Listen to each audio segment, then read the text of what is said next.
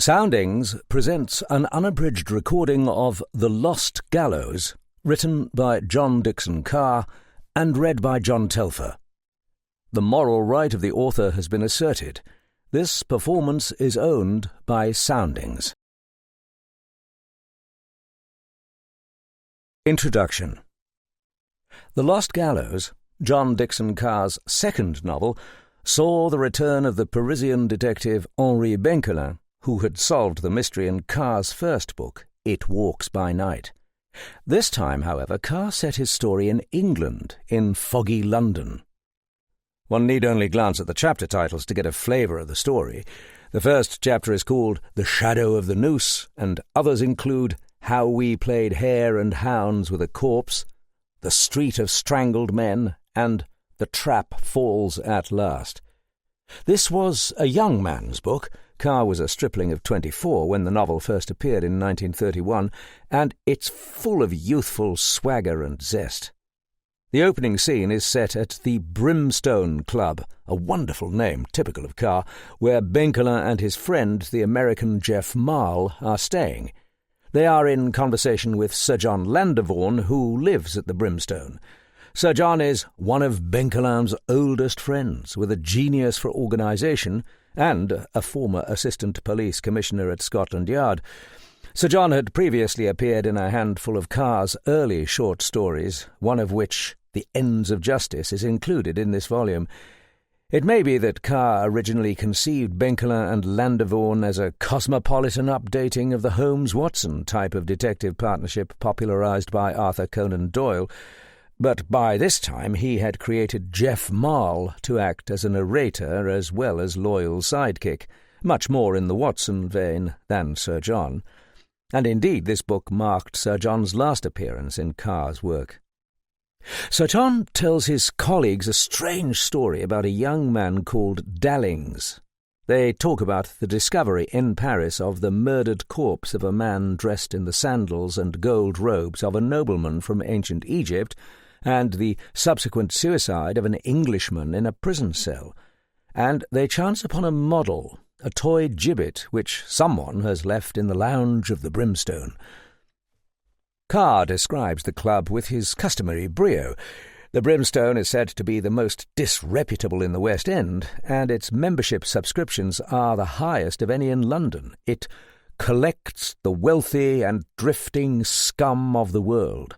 For the past 30 years it has been the club of the wanderer. Through it float English, French, German, Russian, Spanish, Italian faces. The soldier, the pawned title, the castaway, the game hunter, the seeker of far places, the bored, the aimless, the footloose, the damned. One is hushed by the massive dreariness of its luxury, its sombre lamps, its thick muffled carpets, its hint of suicide. Lashings of atmosphere of this kind help to create the ideal environment for the mysterious impossibilities that were Carr's stock in trade. Here there are 3 intriguing riddles. The first concerns a limousine, which seems to have been driven through the London streets by a murdered chauffeur. The second concerns the mysterious appearance and disappearance of a number of items within a locked room. The third is, how was a man hanged on a lost gallows in a lost street, Ruination Street? The main puzzle concerns the identity of the culprit who hides behind the name of Jack Ketch, the legendary hangman. After the discovery of a body, Benkelin accepts a wager from Sir John to identify the killer within 48 hours. Benkelin, a man who is as diabolic as his secret adversary, is one of those great detectives who likes to play God. He keeps his cards close to his chest and asks Jeff to obey his orders, even if they involve as deadly danger as you are ever likely to encounter. This is a big ask, and not surprisingly Jeff is put out. I should at least like to know what this is all about. You make all these mysterious remarks. Predictably, his plea for enlightenment falls on deaf ears. Benkelin refuses to show his hand, despite piling the pressure on himself as he ruminates. If I have misread the signs, if I have made the slightest error in all my calculations, then there are unutterable horrors in store for all of us. A theory, nothing more. The original American first edition of this book was a Harper sealed mystery, and the publishers, Harper, interrupt at an appropriate cliffhanging moment, the end of chapter 15, to demand of the reader, "Do you know, Jack Ketch, if you can resist the desire to read what lies within this seal, to discover how this ghastly vigil terminates and end the fearful uncertainty and harrowing suspense of this tale, return this book to your bookseller with the seal unbroken, and your money will be refunded."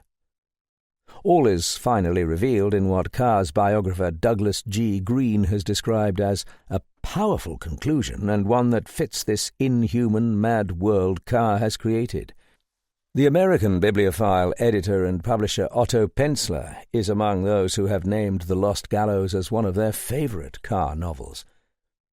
John Dickson Carr, 1906 to 1977, proceeded to become one of the most popular and influential authors of Golden Age detective fiction.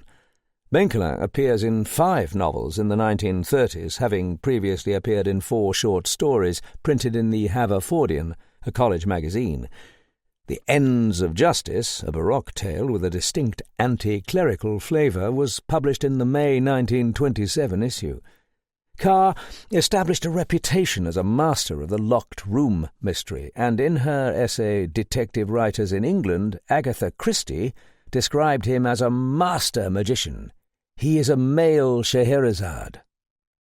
His work continues to be admired around the world. On a recent trip to a festival in Shanghai, I discovered that his ingenious stories are warmly regarded by a large number of young Chinese fans, and in recent years more than 20 of his books have been published in Chinese translation. To write fiction of such enduring and widespread appeal is no mean feat. The Lost Gallows is an enjoyable mystery in itself, as well as a milestone in the literary apprenticeship of one of the genre's great entertainers. Martin Edwards, www.martinedwardsbooks.com. Jack Ketch, a familiar hobgoblin of nursery tales, appearing also in the showbox history of Punch and Judy.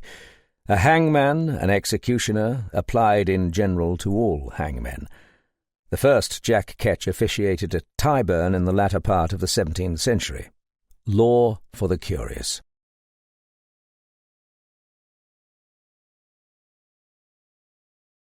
Chapter 1. The Shadow of the Noose. It stood on the table before us, among the teacups, a small and perfectly constructed model of a gibbet. Standing no more than 8 inches high, it was made of cedar wood painted black. 13 steps led up to the platform, to a trap held in place by tiny hinges and a rod. From the crossbeam dangled a small noose of twine. I can see it yet, brought into grisly relief by the white cloth, the cups and the plate of sandwiches in the yellow lamplight of late afternoon. Beyond the bay window where we sat, dingy fog was strangling out the street lamps along Pall Mall. It curled and billowed past in thick yellow-brown, smearing every light. A muffled rumble of traffic shook against the windows, pierced by the siren hoot of a bus. The faces of Benkelin and Sir John Landervorn were reflected in the glass as they studied this ugly toy. The 2 manhunters were a contrast. Sir John's face was sallow and austere. He had a high, narrow forehead with shining grey hair, but the eyebrows were very thin and black, pinched over a sombre gaze from behind gold-rimmed eyeglasses on his thin nose. His eyelids moved slowly up and down as he fondled his grey mustache and close-clipped grey beard. He stared intently at the little Gallows. On the other side of the table, Benkelin watched him behind cigarette smoke. Sir John Landervorn had been formerly Assistant Commissioner of the Metropolitan Police. The Frenchman opposite him was a tall and lazy Mephisto with a lifted eyebrow. His black hair was parted in the middle and twirled up like horns. Thin lines ran from his nostrils down past a small mustache and black pointed beard, past a mouth which showed now the glittering edge of a smile. His cheekbones were high, and his eyes unfathomable. The face was brilliant, moody, capricious, and cruel. There were rings on the drooping fingers which held his cigarette. He was Monsieur Henri Bencolin, juge d'instruction of the Seine, the head of the Paris police, and the most dangerous man in Europe. The time was 5:30 in the afternoon of November 16th. The place was the lounge of the Brimstone Club in London. With the finding of that model, we were introduced into the celebrated murder case of the lost gallows on the lost street. And it had come about in this fashion. Bencolin and I had come over from Paris to witness the opening performance at the Haymarket Theatre of The Silver Mask. This, it may be remembered, was the play which Edouard Vautrelle had written, and which furnished so terrible a clue in the Cellini case the previous April. We had arranged for rooms at the Brimstone where Sir John lived, and he was to meet us on our arrival. Sir John was one of Bencolin's oldest friends, with a genius for organization which had done much at Scotland Yard. Before the war, he had been Assistant Police Commissioner under the Honourable Ronald Devisham. I had met him in Paris, where he came occasionally to visit Bencolin. He was a tall, stooped man, courteous but austere, with little humour, and with the air of one brooding perpetually over a puzzling position on a chessboard. The sort of person whom the old romances would have described as a man with a secret. Bencolin said that he had never quite recovered from the loss of his son during the war. Since his retirement in 1919, he had become a recluse, living in Hampshire, until he had taken up lodgings in London the previous year. He met us that afternoon at Victoria. He was the first person we saw standing on the sooty, foggy platform when the train coughed into the dimness of the shed. He greeted us with a sort of embarrassed jollity, but nobody felt in a particularly gay mood. The chill of the weather, the iron gloom, and the hollow roar of the Channel in a gale had depressed us no less than our mission. When our talk did begin, after we had been installed at the Brimstone, it turned inevitably to crime. We ordered tea in the lounge, a brown panelled room of bay windows and those grotesque carvings which are associated with the club's history. A wood fire lighted the immense stone fireplace, that monstrosity of gargoyles above which hangs the portrait of the founder by de Serif. I think he would have relished our conversation. Rake, duellist, horseman, drunkard was Sir George Falconer in that galaxy of Georges round the Prince Regent. He stands there rich-coloured in his bottle-green coat, his Brummel cravat, and his skin-tight tan trousers. His hair is curled, and his insolent eye stares down in the low light of the amber lamps. From high up in the tall room he looked now at the back of Sir John Landerbourne, who was sitting in a deep chair facing Bencolin across the tea-table. Sir John spoke with a hesitant air, as though he frowned at each word before he uttered it. "You know, Bencolin," he said, "what has always amazed me is the picturesque quality of crime on the continent. I've been dipping into your records. Amazing, some of them. Gruesome imagination. It's devilish." He adjusted his eyeglasses more firmly on his nose and blinked through them at his cup. He continued, "It may be the Gallic mind. Yes, I fancy it is. People killed with scorpions and cords made of women's hair and spiked cradles like the Iron Maiden." Bencolin turned from the window where he had been studying the fog swirls with his chin in his hand. "What do you mean by the Gallic mind?" he asked. "Well, emotionalism. Flighty lot, as a rule." Staring past him into the fire, Bencolin smiled obscurely. "Emotionalism," he repeated. "When you say that, you think of some wild-eyed Frenchman flying into a rage, seizing a dagger and stabbing his sweetheart. That, Sir John, is a product of sentimentalism, pure and simple. Such things are done by the sentimental Anglo-Saxon who insanely stabs his sweetheart and then weeps over a crushed flower she left in a book. Your Anglo-Saxon is simple and direct, a blind passion, a desire to kill. Ergo, somebody is killed, without further fuss. He goes straight to the point, a process at which the Gallic soul revolts, in anything from committing a crime to bargaining with the grocer. Sir John said, noncommittally. He cast a dubious eye across the table. The Gallic type, said Benkelin, loves devious ways.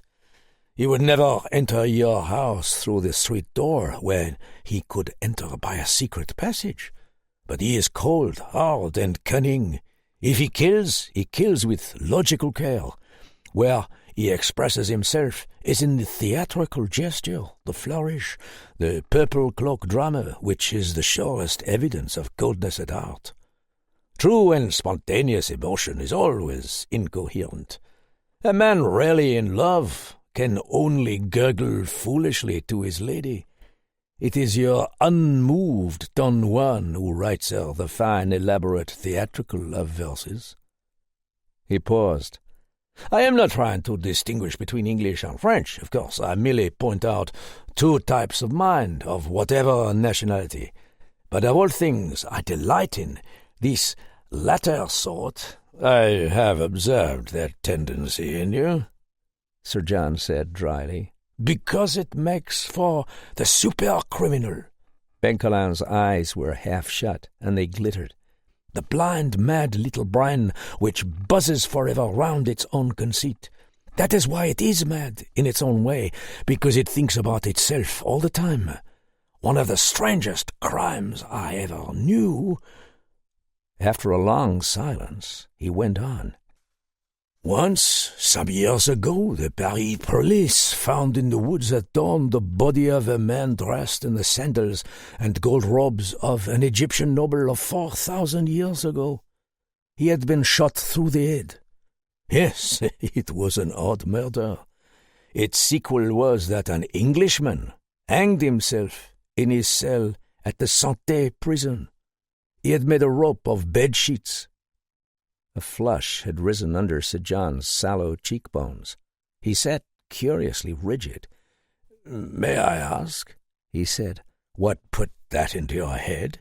It seems to startle you. Do you know the case?" "Why, as a matter of fact, I was thinking along the same lines. Different business, but it concerned hanging." The rigidity left him. He tapped with his fingers on the chair arm, and the eyes behind his glasses seemed to be watching something weighed in his scales. Benkelin asked, "What was it?" "Cock and bull tale," replied the other idly. "Dallings had got a drink too many in him, I fancy. It was a young friend of mine. He seems to have been involved recently in some queer business, in the course of which he got lost in the fog, and swears he saw on the side of a house the shadow of a gallows and a rope. Says a shadow of Jack Ketch was walking up the steps to adjust the rope. He made quite a ghost story of it. Good God, what's the matter?" Benkelin had been looking sideways at the darkened window. He whirled round suddenly. "You know," said the detective, "pardon my interruption, old man, but a moment ago I imagined I saw a ghost myself in that window there." Sir John looked at the glass. "Your poetic way of saying what?" he asked, annoyed. "That I saw a reflection of somebody passing the door of this room, in the hallway out there." He nodded across the dim room, at the end of which the door to the passage made a rectangle of bright light. It was empty now. In stillness we could hear the fire crackling and the distant hoot of a cab. Benkelin had risen. He stood tall and rather tense, his shoulders poised as though he were listening. "I think he was starting into the room here, but he changed his mind when he saw us. It was a man I once knew, an Egyptian named Nizam el-Mulk. Do you happen to know him?" "No, I don't believe so. Wait a bit, though. Oh, yes, I thought I'd heard the name," Sir John muttered. "He has rooms here, I believe. We're not very choosy, are we?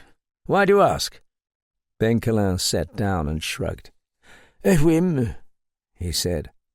He contemplated the fire. In shadow, the cruel and powerful angles of his face had hardened, with bright, unwinking eyes on the blaze. Sir John looked at him curiously, but said nothing. He was addressing some commonplace to me when Benkelin spoke again. "Do you know, old man, that random ghost story you mentioned interests me very much. The shadow of a gallows. Who is this friend of yours who saw it?" "Oh, that. His name is Dallings, friend of my son during the war. We shall probably meet him at the theatre tonight, by the way." "And what was the nature of his adventure?" Sir John's glance said, "What the devil ails you?" But he answered, "Why, I can't tell you the whole affair. Something about a mysterious woman he met and took home in the fog. I didn't pay particular attention. Fellow had been drinking. The upshot of it was that he found himself without a cab. Well, that's the point. He doesn't know. When they drove there, the woman gave the address to the driver herself, and Dallings didn't hear it. Apparently she must have paid the driver, too, and told him to leave directly. Dallings let her out to say good night, and then there wasn't any cab, and the woman had gone. The fog was so thick that he couldn't see a foot in front of him. Dallings says he kept groping round and round, down over curbs and across streets, without the slightest idea where he was going. It was past 1 in the morning, not a soul abroad, or a light he could locate. In the course of his wanderings he blundered into a brick wall of some sort. Then he lost the last shred of reason. While he was standing there, he says an immense rectangle of yellowish light appeared ahead of him. It was blurred by the fog, but up against it stood a gigantic gallows with a noose hanging from the crossbeam. So Dallings says, mind. Then he says that somebody was mounting the steps to it, and that the figure appeared to be waving its arms in the air." The Englishman paused. His lips wore a wintry smile. "What then?" inquired Benkelin. "Nothing. It disappeared. Dallings thought he must have been fooled by some trick of light. He was in a beastly mood and didn't investigate further. Then he resumed his wanderings. Eventually he found a lamp-post and stopped there until he heard a cab pass. He was in Ryder Street then, not far from Piccadilly. Heaven knows where he'd been." Sir John poured himself more tea, dismissing the matter. But he added, "If you're curious, ask Dallings about it. He's full of the story. And he isn't ordinarily loquacious. Seems to have been particularly impressed by the lady. She was French, by the way." Benkelin stopped suddenly with a match halfway to his cigarette, staring at Sir John. Then he laughed, lit the cigarette, and sat back, amusedly contemplating its tip. "French," he repeated. "Ah, well, your infernal fog is doing things to my nerves, I fear. Oh, let's speak of something else.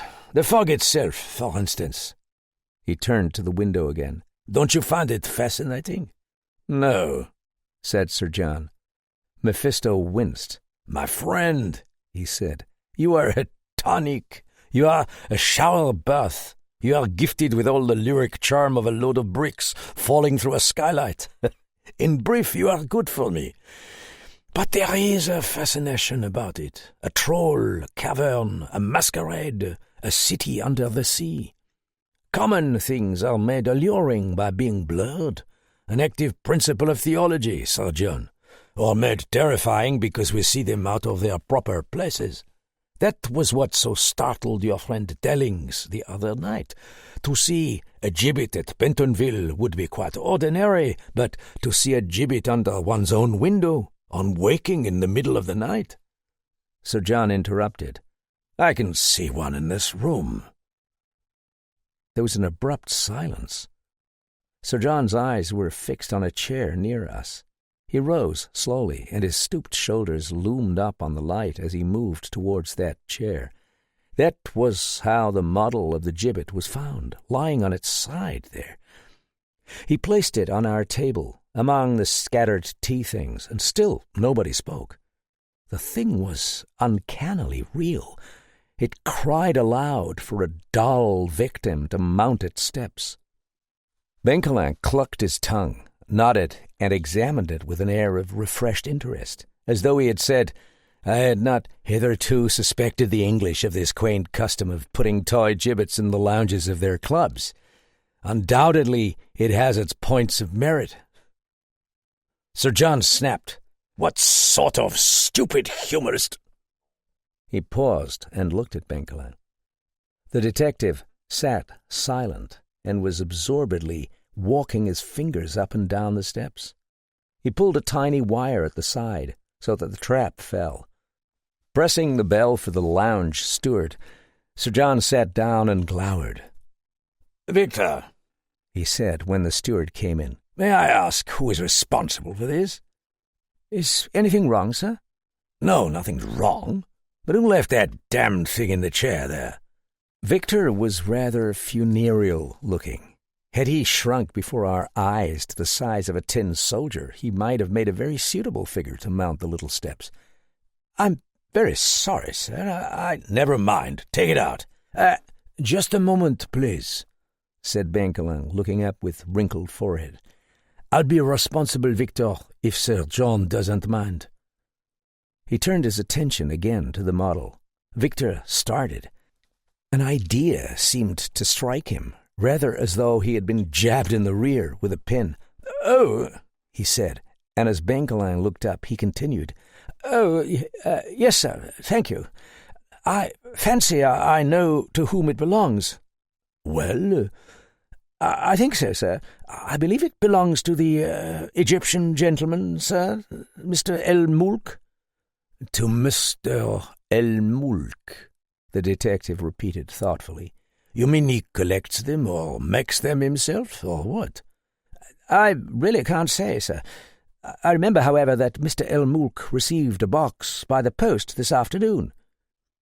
He paused, and Sir John, who was regarding him curiously, said, "Go on, man." "He was in this room when I was emptying the ashtrays. I saw him opening the box. It was about of a size to contain that, and when I heard him rustling the paper while he opened it, I noticed that he was looking very strange, sir, frightened, as it were. When he had got it open, he stood very still for a moment. I hope I'm violating no confidence, sir?" Victor looked about and seemed to take strength from the sight of Sir John. His wavering black outline became solid. "He said, 'Victor, take the model that's in this box and burn it.' He looked very queer, sir. I thought he was ill. Then he seemed to remember something. He took the model, I suppose it was the model, though I didn't see it, out of the box and dropped it in the chair over there. After that he threw the box and the wrapping paper into the fire, and then walked out very quickly. That's all I know, sir." "And why didn't you burn it?" asked Benkelin. "I intended to, sir, but I was carrying out ashtrays at the time, and I fear I overlooked—" "Ah, yes. Do you happen to know whether he returned to the room afterwards?" "Why, I am positive he didn't, sir. I saw him go out afterwards, and he didn't return until a short time ago. The porter can tell you." "That's all, Victor. Thank you." When he had gone, Sir John asked, "What was the purpose of all those questions? After all, none of our affair, you know." Benkelin did not reply. He sat motionless, his elbow on the table and his chin in his hand, staring at the evil toy. A burning log exploded sharply in the fireplace. Over the rumble of London we heard the slow, sonorous gong notes of Big Ben striking 6.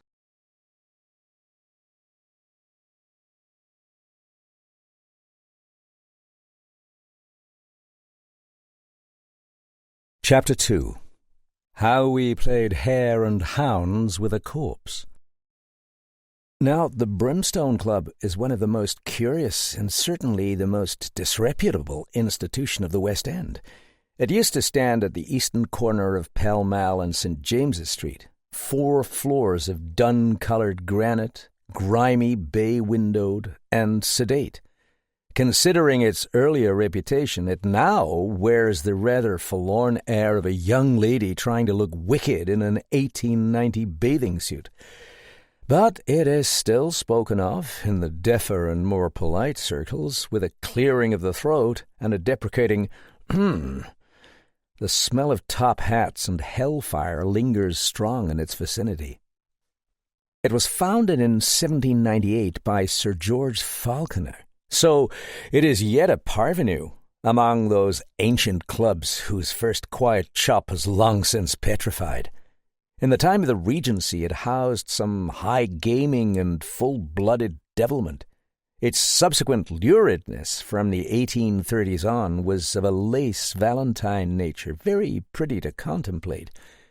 When you walk upon the thick rugs of its galleries and look at the tall portraits there, it is difficult to realize that those starchy and slab-faced gentlemen in the elaborate whiskers were bucks in their day. Their plaid trousers illumined the oyster bars of Leicester Square. They could star a kneecap in a little affair of honour with pistols at not too discreet a distance.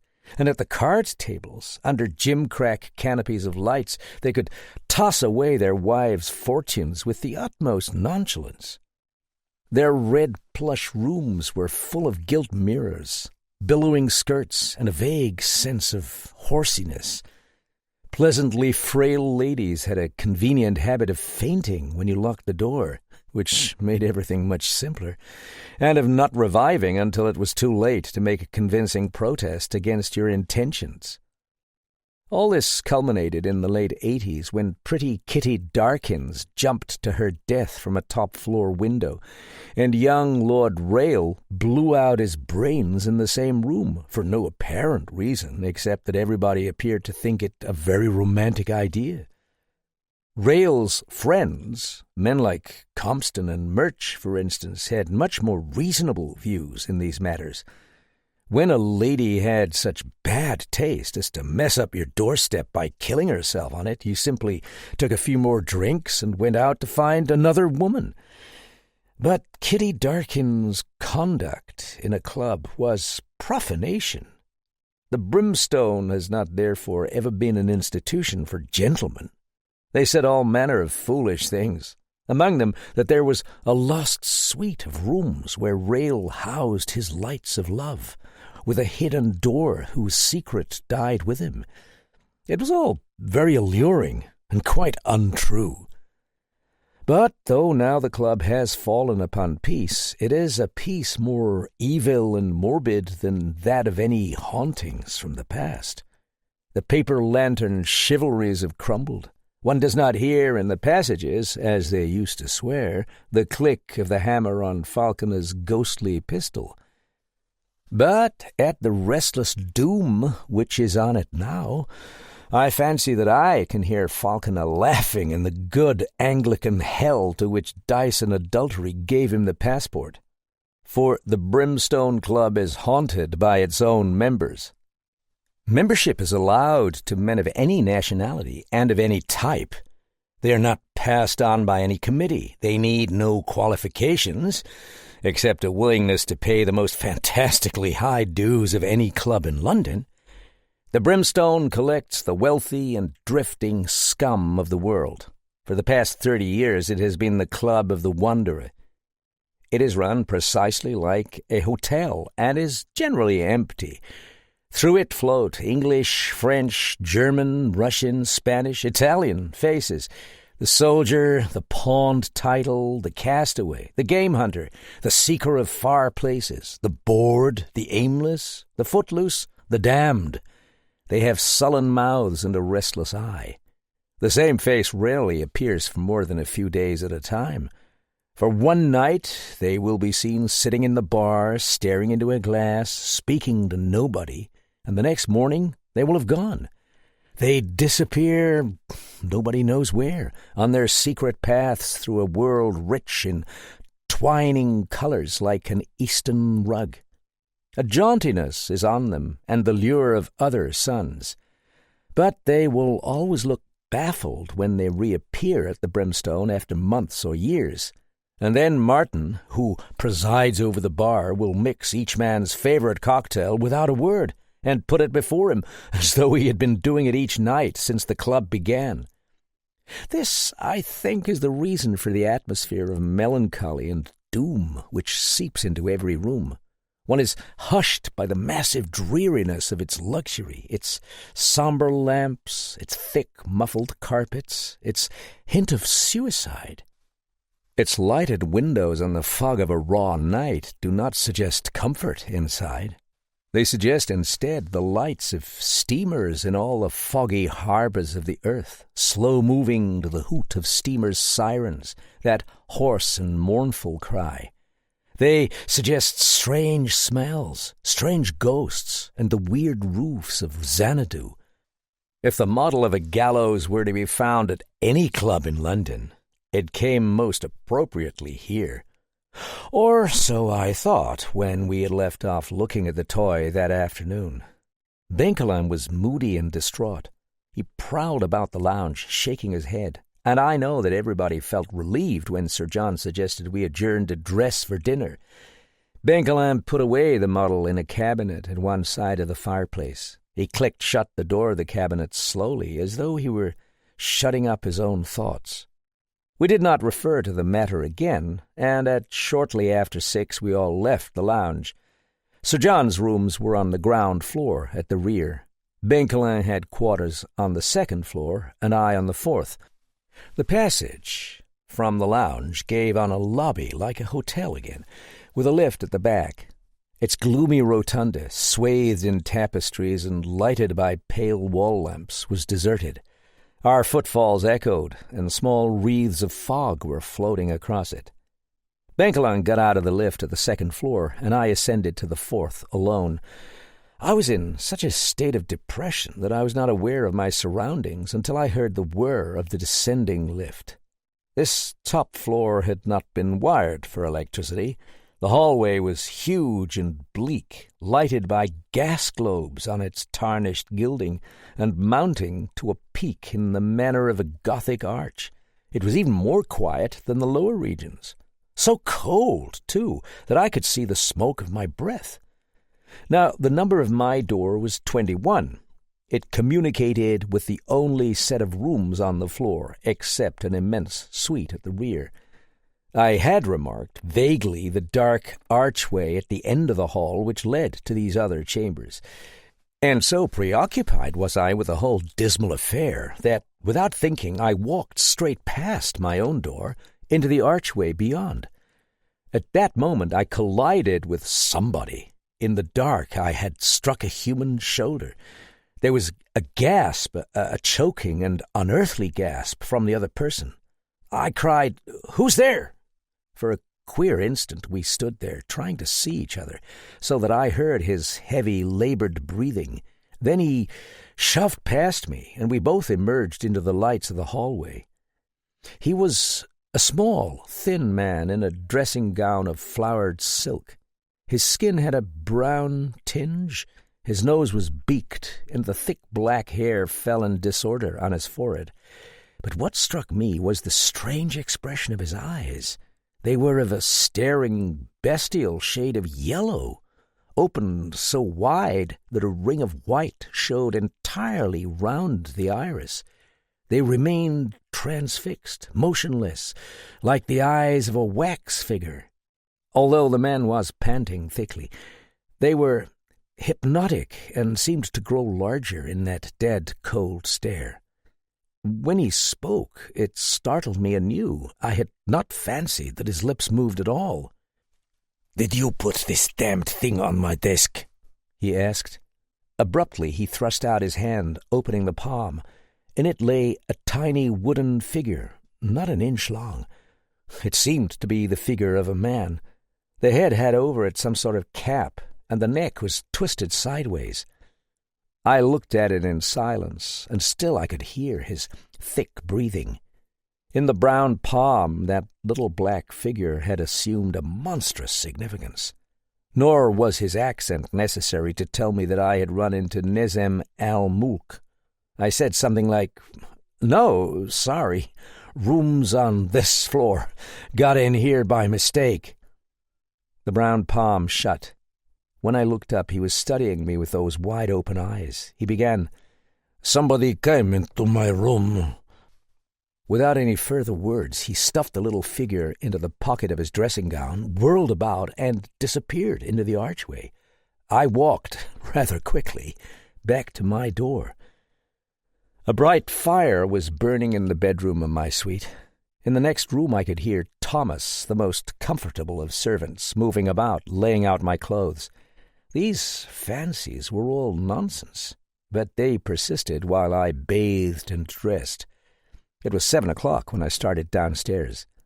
In the hallway I met Nezem el-Mulk. We almost collided again as he passed my door on his way to the lift.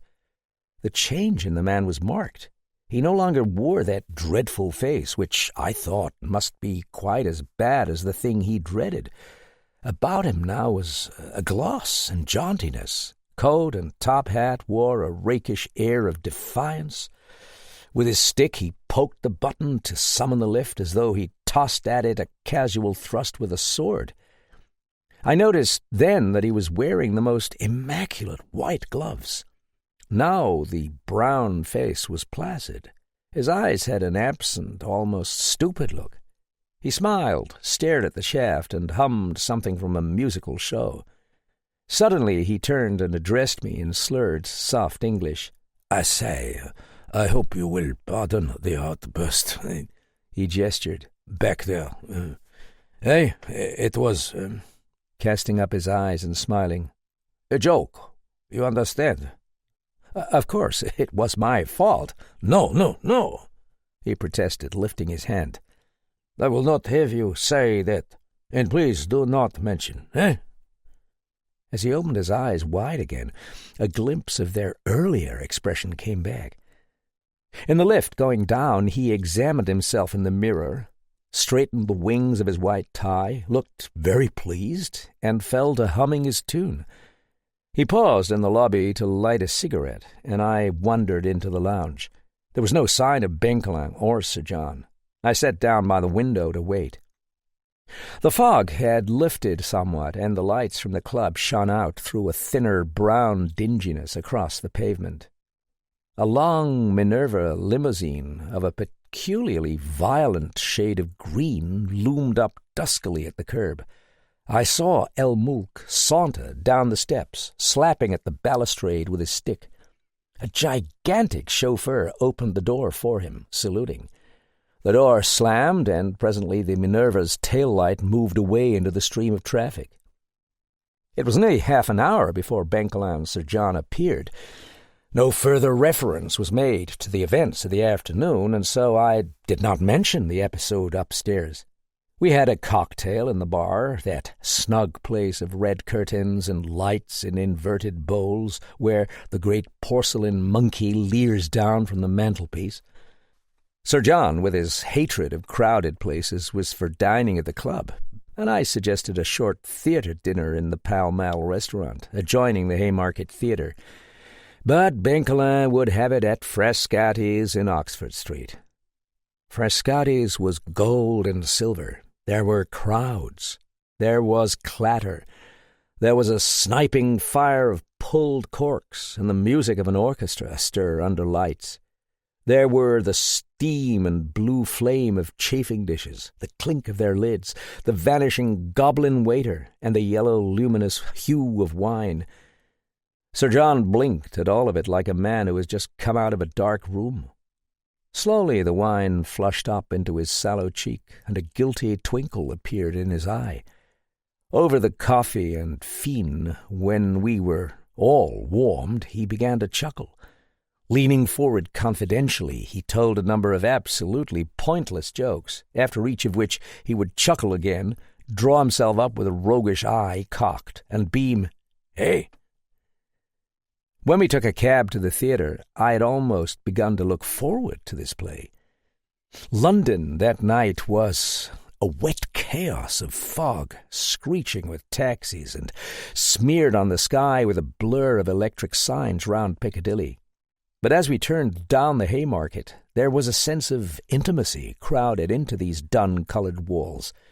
The heavy-footed traffic rumbling past, the shine of light on wet pavements, clank, babble, shrill policeman's whistle, and loom of big arm in waterproof all carried a suggestion of companionship through mere virtue of the fog. It was not until we entered the theatre, until the house darkened and the curtain rose on that pale mimic world of terror which was Vautrelle's play, that the afternoon's devils returned. At the end of the first act, it was a relief to go out for a cigarette. None of us had seats together, for the house had been sold out. In the foyer, I found Sir John introducing Bencolin to somebody who had just come up. He turned to me. "And this is Mr. Maule. Mr. Dallings, Mr. Maule." I found myself shaking hands with a youngish, languid man whose hand was hung in the air, and whose grip was so very loose that you felt you were taking hold of a dead man's. His eyes were fixed glassily on a point somewhere past your shoulder. He murmured something that sounded like "Trulove," and gave us a pale, spectral smile before he began to inspect his fingernails. He was just becoming stout, and was good-looking in a fashion at once pallid and robust. Oxford, and not quite out of it after some years.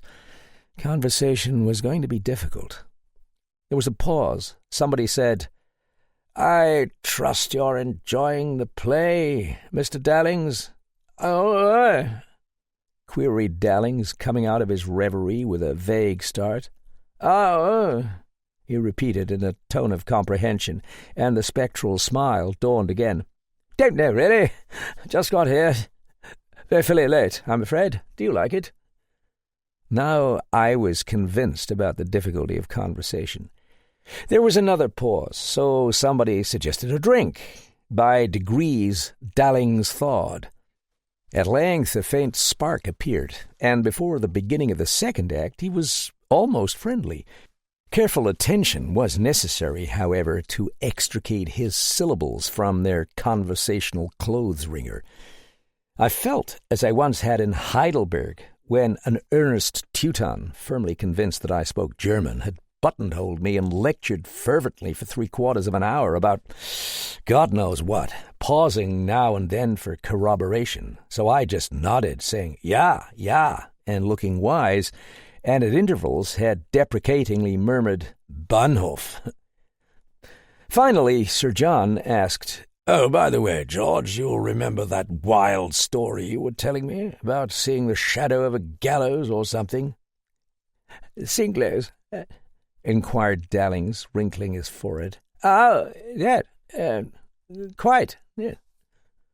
Sir John had apparently been primed by Bencolin. It was vague. He mentioned some excitement at the Brimstone in connection with it. At length he invited Dallings to the club for a drink after the performance. The other looked startled, for no apparent reason, when Sir John said he would like to hear the tale again. But he agreed, and said he would be delighted. "Incidentally, Mr. Dallings," Bencolin put in lazily, "you don't happen to know a man called El Mulk, do you? Nizam El Mulk, I think the name is." Now Dallings was really startled. He passed a hand over his thick, dark hair. He blinked and stammered, "Why, as a matter of fact, I've heard of him." Then he broke off to regard Bencolin with some suspicion. The second act began at that moment, and I returned to the theatre more than a little puzzled. Bencolin was smiling. We exchanged no more words until the end of the play. Its eerie effect had laid hold of all our spirits, and the whole crowd thronging out of the theatre had a sombre look. When Dallings joined us, we walked out to the street in silence. It was intensely cold, and a fog as transparent as tobacco smoke hung round the bright lamps. A honking mass of cabs cluttered the street, but they were being snapped up as quickly as lifted stick could hail them, and we could find none vacant. We walked up, almost to Piccadilly Circus, in the hope of finding one. "Oh, let's walk," Sir John said petulantly. The fog's thinning out now. Turn round. It isn't far." At that moment we were at the corner of Jermyn Street, on the side towards Piccadilly. There were not many pedestrians, which was just as well because I was not looking where I was going. A policeman's arm had halted traffic, and I saw my companions turn and cross the street. I had just stepped down to follow them when, vaguely, in the blurred glow of an electric sign high over our heads, I saw Sir John turn about.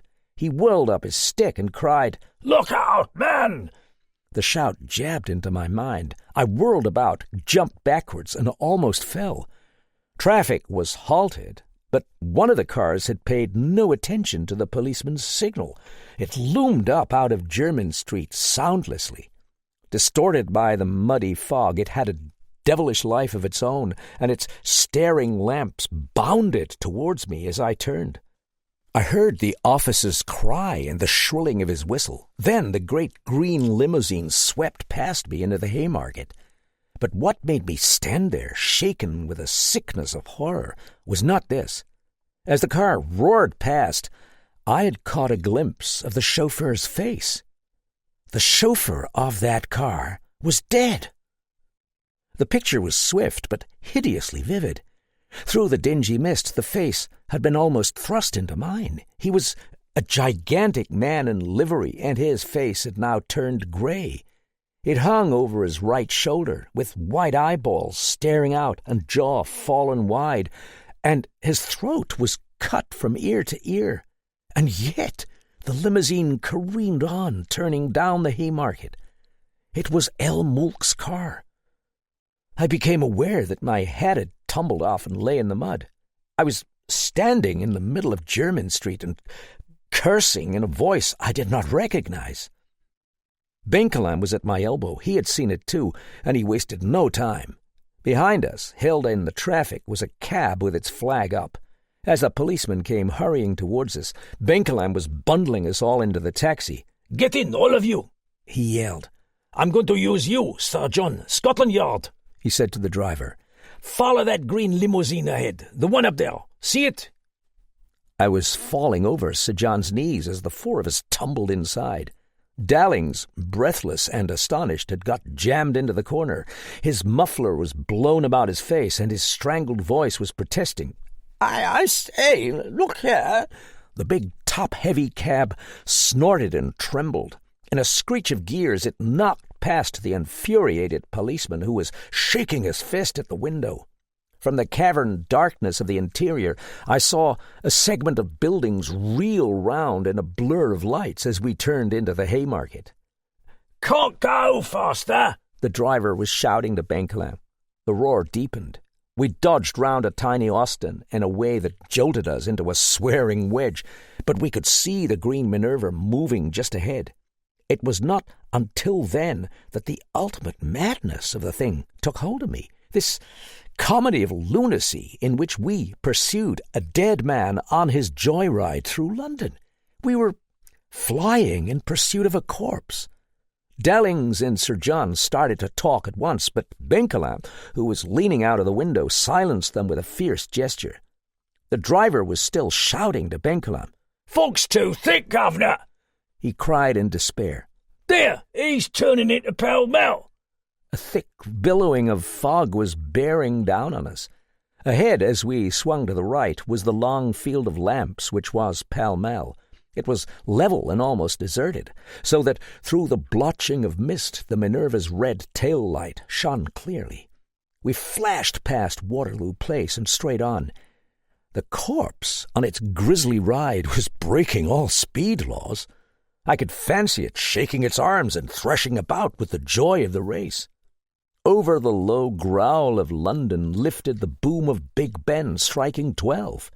Past the Carlton Club, only gathering speed. The lamps of a car jumped in our eyes. Swerving with a sickening plunge, we skidded, crashed a mudguard, and tore ahead with a burst of profanity in our wake. A policeman's whistle shrilled thin blasts across the street. Now the limousine was slowing down, and Benkelam's fingers clenched. We were almost to St. James's Street when it suddenly swerved across to the right. Sir John said in a queer voice, He's going to the Brimstone. As we turned to the right after it, the Minerva came to a slow stop. I could distinguish its outline dimly, and on the right, the light from the door of the club made a haze along its green side. We swept in and ground to a stop only a few feet behind it. The dead man had placidly come home. We thumped out on the sidewalk.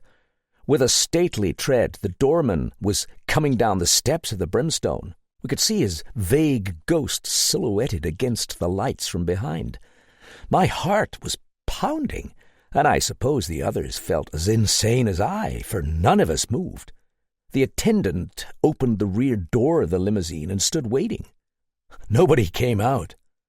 There was a terrible minute of silence while the rumble of London beat away behind us. In that swimming dimness, the doorman craned his neck to peer into the back of the car. He seemed to be puzzled. Still nobody appeared. Shaking his head, he walked up to speak to the chauffeur. At that moment, Benkelam moved out of our group. His tall figure loomed in and out of fog swirls as he went with steady steps towards the front of the car. Then the doorman uttered a horrible screech and jumped away as though he had been burnt. I could see Benkelam's sharp profile under his silk hat bent forward in the glow of the dash lights. Out went his long arm, and he yanked the door open. A huge bulk seemed to rise up past him, and then it dropped with a sudden flat thud on the pavement at his feet. Now, in the light of the dash lamps, I could see Benkelam's face set in a devilish mask as he stared down at it, unmoving.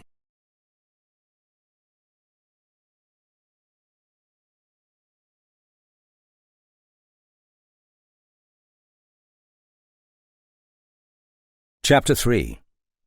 Ruination Street. I looked round at my companions. Sir John stood expressionless, a dumb wonder in his eyes, his motionless hand holding out a banknote to the taxi driver, who was leaning out of the cab, too startled to take it. Dalling's pallid, dark-shadowed face looked from side to side with a sort of bewildered petulance. In the next moment, we had all crowded up. The big chauffeur lay spread-eagled on his face, and the cap had fallen off his kinky head. But his spine was raised and his legs doubled under at the knees. Rigor mortis had set in while he was in the sitting position, and it was as though he were salaaming before the detective. His dark green livery stood out in the fog like the back of an enormous beetle. Inside the car and down the running board was such a welter of blood that all of it had not yet dried and still dripped into the gutter. Dallings, who had absently put his hand on that door, jumped and drew back. Then he began to rub his hands together as though he were trying to shake off a piece of clinging flypaper. We heard Benkelam's harsh, level voice. "Sir John," he said, "where is the nearest police station? Vine Street? Good. Doorman, up inside and phone there. If possible, get the divisional inspector himself. We want somebody up here at once." "He's dead, of course," said Sir John quietly.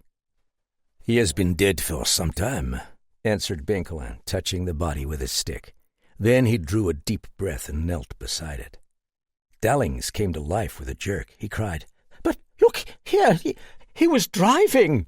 Benkelam rose. He peered into the back and front of the car and nodded. "So it seems, my friend. All very neat. He has turned off the ignition and..." He bent further. "Put on the emergency brake, I think. I don't want to touch it. There's nobody in the back seat." Wait," Sir John said to the doorman. "Wait a bit. I'll ring up Vine Street myself. Talbot's the DD inspector there. I know him very well. He worked under me. He'll come at once." "Whose car is it?" "A very famous limousine, better known on the continent, I think, than here. It belongs to Nizam el-Mulk. Lend a hand now, and let's get the poor devil inside. We can't leave him out here to draw a crowd. Take his shoulders there, doorman, and..." He beckoned to the taxi driver. "You take his feet. Don't be afraid, he won't hurt you. Steady, he's heavy." The weird procession moved and staggered up the steps. Just before Sir John went in to telephone, a wrathful policeman came pounding out of the fog to arrest everybody for the violation of all traffic rules, but his mood changed as Sir John drew him inside to explain. Fortunately, we drew no crowd. Benkelin and I were left alone in the drifting mist when Dallings went in too. We stood for a time silent beside that evil car, whose doors were both open to the night. "Benkelin," I said, "where is El Mulk?" He shrugged. "Not in his car, anyhow. Why do you ask?" I told him of my 2 encounters with the Egyptian and of his leaving shortly after 7 in the car. He heard me out, but made no comment. Leaning into the tonneau, he felt round and found the switch for the interior light. By its yellow glow from the roof, we saw that the back of the car was upholstered in dark velours. On the seat lay an ebony stick and a pair of white gloves. Beside them was a square cardboard box which bore the lettering Wills, Florist, 8 Cockspur Street, London W1. There were no signs of disorder, not even of dust. "Look at these back doors," said Benkelin. "You see?" "The glass looks uncommonly thick." "It is bulletproof," he said, knocking lightly against it with his knuckles. "And judging by the thickness of that cane there, I'm inclined to think it's a sword stick. The man seems to be taking every human precaution against attack." Extinguishing the light, he remarked softly, "But they got him, Jeff. They got him." "Who got him?"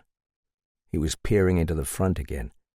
"What an excessively small space up here. It must have cramped our big chauffeur.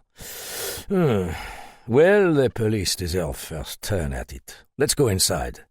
"Benkelin," I said, "when that car went by, I could see straight through past the driver. There was nobody else in that front seat. I swear there was nobody else in that front seat." Do you mean to say that a dead man? Nonsense, Jeff. Somebody was driving it, of course. He could have slipped out under cover of the fog and gotten away as soon as the car stopped. It's a right-hand drive, you see, and he must have left by the other side. "But I tell you—" "Very well, then, have it your way. Let's go inside." The odd taxi driver was coming down the steps, muttering incredulous blasphemies. Benkelin gave him some money and told him to watch the car. We left him staring grimly at it, as though he expected it to start up and drive away of its own volition. When we went inside, we were met by the portly doorman, who was mopping his brow with a handkerchief. He led us across the lobby, down a passage past the lift. "We took him to the billiard room, sir," he explained. "The old billiard room, I mean. We don't use it now that we have the new tables off the lounge. And, begging your pardon, sir, I didn't want anybody to see." Opening a door, he led us into a large, cold room where much dust had accumulated. An old billiard table, with its green cover scarred and ripped, stood under 2 bright drop lamps in the centre. They had placed the body on this and thrown over it a dusty couch cover, from under which the huge boots projected grotesquely. Behind the table stood Dallings, his hat on the back of his head, looking at the lump in horrified fascination. He started as we opened the door, pointed at the body, and said unnecessarily, "His throat's cut. Do you see? His throat's cut." As we came in, I had seen Victor, with pail and mop, hurriedly at work on the marble floor. I shuddered again when Dalling's finger indicated the stain that was crawling across the green table towards one of the billiard pockets. Watching that blood, it was horribly as though you were waiting for a ball to drop there in a game and wondering whether it would. Dallings pointed again. He said hysterically, "Made it, by Jove!" and started to laugh. The doorman bolted out of the room. He almost collided with Sir John, who was coming in, looking perplexed and distrait. "Did you get Vine Street?" asked Benkelin. "Be still, Mr. Dallings, please." "Yes, I got Talbot, too, fortunately. But there's something queer." "What do you mean?" Sir John was biting at his upper lip. His thin, dark brows were drawn together, and he squinted at the body without seeing it. "Why," he said, "why, About Talbot. Never heard him so excited. Said he'd come over immediately and asked me the oddest question. He said, 'Where is Ruination Street?'" Benkelin turned round with his hand on the cover over the chauffeur. "Well," he demanded, "what about it?" "That's the question," Sir John replied, nodding his head. "Where is Ruination Street? Why should he ask me that? I hope I'm not getting fanciful." He made this remark as though he said, "I hope I'm not going insane," hesitated, and went on. "When I was in the service, I thought I knew every street and alley in London, but I never heard of that one." Then he raised his eyes and stared at Benkelin through the gold-rimmed glasses. The detective murmured, "Nonsense." He turned again to the body. When he drew back the couch cover, Dellings retreated. The young man tried to take a cigarette from his case, but the case jumped out of his hand and spilled on the floor. The white eyeballs of the dead man were turned sideways over his shoulder and glistened beneath the bright lights. A heavy gash on the left side of his neck, thinning out under the right ear, had almost stopped bleeding now. It looked like the slash of a razor. His left hand, pulled up on his breast, bore an imitation diamond ring. The fingers of this hand had been nearly severed, as though the assassin had tried to hack them off to get at the ring. The green coat was soaked and sodden with blood, but just over the heart you could see a tear in the cloth where some instrument had been driven into his chest. Pulling the cover farther down, Benkelin uttered an exclamation. "What is it?" demanded Sir John. "All the buttons have been cut off his coat," said Benkelin. "And see here." He picked up the ends of a couple of tawdry gilt cords hanging from the chauffeur's shoulders. "Diable! What a taste in livery El Moulk has. These cords had gilt tassels hanging from them. The tassels have been cut off." He stepped back and stood with his hands on his hips, glancing up and down the body. "I should like to go through his pockets," he added, "but we shall have to wait until your inspector arrives." When Victor told us that Divisional Detective Inspector Talbot had arrived, he strolled into the shadow beyond the lamps. I could see his dim figure leaning against the mantelpiece and the moving glow of his cigar. Inspector Talbot was not particularly impressive. He was a little man with a stolid, square-cut face which looked dusty, a broken nose, and an unpleasant habit of clicking his teeth together audibly. But the eyes in that somnolent countenance had a singular quality of seeming to absorb all details before him as the sun draws up water. His dark hair was growing grey round the temples. When he removed his waterproof, we saw that he was well-dressed to the point of dandyism. He showed no surprise whatever, greeted Sir John with profound respect, and glanced casually at the rest of us. A notebook appeared. Even when Sir John had finished telling about the chase down the Haymarket, he only nodded. "Very well, sir," he said at length. He meditated. He clicked his teeth. "Now, this whole business," he continued, making a gesture about him. "It's very queer indeed."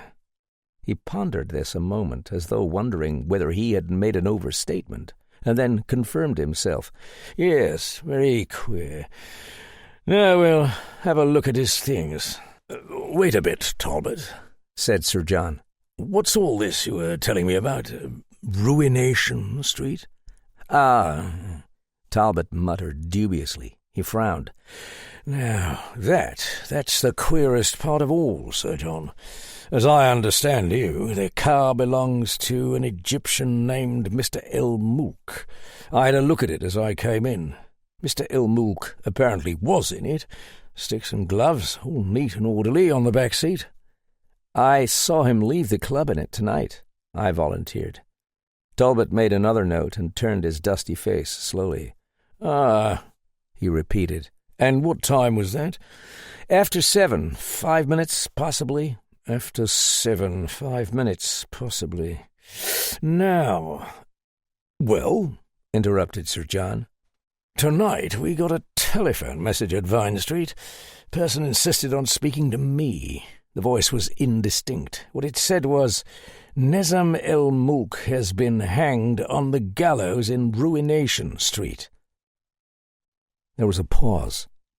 From the dense shadow where Benkelin stood, the red glow of his cigar jerked in mid-air and then stayed motionless. "It rang off, then," continued Talbot. "I didn't trace the call. I thought, of course, it was a crank or else somebody playing a joke. They do it, you know," he explained, smiling vaguely. "We get all sorts of reports. They say the prince has been kidnapped or somebody has run off with a marble arch or something. But I got to thinking about the queer names, and it bothered me. I kept thinking, where is Ruination Street? Finally, I asked several people at the station, but nobody had ever heard of it. Then, when you rang up to say Mr. Elmulk's car had driven up here with a chauffeur dead, why, it put the wind up me for a second." He uttered a sound which was strangely like a sigh, gave several rapid little clicks of his teeth, and shot out, "I don't suppose any of you gentlemen know where Ruination Street is?" The opaque eyes were rather disconcerting as they turned towards me. I shook my head, and so did everybody else. Said Talbot. "Just so." Without any more words, he approached the body and bent stiffly over it. The pencil jabbed rapid little words into his notebook. "A few coppers, no other money. Robbery?" queried Sir John. "Can't say, sir. Billfold, empty, no name. Cigarette case." "Good Lord!" said Sir John. He was pulling at his clipped beard, and he pointed suddenly. "That cigarette case is platinum. A chauffeur with a platinum cigarette case?" Benkelin's cigar had begun to pulse and dim again, but still the detective did not move. In a matter-of-fact way, Talbot noted, "Platinum. Didn't know it myself, Sir John. Thank you. Full of cigarettes. Bunch of keys, stub of a cinema ticket, pocket guide to London, package of peppermint drops. That's all." Talbot shut up his notebook. "Now, gentlemen," he went on with a show of energy, "I don't know that the superintendent will like your disturbing the body. Should have been left at the wheel, you know. It destroys any indications when you—" "I think we knew what we were about, Talbot. Did you catch the name of that man over there?" The teeth clicked again. Talbot's eyes narrowed. For the first time he showed a flash of surprise and looked inquiringly at Sir John, who nodded. To my own astonishment, all of Talbot's briskness went out of him. He grinned as Benkelin advanced out of the shadows, a homely, slow, suburban grin, and put out his hand. "Nearly put my foot in it, sir. You don't remember me, but I'm very certain I remember you. I was a sergeant at Vine Street when you helped us on the Grovane case. All the same," he caught himself up and scowled, "all the same you shouldn't have disturbed that body." "I feel most guilty, Inspector," said Benkelin. "However, I don't think it matters a great deal. Your fingerprint men are here, I take it?" "Yes, I'll clear out now and let the doctor have a look at him. I'm interviewing all the servants here, and I'm afraid I shall have to ask you gentlemen to wait for me in the lounge. Fine mess it'd be," he added with sudden fierceness, "if Mr. Elmulk should walk in that door, no more dead than I am. See you later in the lounge, gentlemen, if you please."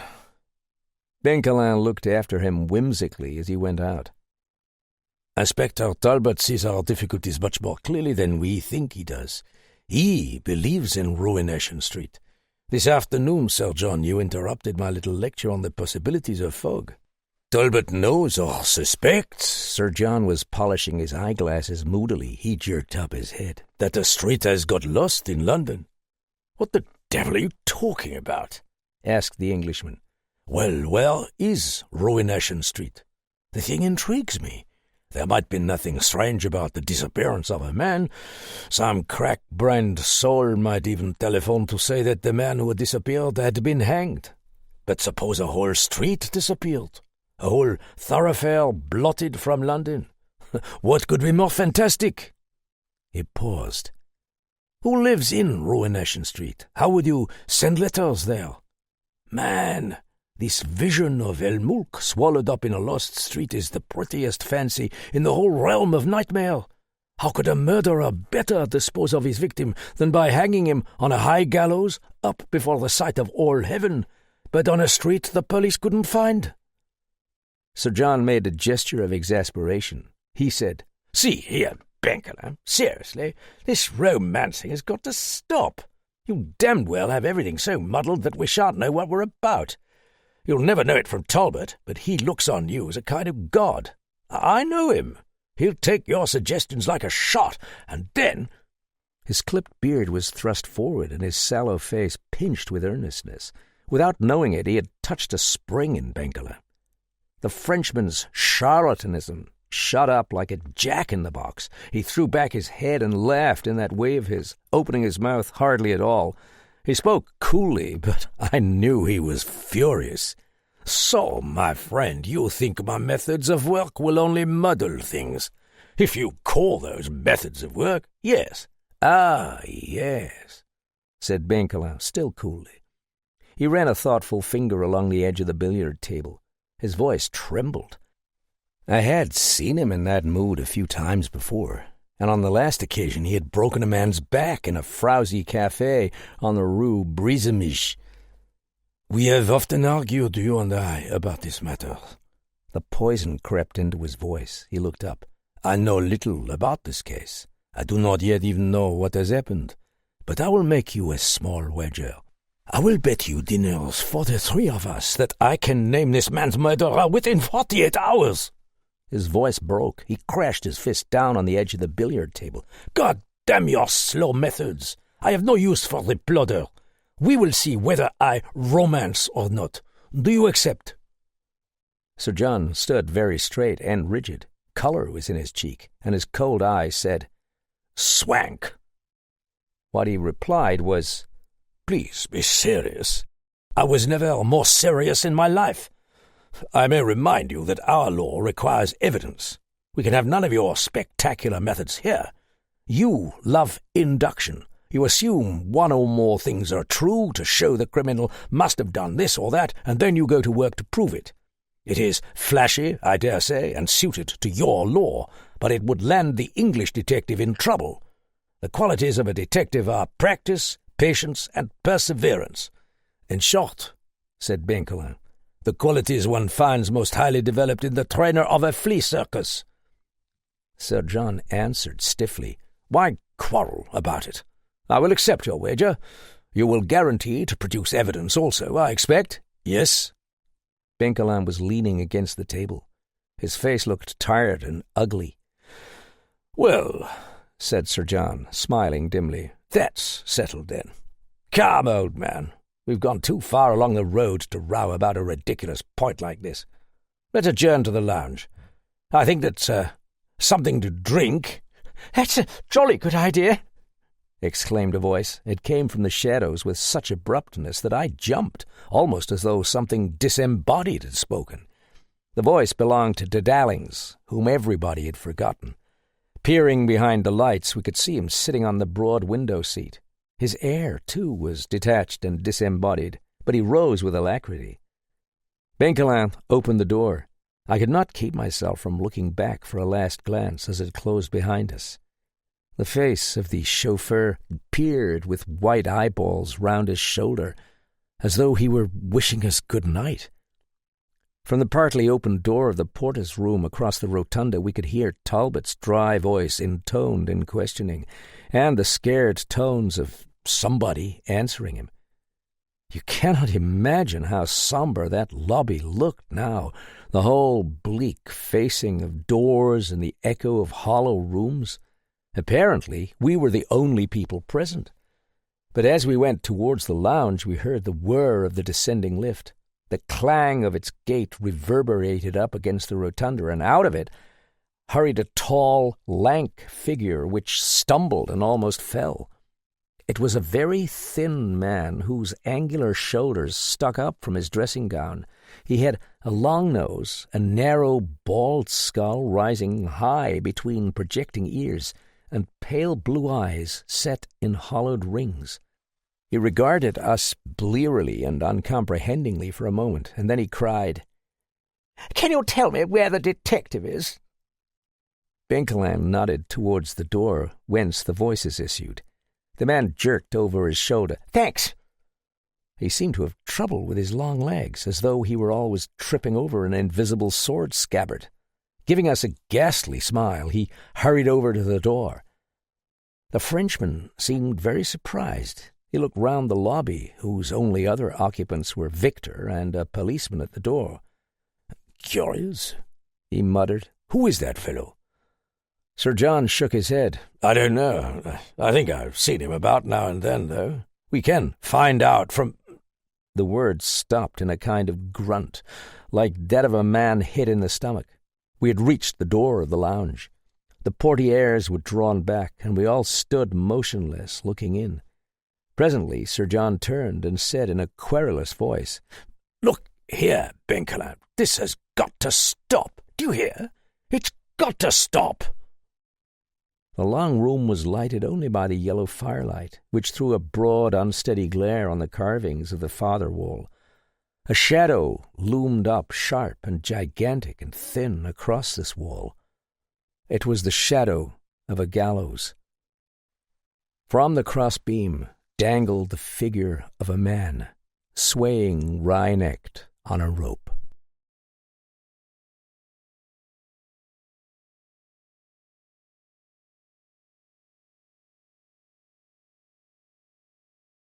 Chapter 4. The Woman at Chez Aladdin. "No need for alarm," said Benkelin.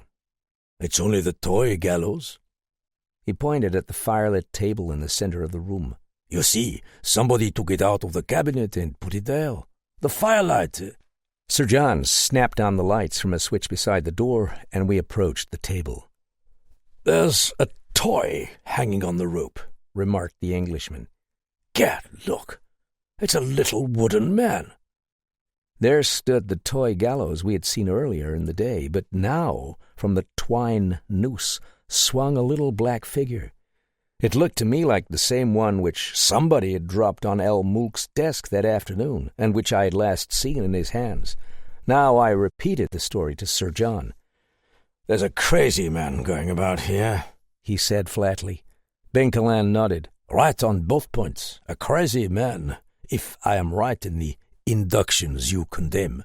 And most certainly here, in the club, without a doubt, at this moment." "You have a theory?" "Yes, but only in essentials. This man El Mulk is being hounded, subtly and cunningly, and probably by... No matter. They've caught him. We had better have Victor in here." But Victor could not help us. He came in flustered and wilted after his interview with Inspector Talbot.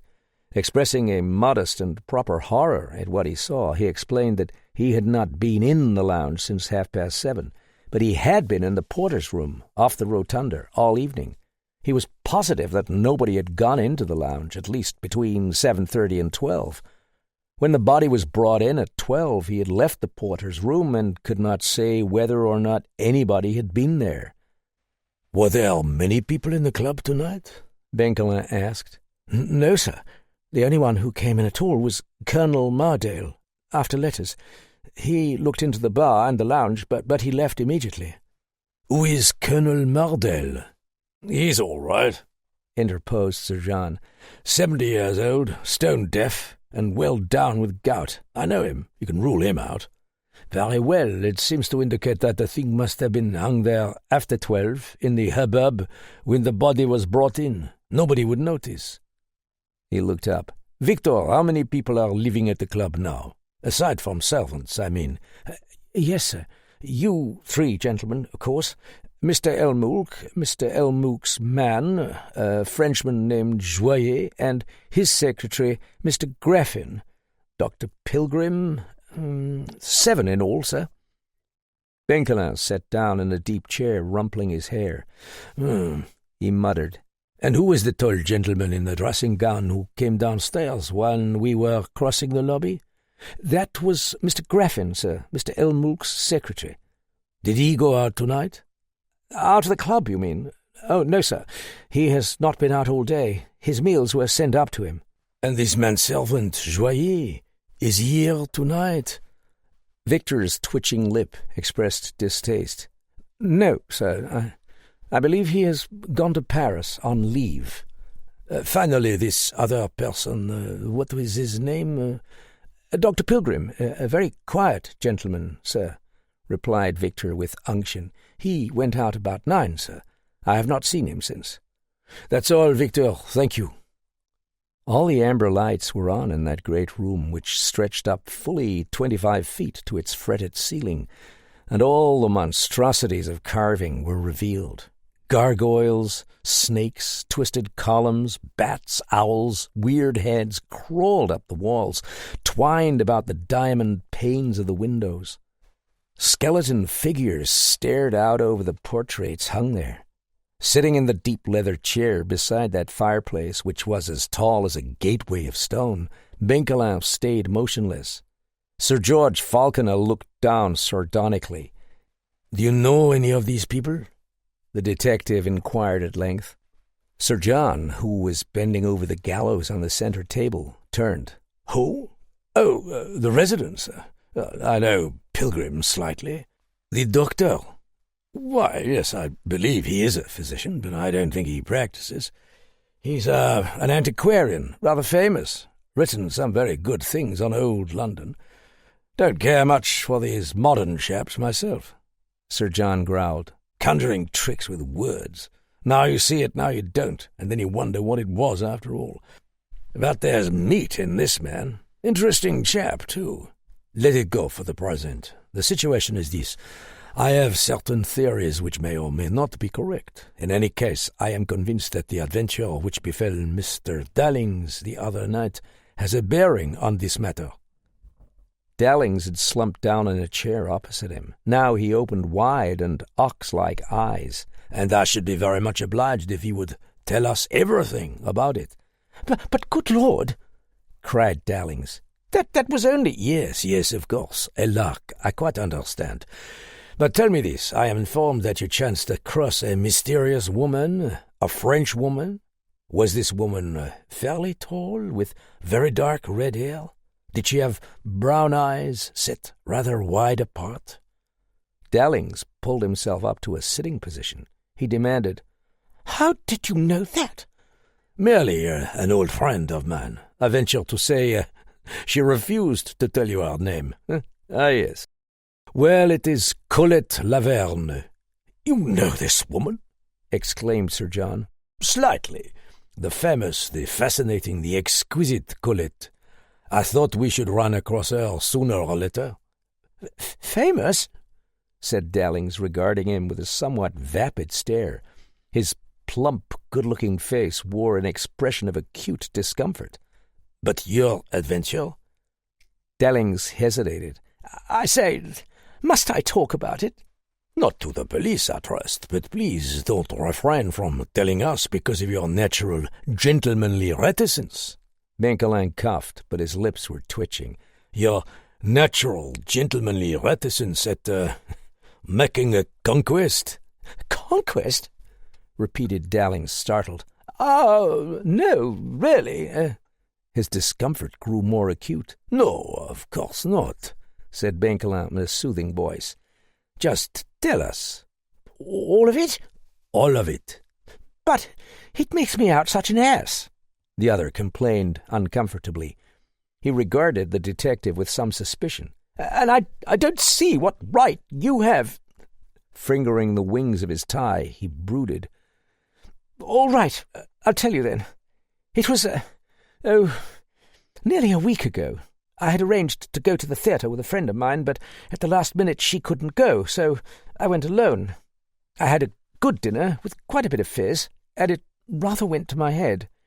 The play," he added, wrinkling up his eyes, "the play was one of those things where they put out the lights and scream.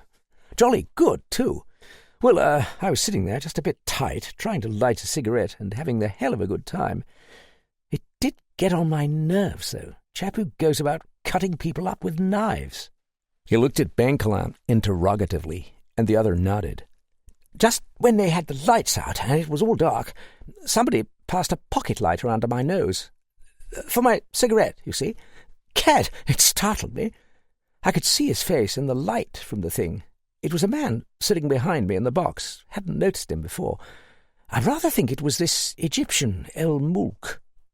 I'd seen him before somewhere. At Lady Ponsonby's, I think. I hate the damn foreigners. Sorry. That is, I mean, I didn't like his way of talking. Interesting chap, though.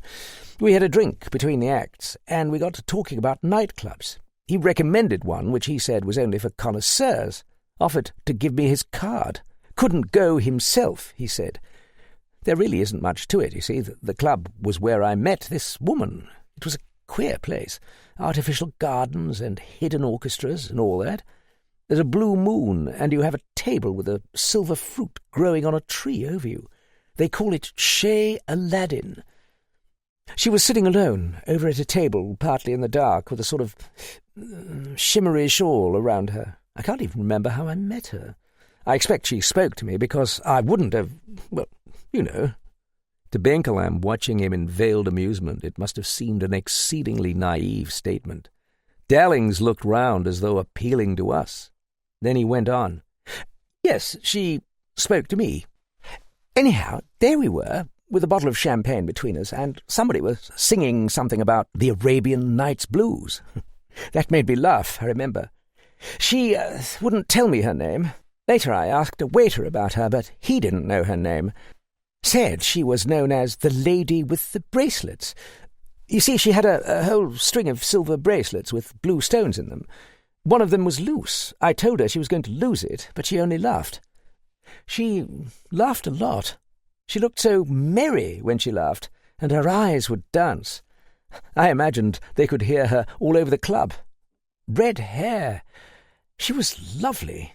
I don't even remember what I said to her, except, frankly, I must have made a dreadful fool of myself. I wanted to be the hero of the occasion. You know how it is when it's darkish along those seats in a nightclub. He gestured. We got to meeting there every night. One night, well, of course, I was tight. Yes, I was tight, but I was pretty hard hit. I wanted to take her home. She knew I'd make a scene if she didn't. Probably, he said fiercely. That was why she let me. I got a cab. She gave the address to the driver, and I didn't hear it. When we left the cab in the fog, I didn't know where we were. And she disappeared without a word, without telling me anything. Oh, hell. Then I wandered around in the fog and saw that shadow of the gallows. Dallings sat up. He roused himself, and his lip curled. One thing she'd said, if anything happens, I'll meet you in the same place Thursday night. Thursday night? That's tonight. That's why I was late for the play. And she wasn't there. After a long pause, he rose wearily and began to take off his overcoat. He put it down along with his white scarf. Afterwards he wandered over to the window with his hands dug into his pockets and stared out into the fog. He added bitterly, "If that's any help." "Thank you, Mr. Dallings. Now, if you don't mind, a few questions." "I don't," said the other, whirling suddenly. "If you'll tell me who she really is, and why she let all that thing go on." "The first part of your question is easily answered. She is a very close friend of Nizam el-Mulk's, or used to be. Do you see?" Dallings nodded, his stiff lips framed. "Oh, righto." "As to the latter part of it, I think we get into deeper waters. She did not tell you her name?" "No." "And gave no reason for withholding it?" "I assumed she was married," the other replied sullenly. He kicked at the edge of a chair. "Was she ever in the habit of questioning you?" I don't think I understand." "About any details of your past life, for example?" "Come to think of it," said Dallings, frowning, "she kept asking me if I had been in the army. I told her I had. Asked me if I knew some chap. I've forgotten his name, but anyway, I never heard of him. She said she'd heard him mention my name." The purport of all these questions was beyond me, but Benkelin smiled. "Just one thing more, Mr. Dallings. That night you were wandering in the fog, between the time she left you and the time you eventually found yourself in Ryder Street. How long a time elapsed?" "Well, the time I wandered about wasn't long. Not more than 20 minutes, though it seemed hours. But between the time I found myself in Ryder Street and the time a cab picked me up there, it was several hours." "Then—" Benkelan was beginning when he paused to look at the doorway. A man had pushed aside the portieres. It was the same tall, lanky man in the dressing-gown whom we had seen in the lobby a while ago. The ears stuck out from the sides of his narrow, bald head. His blue owl eyes blinked at us slowly, and he seemed to be holding himself upright by hanging to the curtains. "Sorry," he said in a voice of immense dignity. You gentlemen discovered him," jerking his thumb over his shoulder, "didn't you?" At Benkelan's nod he emitted a sigh of relief. He advanced into the room at a majestic and wobbly pace. "The name is Graffin," he announced. "Lieutenant Graffin, by courtesy. I was kicked out of the service, you know," he explained vaguely. "I'm Mr. Elmulk's secretary. Private, confidential." He was shifting his angular shoulders under the dressing-gown, which was a very violent shade of purple, as though to adjust it. Then he sat down in a chair like a collapsing clothes-horse. He rubbed his long nose, blinked at us, and presently went on. "All the excitement. Hang it. Hope nothing's happened to Elmulk. Hang it. I'm going to discover he wasn't a bad sort if I know he's been done in. Ha! Ha! Ha! I was his only friend, you know." He looked at us deprecatingly and seemed to meditate bursting into tears. A peculiar aroma began to encircle the walls. The man was quietly, dignifiedly, and villainously drunk. "Ah," said Benkelan. "I'm glad you came in, Lieutenant." "Thanks," cried Graffin eagerly. "Lieutenant, that's it. RFC." Some hidden devil gave Dallings a poke in the rib. Dallings was impassive now, and his accent had grown incoherent again. He raised an eyebrow. He was sleek, dark, laziness. "Really?" he said, and looked at Graffin with distaste. "So was I. What, before your time, young man?" Graffin interrupted hastily. "Much, but I was. Show you records, hang it." "That word, hang," Benkelan said smoothly, "leads us to our subject. Sir John Landervorn here is a former official of Scotland Yard. We are conducting a sort of unofficial investigation into the death of the chauffeur, and if you are willing, you can probably give us a great deal of assistance." Graffin nodded profoundly, one finger at his lip. "I should be most happy, sir. The inspector out in the hall is questioning all servants. I will not be questioned that way. He tried. Ha! Eh? Yes, precisely. You and I, sir, are in perfect accord. I see that you agree with me." After a pause, he added, "Royal Flying Corps." "How long have you been Mr. Elmulk's secretary?" Graffin hesitated. A crafty look pinched down one eyelid. "Roughly," he replied. "I should say 6 years. I met him in Cairo. He had many establishments. We lived for a time in America." Ugh. "How long has he lived in London?" "A matter of 9 months now, I should say. We came in March." "You are the only other person in his household?" "In his immediate household, I am happy to say. We employ Joye, who is French, and poor Smale, who's dead. He was an American." "You are fairly well acquainted with Mr. Elmulk's affairs, then?" Graffin giggled as though he thought of some excellent joke. "Then," said the detective, "do you know of any enemies he might have had?" "Enemies?" The other leered and clucked his tongue. He murmured in an expostulating way, "Enemies, my dear sir? That's out of books. Nobody has enemies." Leaning out of his chair, Benkelan said suddenly, "Do you deny that for some time Mr. Elmulk has been the victim of a systematic persecution by somebody who is determined to take his life?" "Absurd!" The man was beating the arms of his chair with long fingers, and his voice had grown high. His wide-open eyes glared at Benkelan from a rheumy mist. "Very well, Mr. Graffin. Where, may I ask, did you spend today?" "In our rooms upstairs. I was indisposed. He put a hand over his stomach and grimaced. "Did you not leave them at any time?" "No." "And you were there about 6 o'clock this afternoon?" "Most assuredly. I was in the big room, reading. There's a big room we have for a study." Benkelam rose to his feet. He went to the center table where he detached the tiny figure from the twine noose and took it back to hold out before Graffin. "You were there, then?" he asked, "when somebody left this on Mr. Elmulk's desk?" Hiccuping, Graffin bent owlish eyes on the black figure. In sudden fury, he struck Benkelam's hand away. He shrilled, "You take that away from it! Take it away!" The man was flopping about in the chair like a fish out of water, and he screeched. "Nevertheless, you were there, you say?" "Yes," the other answered. He grew quiet. "God is my judge," he announced, holding up his hand solemnly. "God is my judge. I was there.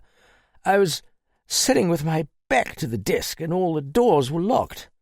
I was sitting with my back to the desk, and not another soul was in the room. Then he came in from his bedroom in his dressing gown. Nizam did.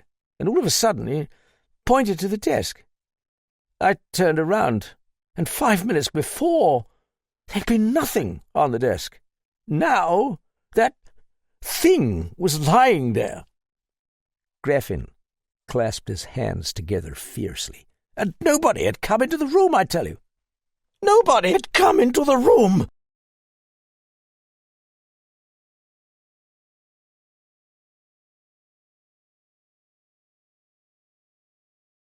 Chapter 5. Mr. Jack Ketch.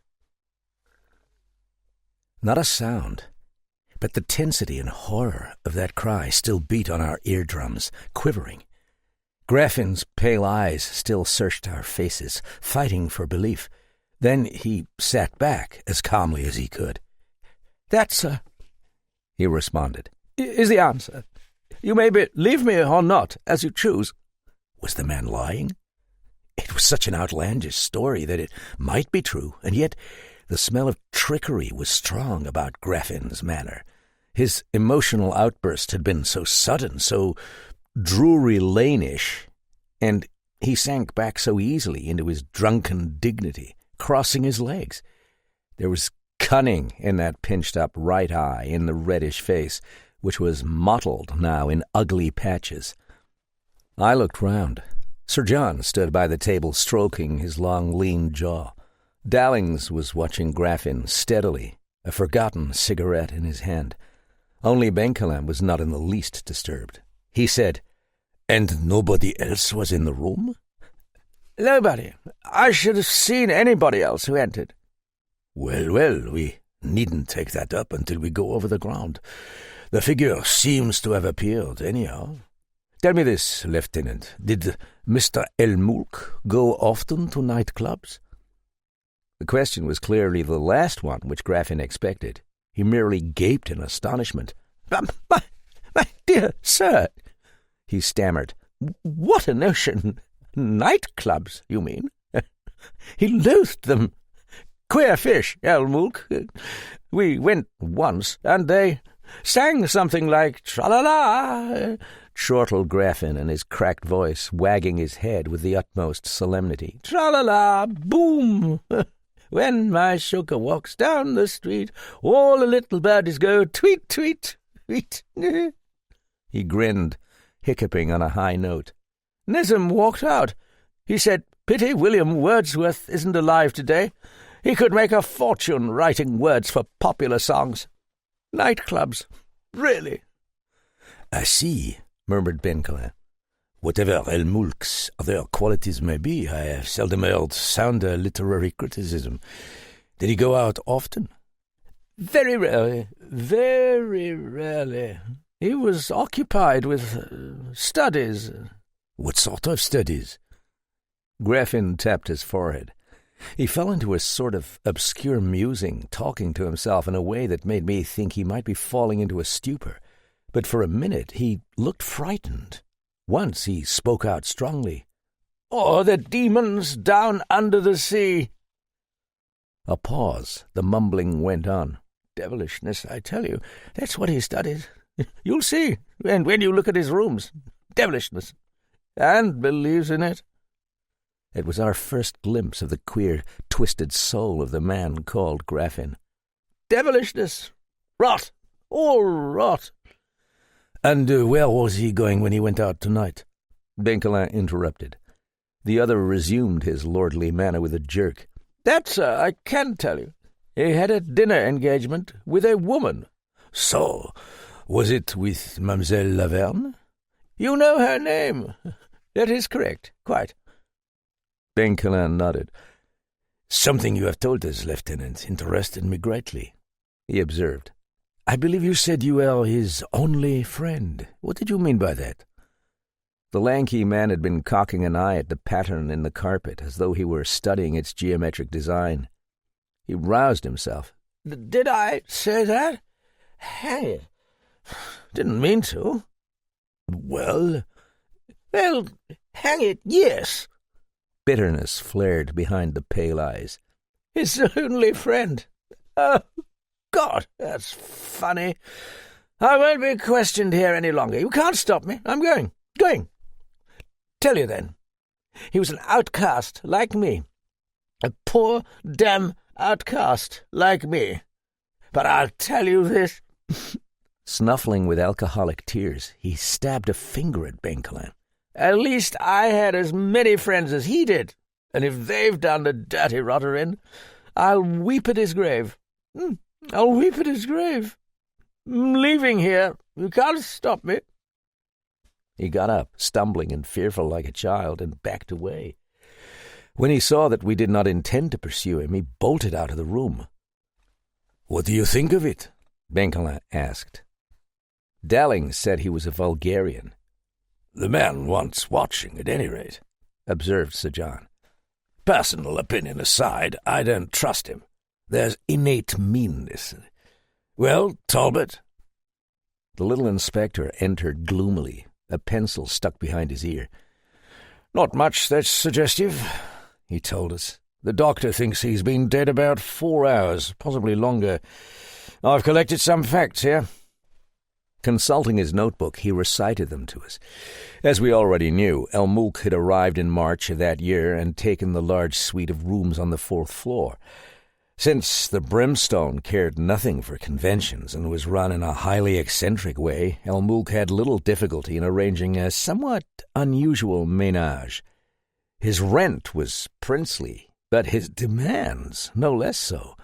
His attendants consisted of Graffin, a French manservant on leave now, and the chauffeur, Richard Smale, who was an American. Graffin and Joyer slept in the apartment. Nobody knew where the chauffeur lived, but the car was kept in a garage nearby. At El Mulk's stipulation, none of the club servants were ever allowed inside the rooms. Sometimes he dined out, sometimes in the grill, but as a rule his meals were brought to him upstairs under the supervision of Joyer, a particular sort of Frenchman, Talbot reported them as having said, and you gathered that Joyer had not infrequently clashed with the chef. Talbot quoted the porter to the effect that El Mulk was a quiet gentleman. Even these discreet words suggested a sneer. What about his correspondence? Were there letters? Never. Invitations? Infrequently. But parcels of some description were always arriving for him. They were all of a similar description, wrapped in brown paper and sealed with blue wax. All of them, the porter thought, bore the letter K stamped on the wax, and all had a London postmark. As for visitors, never one in all the 9 months. Talbot shut up his notebook. I've rung up the garage, he added. The chauffeur took out the car about 10 minutes of 7, and then there's the florist's where Mr. El Mulk bought that box of flowers we found in the back. The shop is closed now, but in the morning... At this moment, Victor slipped unobtrusively into the lounge and murmured, Mr. Maule is wanted on the telephone. The telephone? I looked at my watch as I left the lounge. It was 1:30. But that somebody should be ringing up at this hour did not even strike me as odd, after all the grotesqueries of the night. The telephone was just across from the door of the lounge. I took it up, stuffed with cloudy fancies. A voice said, "Jeff," and a sudden shock squeezed the inside of my chest. It had been months since I had heard that voice. The whole past rose up. I cried, "Sharon!" Sharon Gray. Her voice, no doubt about it. Her voice with just that quick, low slur in it. I knew then why the stirring memories had been black all day. Behind them moved this girl, damn her, as she had moved in that evil and delicious April of the Cellini murder case. "Is this you?" asked the voice a little breathlessly. "Yes." "Is this you?" "Yes, How are you?" I shouted, trying to talk straight. "Fine. There was a floundering pause, after which we both began speaking at once and had to get the sentences disentangled. I learned presently that her father, who had always figured in my mind as a kind of ogre with a club, had gone away again on another of his eternal trips, and Sharon had come down to London from Nottinghamshire on her way to the south of France.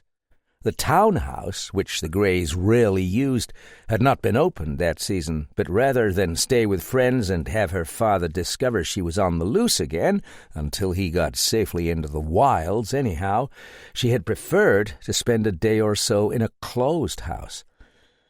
Listening, I scarcely understood.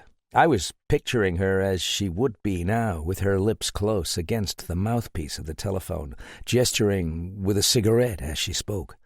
Sharon of the amber-colored eyes, which wandered from perplexity into dreaminess, and then looked alive and questioning with devilment. Sharon of the long black eyelashes, the eager flushed face, and the dark gold hair. Sharon the soft and clinging, who could drink like a sailor and swear like a newspaper man. I remembered her dreaming, her jealousy, her rages and tenderness, as I had known her in the old days at Paris. "But, Jeff," she was saying, "can you come over here, now, immediately? All sorts of things are happening." And when the Cellini case was over, there had been an unforgettable, hectic week in a little village along the Seine, before her father, who was wild, tracked us down and broke it up. She had been literally dragged away by that old son of a whatnot. I had received letters which indicated real captivity. Still, there had been that week. Fortunately, Benkelin had steered her father off our track as long as possible, because Benkelin liked to see young people have a good time. "And I'm afraid I heard your friend Benkelin was here in London too, and I told Colette. Well, can you come over?" "I certainly can, as soon as I get my hat. What's wrong?" "Can't tell you over the phone. Do you know the address?" She mentioned one in Mount Street. The rest of our conversation was somewhat maudlin, and besides, I think Sharon had had a few drinks. It was not until I had left the telephone that an uneasy premonition came to me. The premonition concerned that one word, Colette. Benkelin had used the name as that of Dalling's mysterious lady, and of the woman who was entangled also with Elmouk. His mistress, one assumed. The name was a common one. It was absurd to think that the two were related, or that we were all being sucked into the same whirlpool. I tried to shake off the ridiculous notion, but it was impossible. So when I saw Benkelin come out of the door to the lounge, I told him rapidly about the call. He meditated, frowning blankly. From beyond the door I could hear Talbot's dry voice upraised. "Her name, as I told you," said Benkelin, "is Colette Laverne, but she may not be using it now." "Who is she?" "Wait." He picked up the telephone directory. "It's an off chance, but then Elmouk has never been stingy with his mistresses." The pages flicked under his fingers. "Damnation! Here it is. 122 Mount Street, Mayfair, 1778. "Sharon," I pointed out, "lives right next door." "Hurry along, then. Now listen, this may mean nothing, and again it may be very important. Elmulk started for her house tonight, we know. Whether he ever got there remains to be seen. Keep this to yourself. Talbot needn't know yet. You've taken over this investigation with a vengeance, haven't you? I have made a bet. I mean to win it. So, go along. Tell nothing unless it is absolutely necessary. I hope I can trust you not to muddle it. Elmulk, Dowlings, the woman of the nightclub, Sharon. Little blind gods had them and were disposing them mirthfully. Not a spinning, not a design, not an intricate doll dance, but a cataract, blind like themselves and roaring. The rush of waters had caught us all. I went into the lounge to get my hat and coat and paused. Talbot had just stopped speaking. It was such an uneasy hush that I hesitated with my hat in my hand. He was clicking his teeth together again. He seemed like a man who had been talking at length, talking as long as possible to avoid the matter uppermost in his mind. Standing by the table of the Gallows, a stocky and dandyish figure, he cleared his throat. There was something in the air, no doubt about it. The bright amber lamps, the weird carvings of that tall room, Talbot with dark cropped head thrust forward. Sir John said, "What's the matter with you, Talbot?" The inspector's opaque eyes turned towards him. Practical man, steady-going fellow. "I told you a while ago, sir," he began, "that Mr. Elmulk has had no visitors in all the time he has been here." "Yes." "There was one this afternoon." Talbot shifted from one foot to the other. He went on. "There was one this afternoon. I don't know what to make of it, I'm sure. About 2:00, a man called here and inquired at the telephone switchboard for Mr. Elmulk. As a rule, it's pretty dark in the lobby out there. There was a light on at the switchboard, but no lights on anywhere else, so the operator couldn't see this man's face. He was standing beyond the switchboard in shadow, but he did see the man's hands. They were long white hands, and he put them over the top of the switchboard. 'Is Mr. Elmulk in?' he asked. The operator said Mr. Elmulk had gone out. The man hesitated for a second. Then he said, 'Well, here is my card. Will you tell him, please, that I will call for him soon?' Talbot paused, wrinkling up his eyes. He handed over the card.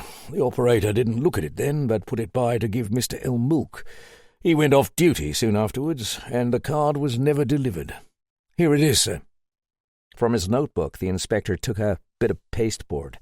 He laid it on the table and studied our faces as we approached to bend over it. After a quick glance, Sir John turned away. His expression was too unnatural in its rigidity. I heard Benkelin's dry chuckle, but a sickish feeling crawled in the pit of my stomach. The words came back softly. "Will you tell him, please, that I will call for him soon?" Neatly engraved across the card was the name Mr. Jack Ketch.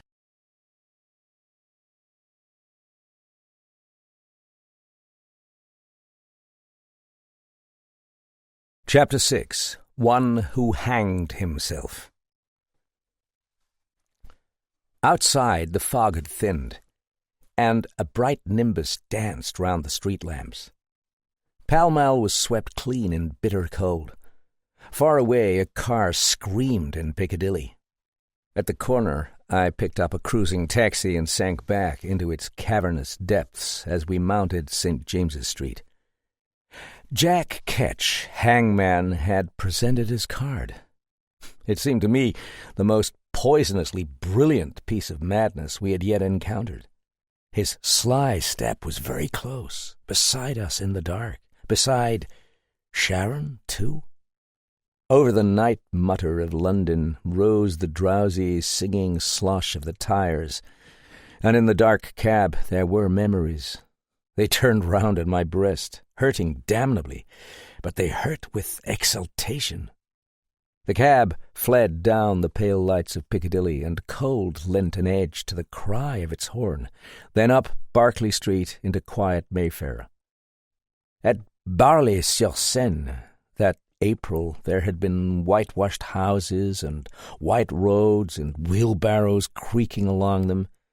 A dignified procession of geese went past inquiringly, like college professors. I could hear their quacks now. The streets smelled of straw and dung. They drowsed like the lush trees in sunshine, and dimly the river sang. At Barley-sur-Seine, I remembered, there had been a little inn where the river breeze ruffled red and white curtains.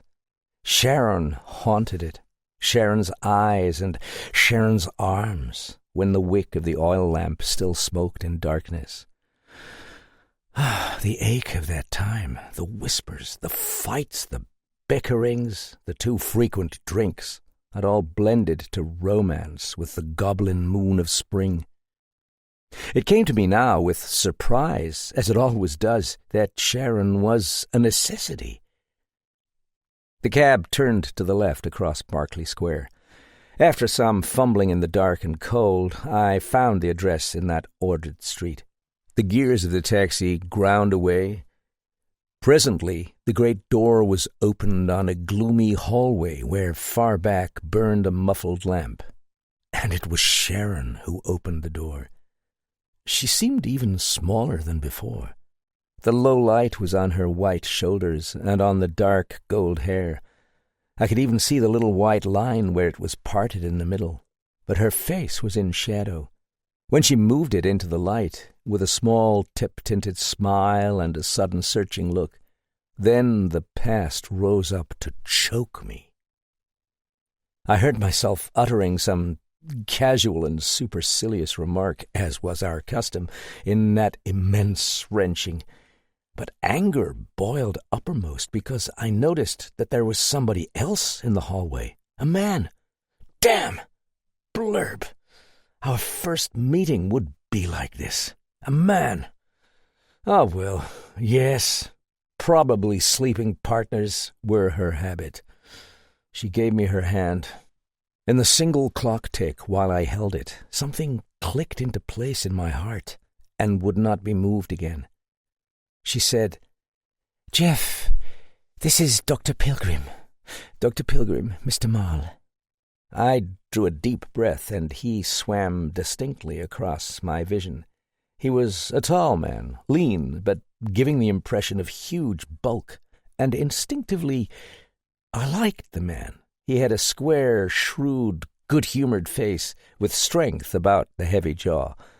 It was pocked to fearful ugliness by some former disease, but lighted by a pair of cat-green eyes, whimsical and tolerant, under thick brows.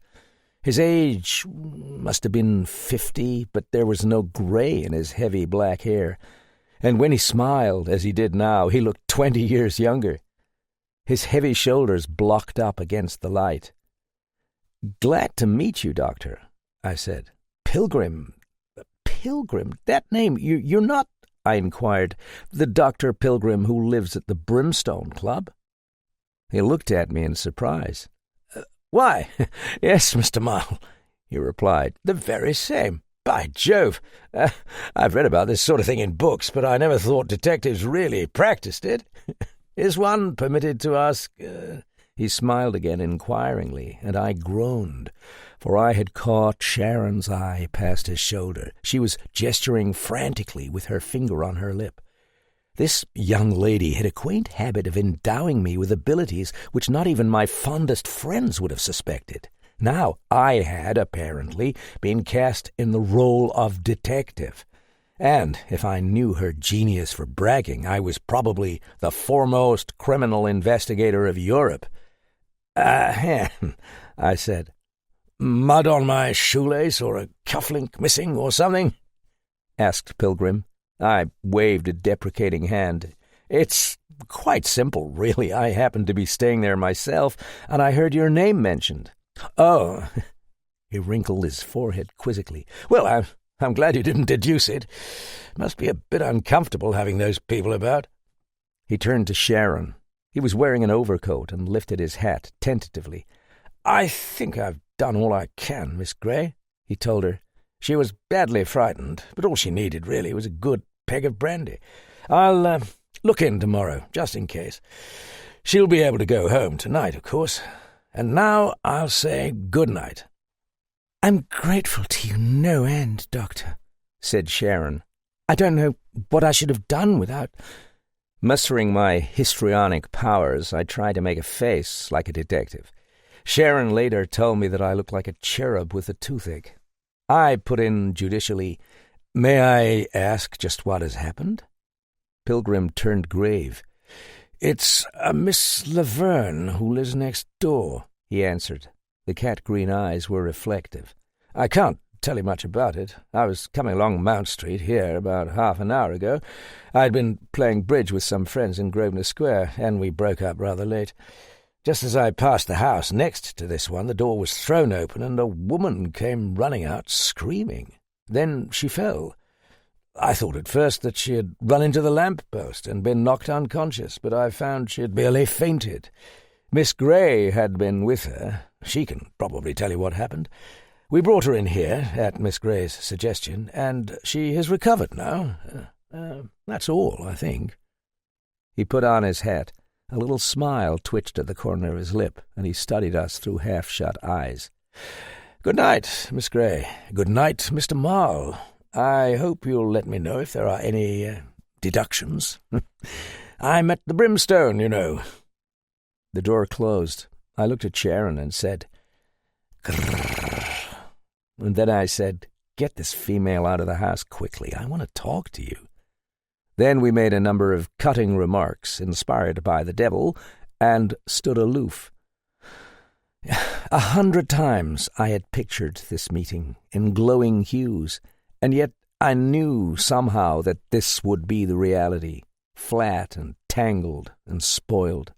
We had so strenuously avoided sentiment that we both felt helpless. This made us angry. The light was in the searching, baffled brightness of her eyes. The lovely and mutinous lips were pressed together. It was a mess.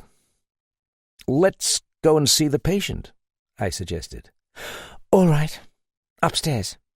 We moved through the great hallway, which smelt of portraits and ancestral virtue, and musty from lack of airing. There was ghostly shrouded furniture, white against oak panelling. I think we both felt very small. We started up a broad staircase, an immense, solid, carpeted staircase, the sort of staircase which seems exactly suited for bringing coffins down.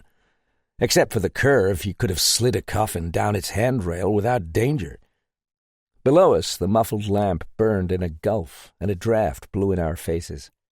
Sharon paused when we were almost at the top. I remember the whitish gleam of her face, the deep lights in her black-fringed eyes as she turned. Her head stood out against a tall, dark portrait of some sinister-looking gentleman in a ruff. She looked like a child afraid of the dark, terrified beneath that towering portrait. "I wanted to tell you," she said, "how this happened." It was a small, cool voice, unconvincing. I've been thinking," she went on, wrinkling her brows. "In all the times we've been together, do you know why we've fought and bickered and been so suspicious and beastly? Do you?" She flung at me. "Yes," I said quietly. "But you don't. That's just it. You don't know. You think I mean being in love, but I don't. Did I ever doubt that? Did you? And if you say you did, you're a bloody liar." Her fierce gaze left me and wandered up blankly into the high shadows above. Queer, baffled, tense, both of us. She beat her hands against the wall. "Something we've left out of our crazy world, and so has everybody else. Funny people you meet. Nice, Cannes, Deauville, everywhere. Dry, hard, shiny people that cackle, hateful. They've left it out. Our whole generation has. It's just a little thing. I don't know whether it's true or false. I do know it's necessary. You'll see what I mean when you talk to Colette," she added. "Let's go upstairs." "How did you come to pick up with her?" "Oh, I've known her. I phoned you tonight at the club, and they said you'd gone to the theatre. Colette saw my light and asked me to come over. She was upset, you'll see, and then... Oh, God, it's awful! Mess after mess, nothing but rotten trouble all the time, she burst out, clenching her hands. Why am I always the one who gets mixed up in these things? You're not here entirely alone. Yes, and burgled a window to get in at that. If my old man knew... It was only a flash, this brooding against the dark portrait, as in the high and draughty places of hell. Sharon the gallant, Sharon the debonair had come back inscrutably when she opened the door of her little sitting-room overlooking Mount Street. "You are a long time, my little girl," a voice said querulously. In a winged chair before the fire, which gave the only light in the room, sat Colette Laverne. Her voice was flat, tinged with a French accent, and clicked the syllables as though each word were a separate sentence. She turned her head only slightly at our entrance. The wood in the fireplace hissed and smoked in pale bluish flame, throwing a weird light on the brass andirons and on the woman's face. She sat very straight between the tall wings of the chair and drew about her a blue quilted robe which must have belonged to Sharon, for it was much too small. Her features were cold, flawless, and petulant. Hers was a smooth white hardness of skin on which the lip-salved mouth stood out like a bruise. The eyes were dark brown with whites that seemed luminous. Chill and level eyes, supremely logical under straight brows.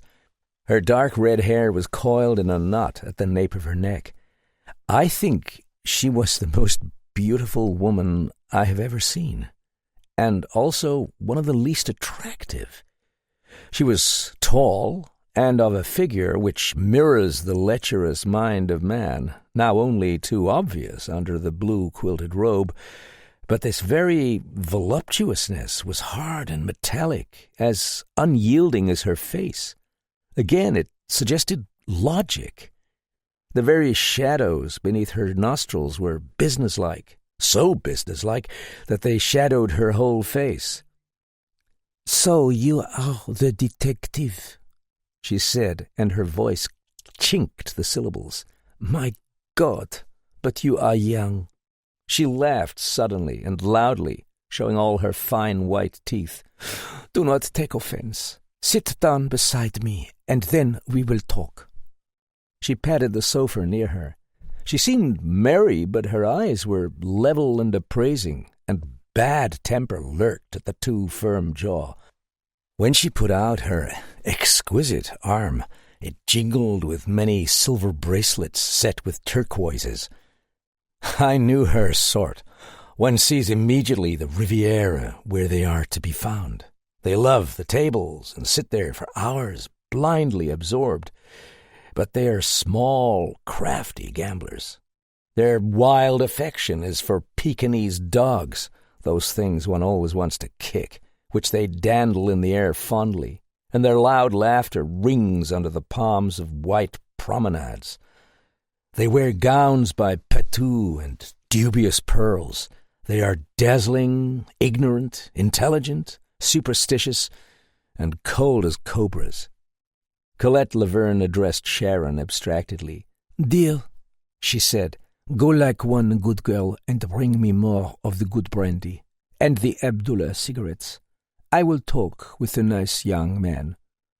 Sharon stiffened, and her face looked as though she were saying, "Oh, really?" But the other woman seemed to have forgotten her. Dislike of Colette Laverne was hardening in me. I was not going to enlighten her. She thought me the detective. Ergo, I would be the detective. And with all those cards up my sleeve, from tonight I would play the hand for all it was worth. And the woman was frightened. She laughed. She was businesslike, but she had been given a terrific fright by something. Staring into the fire, she said, "You are not of the official police?" "No." "Then I can tell you, I am in trouble, bad trouble, but I would not tell you if you were police. Sharon says I can trust you. Slowly she turned round the level brown eyes. Her lips seemed to be uttering inaudible curses. Her eyes smouldered deeply. All of a sudden she beat the chair arms with her flat palms, and her curses beat forth now with metallic bitterness. They were against Nizam el-Mulk. Her bracelets jingled in time. "But you would not know," she broke off. "I must tell you. I live next door. The man who keeps me is an Egyptian, very wealthy. You understand. What happened 10 years ago. I am dumb, but I know it was this. Nizam, his name is Nizam, lived in Paris then. It was November, this month, just after the war was finished. We had one gay crowd. I did not live with him yet, but he spent much money. Always he spends much money," she said reflectively. "Well, besides Nizam, there were 2 others who liked me. You understand? One was French. His name was de Lavater. He was very nice, but—" she shrugged her shoulders. "He had not much money, and he was crippled from the war. The other, he was English. He was one big, tall, young man, and he laughed a lot. He was aviator in the war, and they shot down his avion, and they thought he was dead, but he was in the hospital in Paris. He used the name of Keane. I don't know why, because he told me that was not his real name. He said it was the name he had written a book under once. But he said he was going to use the name Keane because if his family knew he was alive, they'd want him home, and he didn't want to go home just yet." She laughed, showing all her teeth again. "Ha! He used to say to me, 'Betty.' He called me Betty. 'Are you my little girl?' And I say, 'Yes, I am your little girl, but please take your hands off my hair.'" She lifted her shoulders again in a broad, angry gesture, lower lip thrust forward. "Nizam, he was one damn god fool. He thought de Lavater and Keane were favorites of mine instead of him. Ha! I was not such a damn god fool, you bet. But Nizam, that is what he thought. He was so stupid. Eh bien, Nizam had bought one big house near the Bois." She grew reflective. 64 rooms it had. And he gave parties. Such parties. What they cost him? 100,000 francs for the orchestra alone once. And he would hire a ballet to dance. Then everybody get drunk. One night, it was the night of the 17th of November, tomorrow, he gave an Egyptian dance, or something like it, with everybody in costume. Magnificent. 300,000... No matter. Nizam looked funnier, more strange that night than I ever saw him. He was wild-looking, and he wore on his forehead something like one snake. She paused as Sharon came into the firelight with a carafe of brandy and a silver cigarette box, which she put down on a little table beside the woman's chair. Then Sharon sat down beside me on the sofa. I stared into the yellow-blue flames that hissed round the logs, and monstrous shapes began to take form on the borderland of my brain. Something like a snake? The royal diadem? The emblem of Pharaoh? It would go well on the brow of Nizam el-Mulk. With a feeling as though somebody had yanked my spine sideways, I remembered those words Benkelin had spoken in the afternoon. The Paris police found in the woods at dawn a man in the sandals and gold robes of an Egyptian nobleman. He had been shot through the head. Colette Laverne raised her hand to light a cigarette, so that the glimmering bracelet slid tinkling down her arm. A little curl of smoke drifted out of her lips, up past motionless, glazed eyes. Stretching herself sinuously, she sat back between the wings of the chair, and her extended fingers crisped round the arms of it. Cold, dead, watchful was her face. The dark brown eyes were narrowed. Over white teeth her bruised lip lifted slowly, and a tiny wisp of paper from the cigarette adhered to it. Nizam reads things I do not understand. she told me suddenly. Me, I am dumb. There are things. That night it was one brawl. I will not tell you what happened. I looked for de Lavater and Keene, but I could not find them. Towards the morning, one of my friends came in. He shook all over, for he was not so drunk as the rest, and he could not make nobody understand because they were so drunk, all lying round in the flowers. He stand and yell, "Somebody has shot the Lavater. They are looking for Keene." A pause while the fire crackled. "They find the Lavater in the bois, dead. They have traced Keene to his rooms in the Avenue Marceau, and he is lying dead drunk on his bed with a revolver in his hand. And Nizam, he is smiling." Another pause. She whisked up her hand and took a deep draw at the cigarette. "When Keene is sober, he starts to cry. He says that he has fought one duel with the Lavater. The police ask, where is the other pistol? Because they have not found any pistol except the one Keene have. Keene says that Nizam have supplied the pistols, and that Nizam said he would go with them when they fight the duel, and that he gave the word to fire. Keene said Nizam would tell them this was true. Nizam just smile and shrug his shoulders. He says it is all one lie." She crossed her long, silk-clad legs.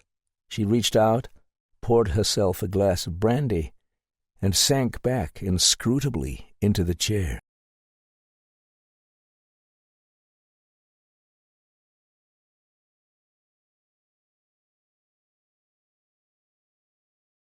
Chapter 7. A Hand Knocks by Night. She waved her glass with gay ferocity, holding one shoulder high.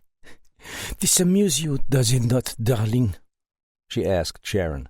Some of the brandy spilled out on the blue robe, and she became poutingly contrite. "Oh, I am so sorry, darling. It is one nice. Alors, revenons à nos moutons." Sharon gave me a smile over her shoulder. "Ah," said Colette, "it is so pretty, the little English girl and the great detective. But we have business." Subtle, shifty, her jaw grew more square. "I was telling you," she continued, puffing at the cigarette. "Keene, you understand, Keene was so drunk he didn't remember much of anything. He says he remember arranging to fight one duel with the Lavater. He remembers shooting at him, but he don't think he hit him at all. He says all he remembers was Nizam patting him on the back and telling him he have shot the Lavater and to go home because it is one bad business. That's all. Nizam deny all this. He say he have overheard Keene threaten the Lavater, and he say probably Keene just take the Lavater out in the bois and shoot him. He says he can prove he never left the house all evening, so he prove it by me because nobody else was sober enough to know, and I am to testify he never left the house." "And did he?" She regarded me speculatively. At length a little smile twisted round her lips, and she shrugged her heavy shoulders. "Me? How should I know? I don't pay attention to all he does. And I get one nice Hispano Suizer Carr from him, so what do you want?" She spoke with such surprise that I nodded. "I see. Go on, please." "Yes, I am glad you are one nice man and see that. Well, Keene went on trial for murder, and Nizam talked in the court, and so did I. Keene said he didn't give damn about the penalty.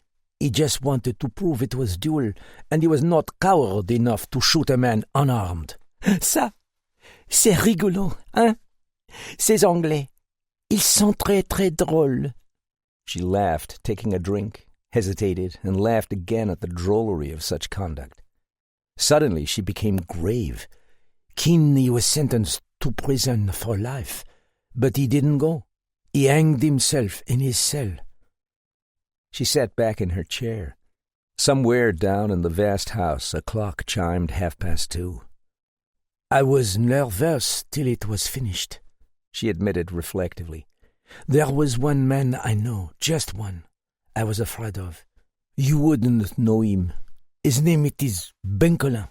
Ce chameau, ce sale fils de putain, she swore, clenching her hands. He laugh and laugh all the time. He don't believe nothing at all. But he was in the war, and he wasn't back at Paris for the trial, so he couldn't do nothing after it was all over. And then one day he knocked at my door, and he come in all very elegant, with gloves and a high hat, and he smile and say, "Good afternoon, mademoiselle." And I say, "What you mean? I don't know you." And he say, "Ah, no, mademoiselle," and smile again. "But sometime you may. I just wanted to tell you, mademoiselle, sometime you may." And then he walk out. I am scared of the police. They are not stupid. Every time I think of the police, I think of him, and I wouldn't dare go to the police. But you are different, my friend. The blind gods weaving, death, chance, and Sharon's braggadocio, all conspiring to produce this tale from a woman who would not have told it to the police. By the merest accident, I had been prevented from telling her the truth. And it meant what? "You are wondering," she resumed, "why I tell you all this. All right. I told you I never knew what Keen's real name was. All right. Somebody does know it. Somebody think Nezem and we sent Keen to death. And somebody want to kill both of us." She regarded me with terrible intentness, bending forward. "And this person is?" I asked. "I don't know. That's what I want you to find out. It is horrible, the way he sneak around. I can't stand it." I must be careful now not to betray what I knew. The sinister design was almost complete, and I could hardly stifle a triumphant exclamation. "And you think somebody who knew Keen, some friend of his, is planning an elaborate vengeance?" "Yes." "But all this occurred 10 years ago. You mean somebody has been persecuting you? Watch out now. For all that time?" No. It is not for the 10 years. Only since we are in London. Only since a few months. And it is Nezem he have persecute, mostly. I was not in it until a few weeks ago that he got after me.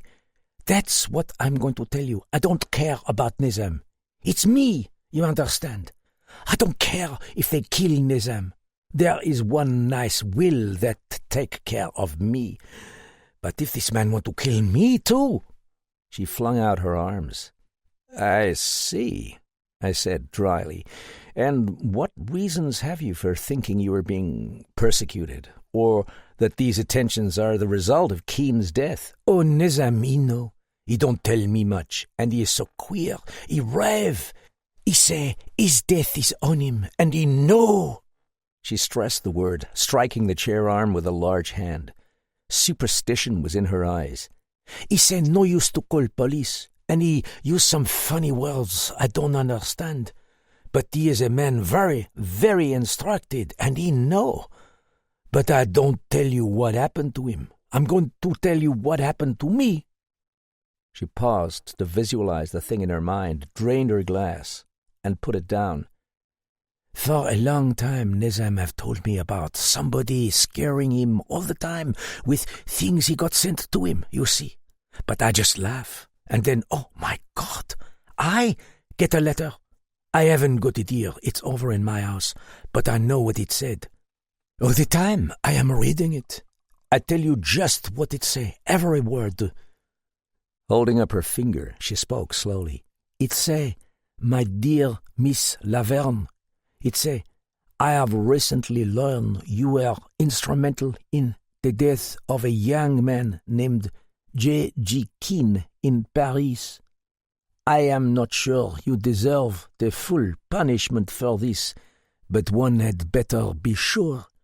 The 17th of November will be the 10th anniversary of his death, and I think this will be one memorable occasion for both you and Mr. Nezem el-Mulk. Sincerely yours." She paused, swallowing hard. "Well," I said. "Jack Ketch," she concluded. Now the shadow that was to darken our nights with horror had risen up fully, and in fancy I saw the white hands of Jack Ketch drooping over the back of Colette Laverne's chair as they had hung over the telephone desk at the Brimstone Club. She sat motionless in the pale firelight, her hands gripped together. I asked Nizam who it was. He said Jack Ketch's only pen name, name of man who used to hang people in London. Executioner. And what did you do? Well, at first, when Nizam was so nervous, he wanted me to help him find out who was doing this. But me, je m'en fiche. What did I care? Then, naturally, when I got the letter, I was scared. I was willing to help then, naturally. She lit another cigarette from the stub of her first. And Nizam said he had one clue. What sort of clue? I don't know, except it was like this. Keane never said much about himself, you see. But once Nizam had heard him use somebody's name. Somebody Keane must have known. And Nizam, he never forget. He spoke about a man, a friend of his, whose name was Dallings. Oh. And Nizam thought we might find out from Dallings who Keane really was, you see. Because if Keane spoke about Dallings, Dallings must know him, eh? And if we find out who Keane was, then maybe we know who is behind all this. But that Dallings, he is such a funny boy. She laughed suddenly again, and her eyes were bright with reminiscence. Ah, the English, they are one funny people. I think Mr. Dallings is a goof, huh? No, I will tell you. Nizam waylaid him, and he sent him to one nightclub where I make his acquaintance. The other night he get very drunk, and he say he is going come home with me. What good is he to me? I fool him and send cab away, and he don't know my name or my address. We don't dare go straight to him and ask him if he knew Keane. We got to be careful. We don't dare let him know what we want, because... Because you think he may be Jack Ketch? She regarded me with surprise. That one, she said contemptuously. Ha! That man? He is like a fish. No. Besides, you think I thrust myself in the taxi with him if I think he is Jack Ketch? Ha! Do I look like one such a damn god fool, my friend? No, we thought he might know Keane, that's all. She moved with impatience. But he don't know nothing. I told Nizam he wouldn't. How is he going to know Keane's real name if Keane is one assumed name? How is he going to know who Keane really is if we can't tell him any more than just the assumed name? Ah, he's got lots of friends. Voila! You have no picture of Keane? No snapshot? Or anything of the sort? No. And nobody ever learned who he was, even at the trial? No. He say, if I'm going to die, why bring disgrace on anybody? And they couldn't find out. He tore up his papers, all of the papers. I'm just going to disappear, he say. Well, what did he look like? Phew! She wagged her head. I don't know. Was tall, with the dark hair and the grey eyes. I don't know. Might be anybody. Might be you. But now I'm going to tell you what happened tonight. Shivering, Sharon rose from the sofa and went forward to stir up the fire. The sizzling logs turned over in a gust of flame, but it was very cold in the room. I could feel my heart beating heavily. Mr. Mal, Jack Ketch has got Nizam. This announcement of Colette Laverne did not create the sensation she expected. I merely nodded and asked, "How do you know?" Early this afternoon he phoned me. He have a cold in the head, and he is excited, but he say he is coming around tonight in his car, and we go out to dinner. I say, all right, because I have give both my maid and my cook the night off. He say he will be at my house by 8, likely. Well, this night I dress myself and get ready, but he don't come. I wait and wait, all dressed, but still he don't come. I am all alone in the house, and all of a sudden I think, my God, suppose something has happened. I go round and turn on all the lights in the house, and I keep looking out the window, and every time I hear a car in the street, I open the door, but he does not come. I phone to the club where he live. They tell me he's gone an hour before. Then I think, have Jack Ketch got him? Is he coming get me too? I am frantic. Her mouth was working. She looked at Sharon. Darling, where is the dress I have take off to put this on? I left something with it. Quick! On the chair behind you, answered Sharon. The woman rose. She was even taller than I had thought. Her tense muscles emphasized the sensuous lines of her body, superb breast and hips under the scanty blue robe, and the sheer black silk stockings rolled above the knees. But there was nothing awkward in that tall figure. How she must have dwarfed El Mulk as she moved beyond into shadows. I saw her pick up something from a crumpled gown across a chair, and as she bent, her red, coiled hair glowed lustrously. The eyes darted sideways at us. Then she returned to the chair, holding something in the palm of her hand. There was another hour pass, and then I knew something had happened. I sat by the window. I saw a policeman pass, and I was so scared I tried to get him to come and talk to me, but he wouldn't. He wouldn't at all, she snarled. I didn't want to go out, and I was afraid of the house. Then I saw a light up here, and I remembered I had seen Miss Gray come in this afternoon and said she was alone. I rang the bell, and I said, "For God's sake, darling, come over and stay with me in the house for a while. I am afraid." She had been trying to get you on the telephone, but you were out. So we sat upstairs, and we drank, and we talked, and she told me how you had done all the great detective work in Paris last spring. I glanced sideways at Sharon. Her eyes were turned steadily away, and her face was flushed.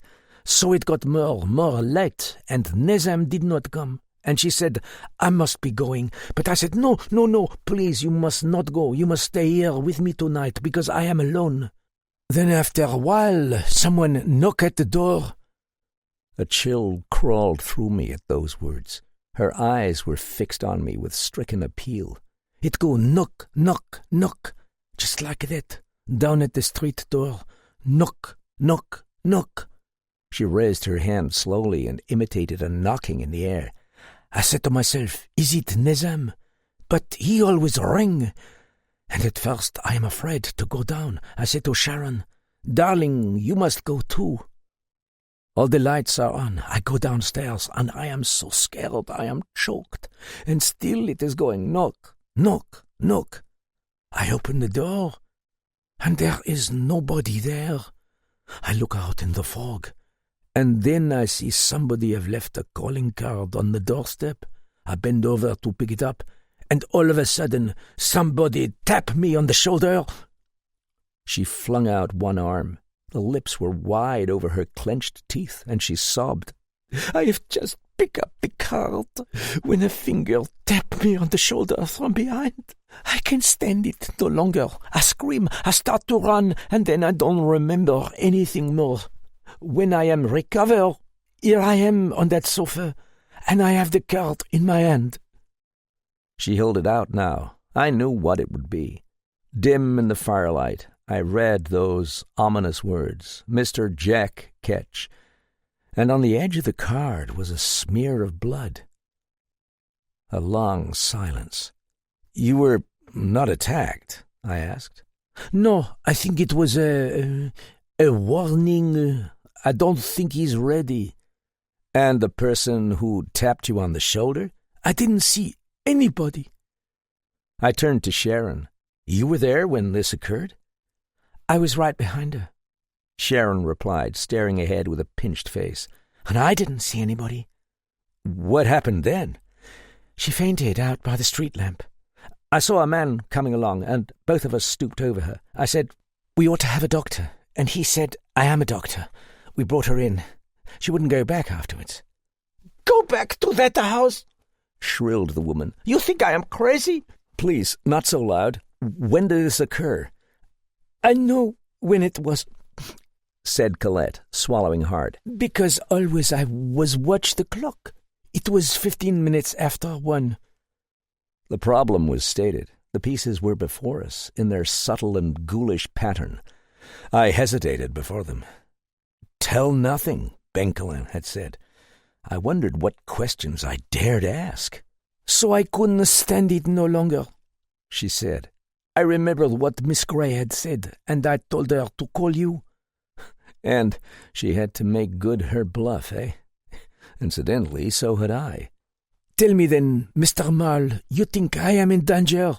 "Yes." "And you think he has caught Nizam?" "Yes." I could speak with conviction on that score. Curious how easy it is to sit judicially and look wise when everybody gives one credit for enormous penetration. I stroked my chin and scowled, feeling rather like the President of the United States.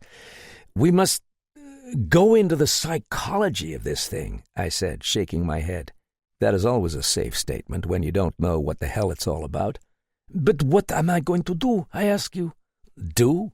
I inquired. I slapped my knees decisively, rose, and gathered words for speech in the approved fashion. "A very pretty little problem, Miss Laverne. I shall want to think it over. Let me communicate with you tomorrow.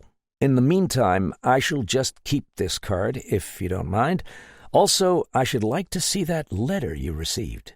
You are going back to your house tonight?" "No, I am going to stay here with Sharon. We will lock ourselves in one room with a gun." She had coolly assumed charge, and there was no dissuading her. There was much more talk, which got us nowhere because I had to be very cautious in questioning her. Several times I was tempted to come out with the whole truth, but now at this drugged and hysterical hour of the morning it could do no good. What a scare one could throw into this self-possessed lady by the casual mention of Benkelin's name. "I don't know," I fancied myself saying. "I must talk it over with my colleague. His name—" And so I took my leave, studying her from the doorway. "There is no other person," I asked finally, "who might have some idea as to the identity of Keene?" "Oh, yes," was her surprising reply. "What?" She had been staring into the low fire abstractedly, but now she had roused herself. I read her eyes in that flash. Her eyes said she had made a blunder. She responded in a hard voice. "Yes, there is, but there's no way to make him tell." "Who? Who do you mean?" "I'm not going to argue with you," she said flatly. "There is somebody, but we won't learn from him. You don't know why, but I tell you we won't. That's enough." It was all I could get out of her. She shut her lips hard and took refuge in shrill, irrelevant abuse of El Mulk. Yes, she had made an error in saying what she had, but of the nature of that error I had no idea. More puzzles. They raced about after Dallings in the hope he might know Keene's name. Yet here, if she were telling the truth, must be somebody who did know it, and they dismissed him with a shrug. Anyhow, nothing came of my efforts to persuade her to talk. And, to top it all off, Sharon had got herself into a perverse mood. We descended the broad stairway together, shivering. The house was even more dismal in that bleak hour of morning. Things were all snarled, and nobody could ever tell why or when they would get snarled. Why not give it up? Any attempt to get along reasonably with Sharon was hopeless, as I should have discovered. She was a pretty little spoiled child. To add to it, she was illogical. She held open the front door while I put on my hat and coat. The chill struck through my bones. The fog had lifted, and a frozen moon shone down on Mount Street. Romance. Drowsiness smarted on my eyelids. "Good night, Mr. Marl," she said in a frigid voice. "And thank you for getting me into this mess." A row of exclamation points. "May I remind you," I said gently, "that it was your own clever tactics which brought me into it." Silver and corpse white the whole scene was. She stood looking up at the moon, with the smoke of her breath drifting up.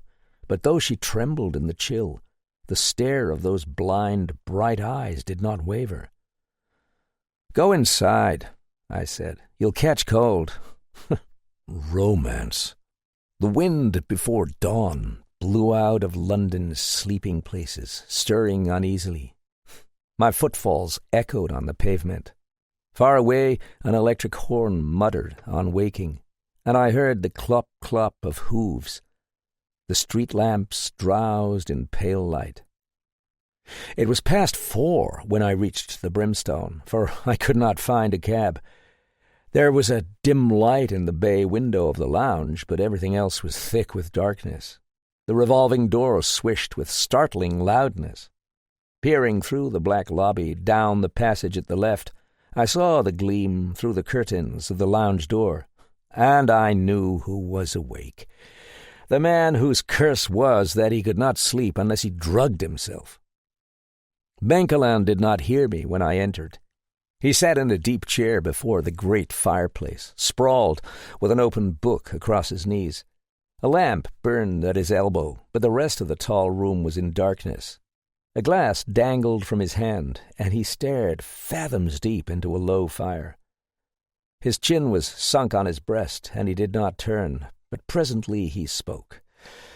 "Long nights, Jeff, long nights."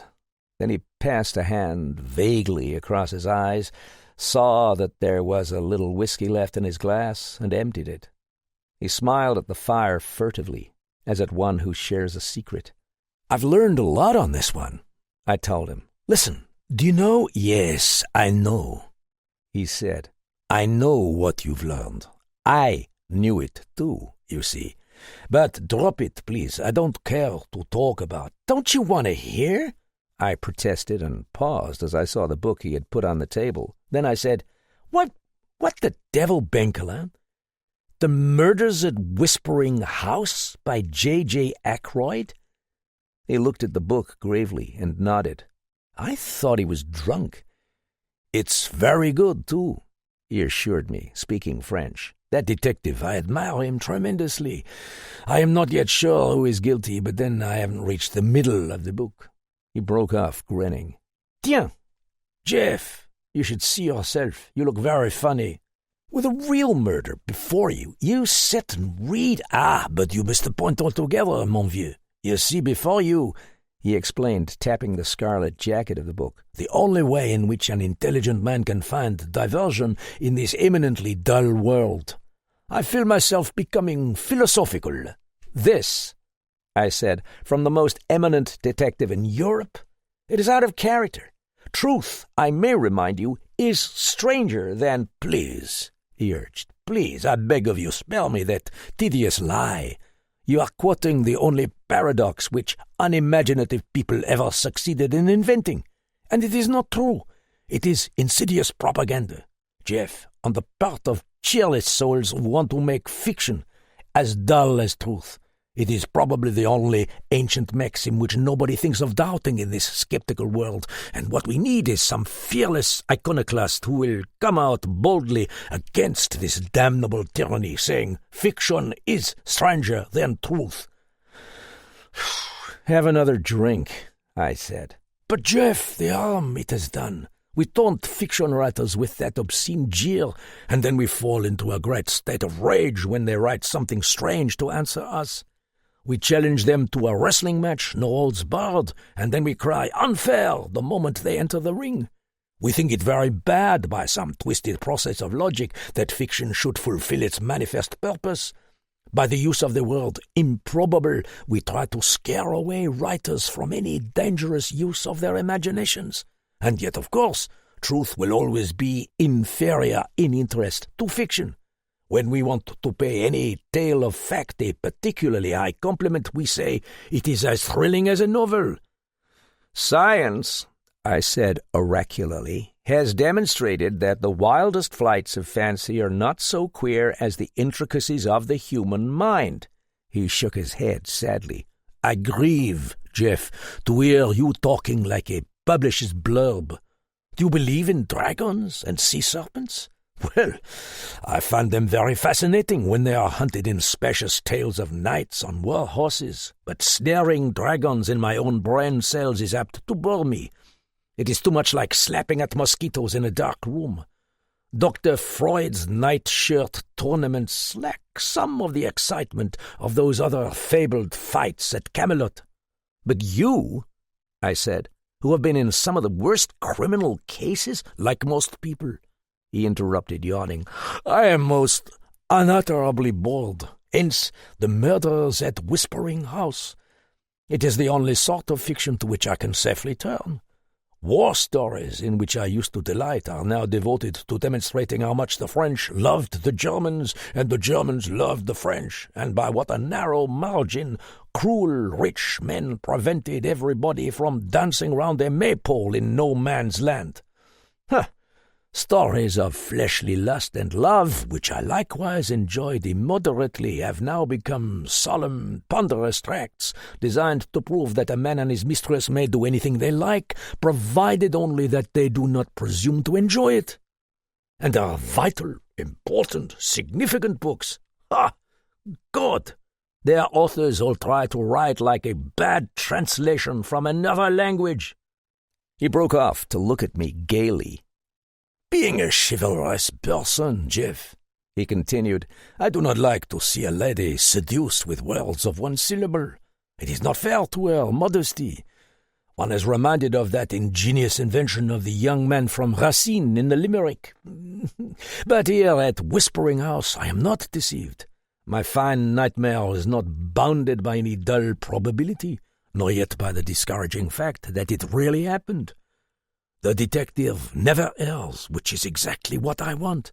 I could never understand why writers wanted to make their detectives human beings, patient workers, liable to error, but through sheer doggedness. The reason, of course, is that they have not the wit to create a really clever character, and so they must try to bulldoze us with makeshifts. How long, I asked, is this sermonizing to continue? In brief, life lacks all the fascination, the drama, the tidy working out of plot which I find here. In reply to your last question, I may say that you had better go on up to bed. I want to finish my tale.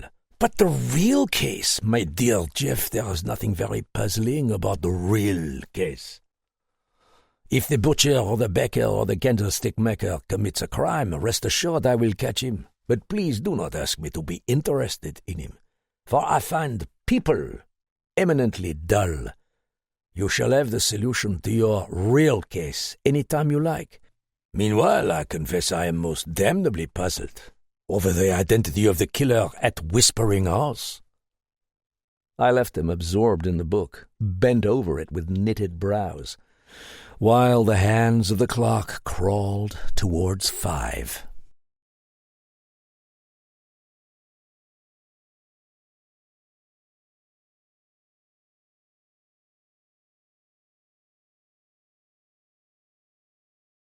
Chapter 8. The Blue Seals. Brrring, brrring. An incessant dinning through the mists of sleep. "Telephone, sir," said the voice of Thomas. I sat up foggily in bed and reached for it. Murder, but the place was cold. Fog again, or was it rain? A cup of tea steamed on a table beside my bed. "Hello," I said to the telephone. "Jeff," replied Sharon's voice, and I snapped alert. "Jeff, she left this morning." "Oh?" "Jeff, you knew all about that last night. I've seen the papers." "Oh?" "I'm leaving today." "You are not. I'll make them hold you as accessory or something."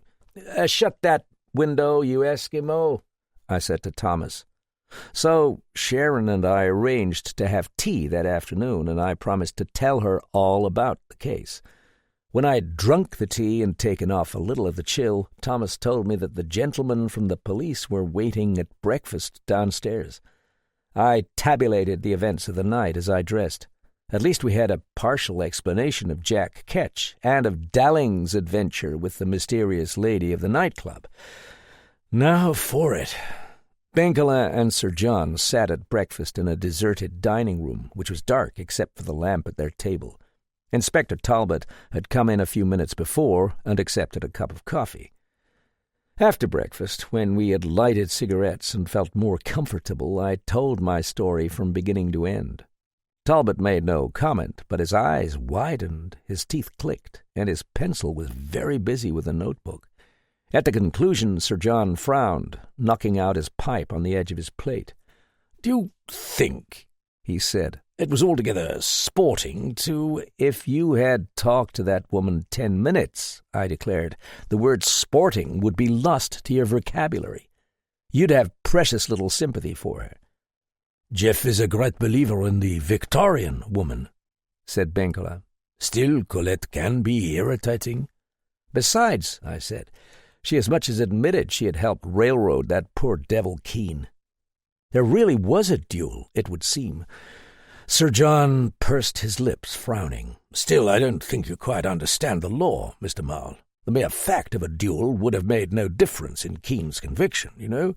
The law recognizes no mitigating circumstances. Any intent to take life constitutes murder in the first degree, particularly in a duel where the intent to take life is the most obvious thing of all.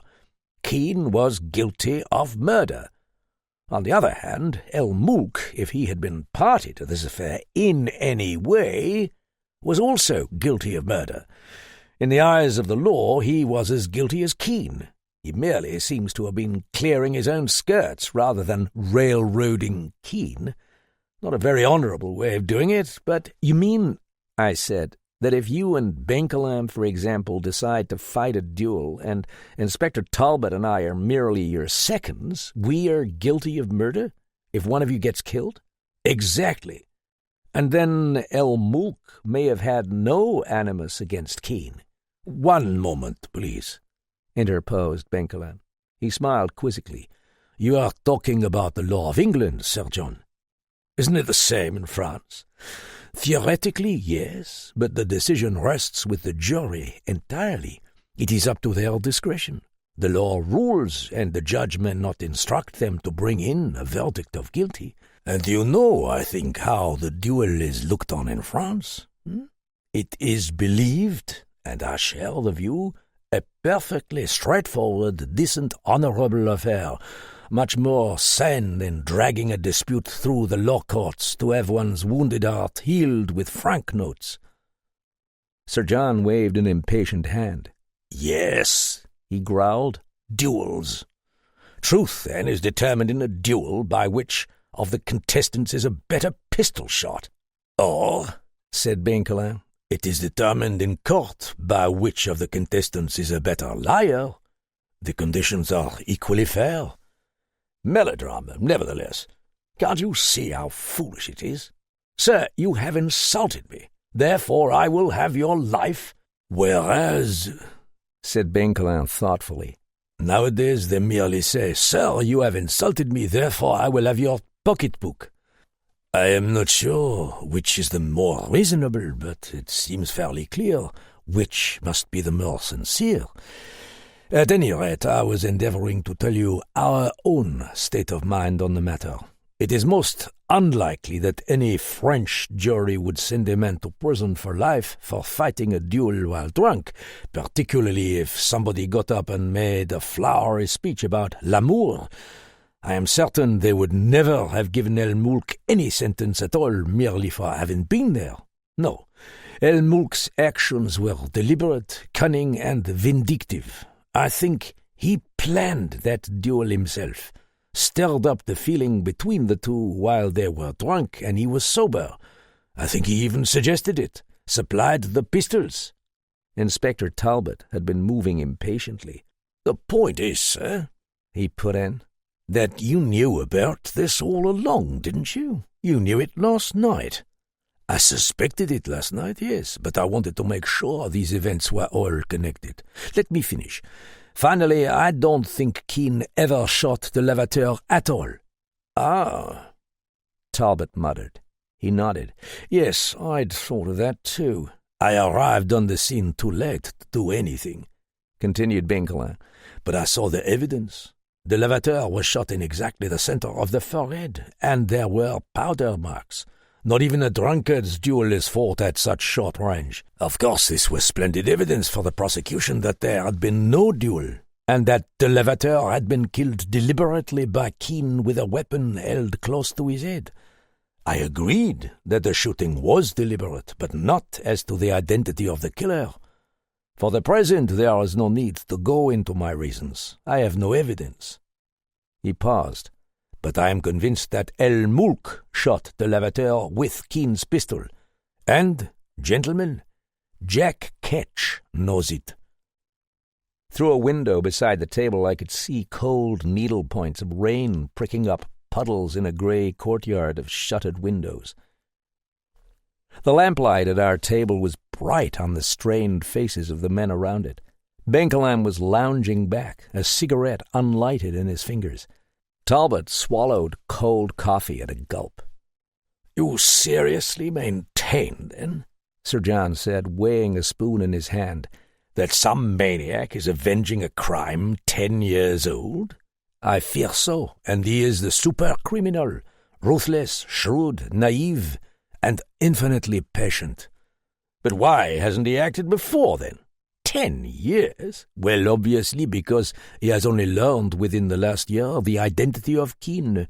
He said as much in his letter to Mademoiselle Laverne, and when he did learn it, he set out on his vengeance without hurry. He was endlessly patient along one small crazy line. It may have taken months to fashion that perfect little gallows, toiling with secret and delighted diligence. He may even have learned the use of the engraver's tools, lovingly to labor on his own evil calling card. He could go on for months or years, tirelessly wearing down his victim to a bag of nerves until El Moulk was ready to scream at a shadow.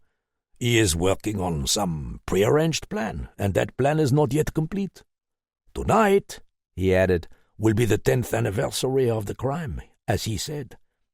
"You mean, sir," observed Talbot without the least flurry, "that Mr. El Moulk may not be dead yet?" "Just that. Isn't it what the horrible clarity of this man's logic indicates? He has been working to just that end for nearly a year, and all things move irresistibly towards it, the climax, the infernal crown of his vengeance, and we know it. He has let us know it. He has hidden his victim in a street the police can't find." Sir John put down the spoon with which he had been toying. His thin dark brows were high over cold eyes, and his taut nostrils quivered. He ran a hand over his silver hair as though he were fighting off cobwebs. "And do you fall in with this nonsense, Talbot?" he asked in a suppressed voice. "Well, sir, where is Ruination Street? And where is Mr. El Moulk?" asked the inspector, looking blankly at the table. The fact that it's nonsense doesn't mean it isn't true. There, I've said it." His opaque stare turned towards Benkelin. "You think, then, that Jack Ketch caught Mr. El Moulk on his way to Miss Laverne's, and that he is being held now in Ruination Street, to be dealt with at the right time? What do you think, Inspector?" Talbot meditated. From the chair beside him he took 3 articles, an ebony stick, a flower box, and a pair of white gloves, which he laid with precision on the table. "I go by the evidence only, sir," he stated. "We can take it up from the very beginning. Before starting out, I have ascertained at the garage the limousine was cleaned and overhauled thoroughly, and the tank filled with petrol. Mr. El Moulk left here at shortly after 7. The post-mortem on the chauffeur indicates that he must have been killed not very much later than that, about 7:30, say, though we can't be sure. His throat was cut, and he was stabbed through the heart with some sharp instrument like a very long knife. Evidently a surprise attack, for he seems to have shown no fight." He paused, groping in his mind to arrange the facts properly. When we examined it after the murder, the front of the car bore no fingerprints except those of the dead man on the wheel. The wheel, however, was smeared with blood in such a way that somebody other than Smale must have been driving it with gloved hands. In the seat beside the chauffeur there were blood smears to show somebody had been sitting there, and the top of the emergency brake was blood-stained. Grisly scene, worse than an invisible driver. This picture of the murderer riding round London with a dead man beside him. How do you explain the fact that we saw nobody beside the dead chauffeur? Asked Sir John. The fog, maybe? Suggested Talbot. Then he smiled in that slow way of his which cracked the dusty impassiveness. I don't know, sir. I, for one, I don't know. I'm giving facts, that's all.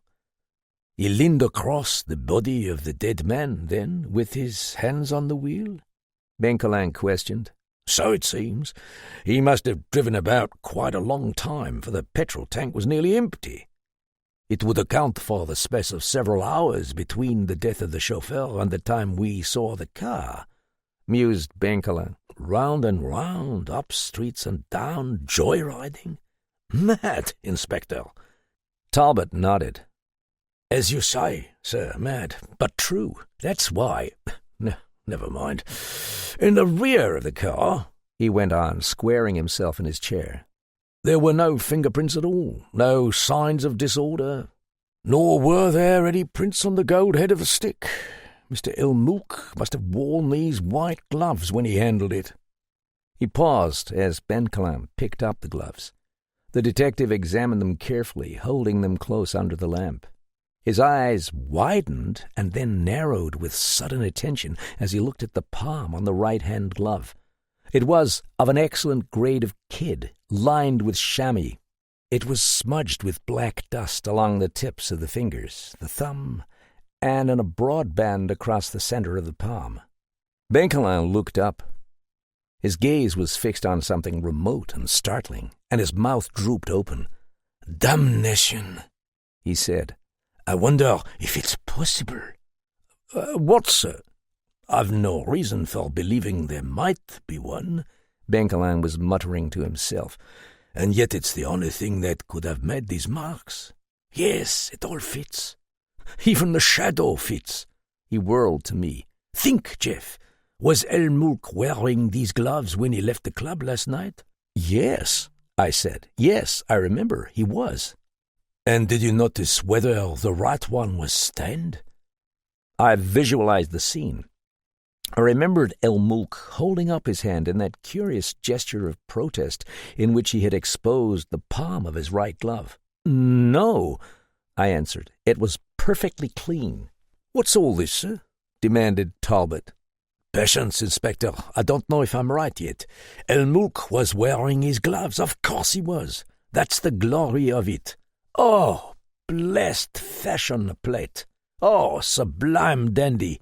He was wearing his gloves." He tossed the glove on the table and sat back, nodding in a pleased way. "No, Inspector, not one word shall you hear until I have proved or disproved it. And you, Sir John, shall buy me the best dinner in all London. Now then, Inspector, have we more facts?" Talbot was regarding him suspiciously, and the muscles were drawn tight in his square cheeks. Even the shine of his broken nose was suspicious. "Over here, sir," he announced gravely. "We don't approve of that sort of—" He checked himself. "Very well, then. There is the flower box. By the way," murmured Benkelin, "what is in the flower box?" "I suppose it's too far-fetched to say flowers?" asked Sir John. "Yes, I know, but has anybody bothered to look inside?" With a table knife, Talbot cut the strings in a rather hurried manner. There was a rustle of tissue paper. Then the inspector sat back with a jerk of relief, pushing the box towards Benkelin. "Flowers," he said. "In fact, orchids," said Benkelin, tilting the box. "The South American type called the golden butterfly. Ha! Diable! It's a corsage." There was a pause while he looked curiously at the contents. Sir John inquired, Well, what about it? What's wrong? There speaks the recluse. My own social activities are not many, but when I order a corsage for a lady, I most certainly have the flower shop send it to her. I do not carry it myself. There's something very wrong here. He snapped his fingers. And it fits also. Did you call at the shop, Talbot? Yes, they remembered about it. Mr. Elmulk telephoned early yesterday afternoon and ordered the corsage. They thought it was odd, too, about not sending them, but he just said, "Damn it, man, do as I tell you," or something like that. They said he spoke as though he had a cold. Did he call for the orchids, then? Somebody did. They don't remember who it was. Only one or two of them know Mr. Elmulk by sight. Supposed it was a servant, a tall man with his collar turned up. He came about 2:00 or 2:15. Not Elmulk, anyway. Have you asked the servants about this? Nobody in the club was sent on such an errand, unless it was someone in Mr. Elmulk's household, the inspector answered. The porter swears to that. Might have been Graffin. What about the French valet? He left for Paris yesterday morning, early. Benkelin nodded, smiling in a curious fashion. Yes, he murmured. Yes, we had better have Graffin in here for a moment. The man must have been in one of the downstairs rooms, for when we sent the waiter after him, he appeared almost immediately. He was very nearly sober.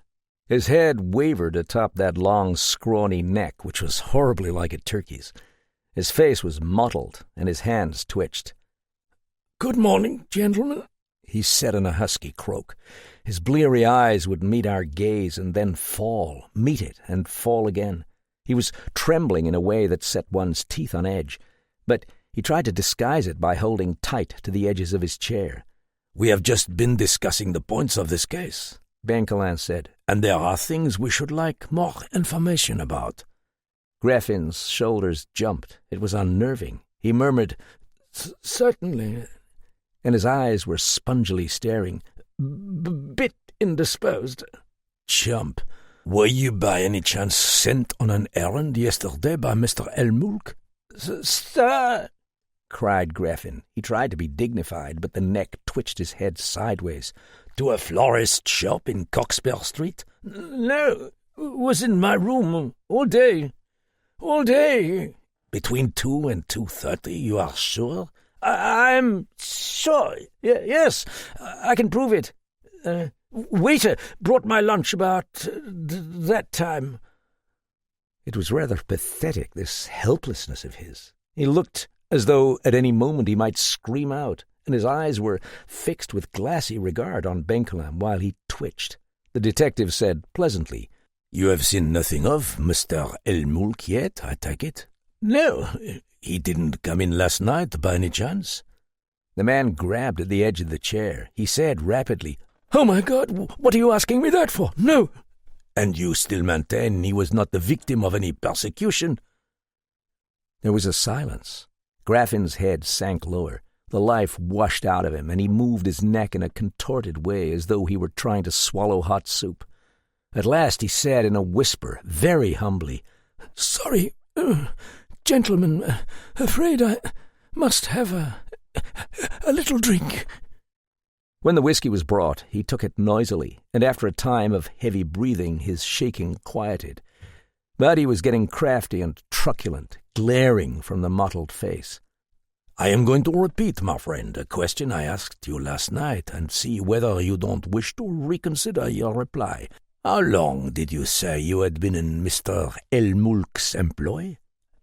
"I know," the man said cunningly. "Trip me up, eh? Righto. Told you last night it was for 6 years, and it was in Cairo. You'll look up army rolls, won't you? Find out I've been out of service 10 years, and never was in Cairo. Well, it was in Paris I took up with him. I lied to you last night." "Strange. Why did you tell us that?" "None of your business," mumbled Graffin into his glass. One red eye opened over the glass's rim. "Your secretarial duties were not heavy, I presume?" The other laughed boisterously. But Mr. Elmulk has never been disposed to regret this added expense in his household, I fancy, said Benkelin in a musing voice. Graffin set down his glass with such a curious motion that for a moment I thought he had been stricken sober. He stared. A nerve twitched beside his cheekbone. "I gave satisfaction, my dear sir," he answered after a pause. The voice was humble. Well, I shan't detain you, my friend. There is just one other point. You knew, of course, that Mr. Elmulk has been taking precautions against an attack on his life? Oh, yes. But you have no idea as to the source of his fear? Absolutely none. Graffin leaned forward intently. I swear. Yes. By the way, was the chauffeur armed? Armed? You mean weapons? Yes. I know, because Elmulk gave him a pistol that had belonged to me. It was a Smith & Wesson revolver, a .45, long barrel with an ivory handle. Smale was quite proud of it, used to delight in keeping the nickel polished. Now I was sitting where I could see Benkelin with the light of the table lamp full on his face. At this remark, the muscles tightened round his bearded jaw, his pouched eyes drooped lazily, and he began to tap softly with his fingers on the tablecloth. "Thank you. May I suggest, Lieutenant, that you remain here in the club for a time? We may have to take steps to go over Mr. Elmulk's rooms, and we should like your assistance." Graffin nodded and rose. His bleary blue eyes blinked once or twice, but he said nothing more except to explain that he was taking over arrangements for the funeral of the chauffeur. Then he lurched out. "I thought of that," remarked Talbot gloomily. "About going over his rooms, if it's permissible." "Graffin," Benkelin was muttering. "why is he so insistent that Elmulk is the victim of no undue attentions on the part of Jack Ketch? Why won't he tell us anything about these mysterious packages with the blue seals? The blue seals with K stamped on them, Jack Ketch's monogram, the blue-sealed packages Elmulk was forever receiving. Why did he lie about the time he met Elmulk? Why does a man keep as private secretary a drunkard who is not only unfit for work, but even boasts of neglecting his duties? What use had Elmulk for a secretary anyhow? Do you see, Inspector?" he demanded of Talbot. "There's your key." And then he nearly jumped out of his wits when I asked him. With an obscure smile, Benkelin nodded. Bit by bit, the pieces click into place, and the only weak place in Jack Ketch's whole intricate plan is Graffin. Is Graffin himself. Talbot sat up straight. "You mean, don't try to confuse me, sir," he snapped. "Things appear in Mr. Elmulk's room when Graffin is the only one there. He swears they come out of the air, which is nonsense. We've decided that Jack Ketch must be somebody living at this club. If we can break down his alibi that he was at the club all evening, and if you can, Inspector, what then? Where did he go? It brings us right round in a circle again to the old question, the really important question. Where is Ruination Street?" Talbot put his hands to his forehead and rested his elbows on the table. "There's no such street in the whole directory," he said, like a man holding hard to reason. "No such street. And it's the only clue we've got as to where in all London that Carr might have gone."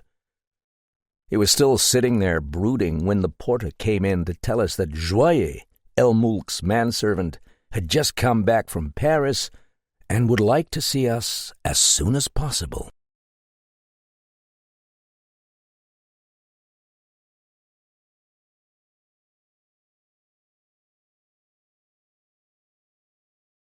Chapter 9. Murder considered as one of the fine arts. "Send him into the lounge," growled Talbot. "Send him someplace. Anyhow, tell him to wait." The little man's face was screwed up ferociously. He looked like a malevolent gnome. And then he spoke thus. "I'll carry on. but I want you to know, gentlemen, that in this business I'm out of my depth, and I know it. I've worked my way up. I started as a police constable in K Division, and that means Limehouse, in case you don't know it. As far as crooks are concerned, just now I've got the swell mob at the tips of my fingers. But this thing, it's not a murder case, it's a nightmare. He made a futile gesture. There's nothing to hold to. I've just got to let go and try to be as dotty as the cases, and then maybe... See here, a practical man would say that this Ruination Street is all tosh, but Jack Ketch says he'll do things, and he does them. He says there's a Ruination Street, and I'd just as soon take his word as the word of all these so-called respectable people who tell us crazier things than he does. He looked defiantly round our group. We've got to find it. It's our only hope. I think you know how London is mapped out. Well, I've put a corps of men to work. We know that at present there is no street by that name. The only alternative is that some street was formerly called Ruination. With all the alterations that have been made in London, it's very likely. Maybe 5, maybe 15, maybe 50 years ago. Or perhaps 150, observed Sir John. If it exists. You'll want a whole college of antiquarians, Talbot. And if only the word of a telephone message. All right, sir, all right, admit it. But I've questioned servants, I've looked up records, and I get nowhere. It's time to try something else. And grant the street may have had its name changed 150 years ago. Doesn't this Jack Ketch sound the sort of person who'd call a street by its 18th century name? Isn't the name Jack Ketch itself from the 18th century? 17th, corrected Benkeler. I'm up on that sort of literature, you see. The hangman at Tyburn was nicknamed Jack Ketch from a man called Richard Jacquet, who owned Tyburn Manor in 1678. Moreover, persisted Talbot, the phone message said hanged on the gallows in Ruination Street. If we look for old streets that had gibbets on them in the old days, there's Tyburn itself, for example. It stood there around the beginning of Edgware Road, didn't it? Damn it all, man, said Sir John irascibly. You don't think he was hanged from the Marble Arch? I don't think anything, sir. And that story of Mr. Dalling's I've been hearing about, he saw that queer shadow of the gallows, and it's too insane to suppose casual people are sitting up all over London amusing themselves with gibbets at 1 o'clock in the morning. He must have seen it, and since he took the Laverne woman home, it might be within very short distance of Mount Street itself, in that direction at least. And there's all the more reason for supposing this is true, because Mr. El Mulk was starting in that very direction when he was waylaid. Rather embarrassed at his own eloquence, Talbot sat back with folded arms. I was watching Benkeler during this speech, and I could have sworn I saw the faintest flicker of a smile on his lips. "Bravo, Inspector," he murmured. "I'm afraid there's one little thing you're overlooking, but if I pointed it out to you right now, we should be even deeper into the dense, dark soup." Sir John regarded Talbot with a sort of remote speculation. Then his long, lean jaw relaxed in a smile, and the wrinkles round his eyes deepened in amusement. "I congratulate you, Talbot," he said whimsically. "You follow our friend Benkeler's lead with remarkable aptitude. Superintendent Mason will be delighted. Scotland Yard in cap and gown. Every newspaper in London, as Benkeler would say, will graciously present us with the bird. Can't help that, sir. It's our only chance. And I was thinking this. I've learned something about this Dr. Daniel Pilgrim who lives at the club. He's one of the foremost authorities on old London we have, so they tell me. Why not get a bit of help from him?" "Not a bad idea," said Benkeler. "I'm rather curious to meet this gentleman from what Jeff tells us. What do you know about him, Sir John?" "Pilgrim?" The other shook his head. "Not much, just what I told you last night. Knocked about the world quite a bit, I believe. One book of his made a stir some years ago. They called him the Detective of History." "The Detective of History?" "Yes, he took some famous murder stories. Historical facts they've never properly explained, and worked them out with evidence, just like modern police court records. Exciting stuff, some of it, pinning guilt on dead men. Nearly got himself kicked out of some historical society for it, I believe. I know, murmured Benkelin. According to that brilliant principle of historians which decrees that anything really interesting must be either unimportant or wrong. From what they tell us of English life in the Middle Ages, I think they must be under the impression that English life today is just one long speech in the House of Commons. Ah, well, let's go in and talk to this valet of Elmulk's. Joyer was warming his hands by the lounge fire when we entered. He was a short, very stout man, with a red face, heavy in jowl, and a big head, across which a few hairs were plastered in the semblance of a dandyish curl. A whole map of wrinkles surrounded bulging blue eyes, always wide with astonishment. Under a bulbous nose he wore a most enormous moustache with an intricate and comical curl at each point. At first glance he seemed all stomach, watch-chain, and wheezes. "Ah, monsieur," he cried in a voice which issued from deep in that stomach. His eyes bulged, he puffed with excitement, and flicked his moustache. "But it is bad, huh? I have just come from Paris."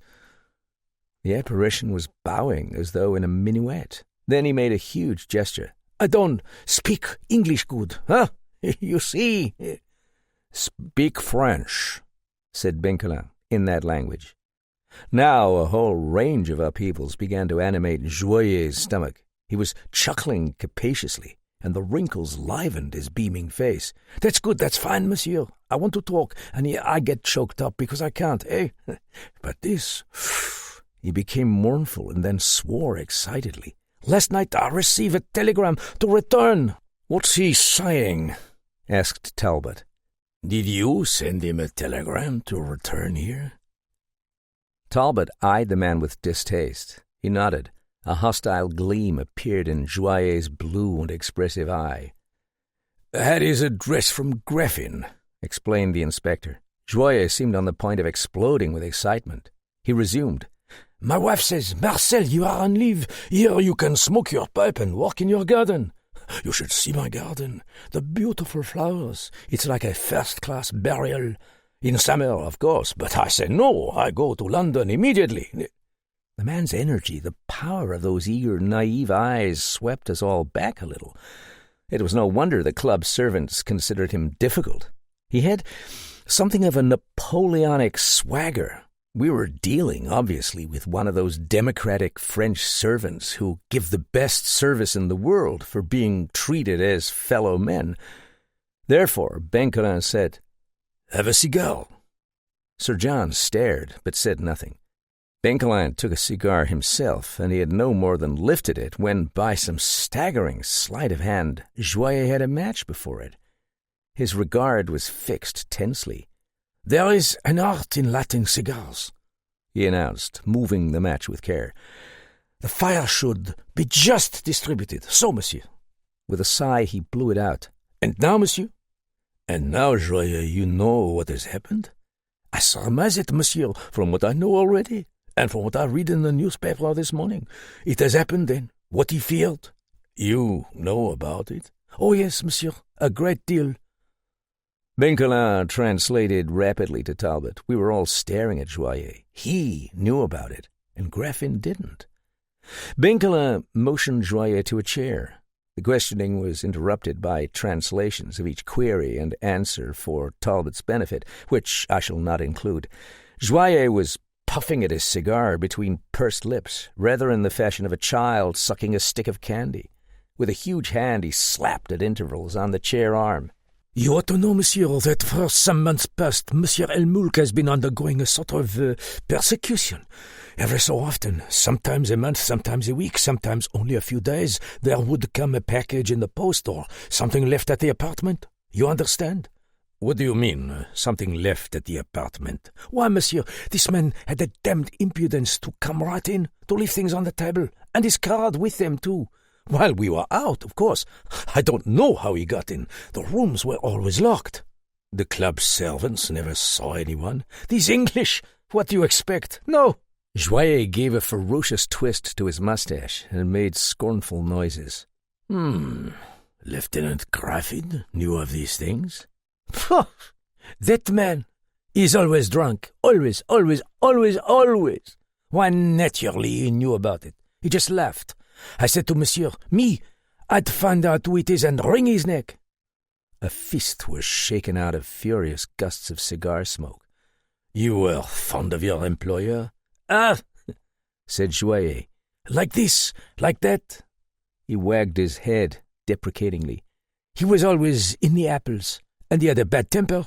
Sometimes he was terrible, but me, why should I mind? Good salary, good quarters. And besides, how that man knew food. Yes, he had his redeeming points. The secret of life, monsieur, is logic. Having delivered himself of this sentiment, leaning forward with a finger beside his red nose and his face screwed into an expression of the utmost profundity, Joyer settled back with beaming complacence. You have no idea as to the origin of these threats? No, monsieur. He never told me much. I generally had to ask him point blank. Who were his friends here? In London, I mean. Ah, that is easy. He had none. The theatre, the concert, his studies. And what studies that occupied him. Sometimes he went to see Mademoiselle Laverne, eh? Yes, it is natural. I have seen him talking to Dr. Pilgrim, the gentleman who lives here, and... Joyer lowered his voice dramatically. His lifted finger was portentous. I say I had no idea about the person who was threatening him, but I think he had. I think he had just learned about it. What do you mean? Well, it was like this. He'd been worried. He couldn't sleep, you understand. Some nights I would look into his big room and he'd stand there with the firelight on his face in the middle of all those ornaments of his, just shaking. He couldn't rest. He couldn't even read. And Monsieur Graffin would drink whiskey and play the piano and sit there laughing at him. You know, monsieur, I read in the journal that Monsieur Elmoulk had disappeared. But the devil!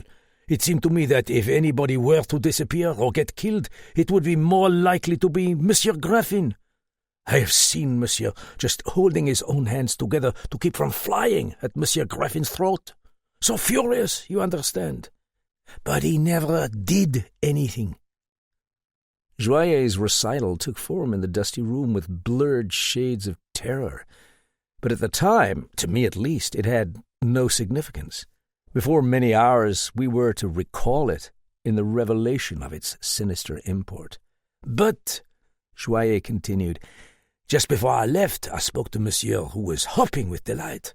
A word for you, Joyer, he said. If things work out, I am going to trap this Jack Ketch. I'm going to trap him at work. I inquire, but how, monsieur? He replies, but I've found a helper right here at the club. And that's all I know. Benkelin nodded absently. Yes, he muttered. That would be it, of course. Did you know what he meant? Alas, no, monsieur. I'm afraid not. Now, tell me, you saw these packages with the blue seals, didn't you? Oh, yes, every one. And what did they contain? Allow me to think, monsieur. Ah, yes. For one thing, there was a pair of glass dueling pistols. Exquisite. And one of those jars you put ashes in when you are cremated. Always something. Benkelin chuckled. No lovelorn swain never exercised more careful selection than Jack Ketch. It's so elaborate that it becomes comical. Now, Joyer, these things that were found in the apartment, the ones he brought himself?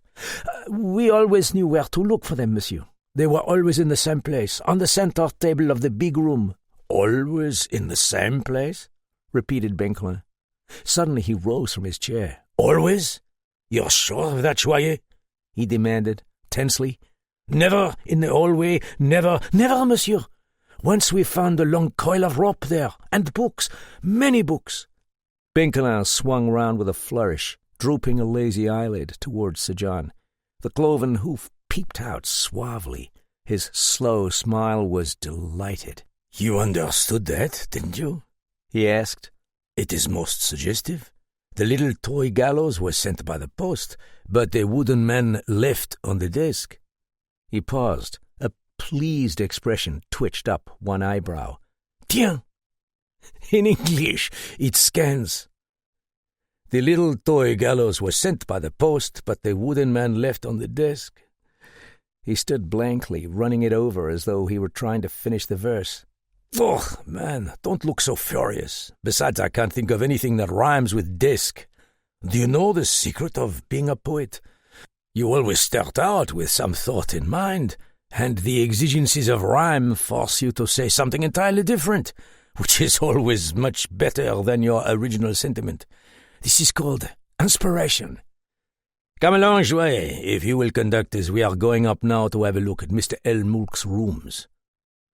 The four of us went out across the lobby and into the lift, Sir John coldly silent, Talbot glum, and Benkelin thoughtful. The lift gate clanged at the 4th floor. Rounding the turn of the stair which descended near it, I saw Dr. Pilgrim just going down. He was in shapeless tweeds and had a pipe in his mouth. He took it out, and the shrewd, humorous cat-green eyes ran over us appraisingly. "Good morning, Sir John," he greeted. "Good morning, Mr. Marl. I was just going up to see you and found you weren't in. I wanted to tell you.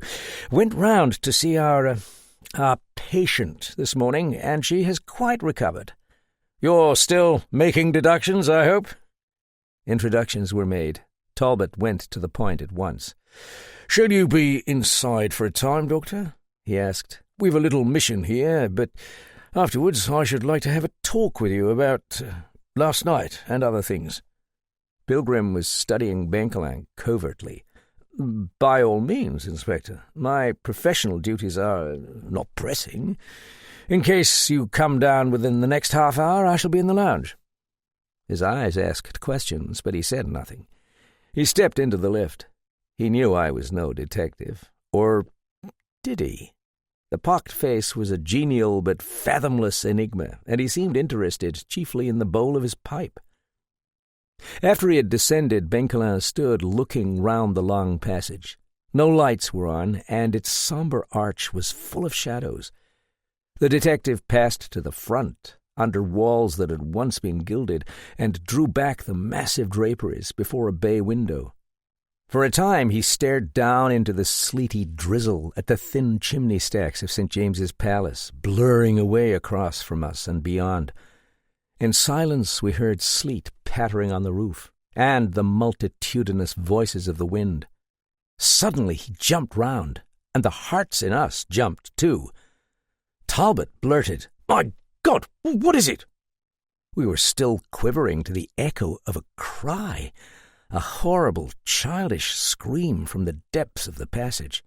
It was muffled, but no doubt about it, the cry had come from beyond the pointed archway leading to Elmoulk's rooms. Again that voice shrieked out. Something fell with a clank of metal. And as we stared at the curtains of the archway, a figure bolted through. It ran for the staircase, screaming once more. Then it tripped and seized the balustrade just in time to avoid pitching down. For a moment it clung there, a dwarf, a white-faced child, breathing hard.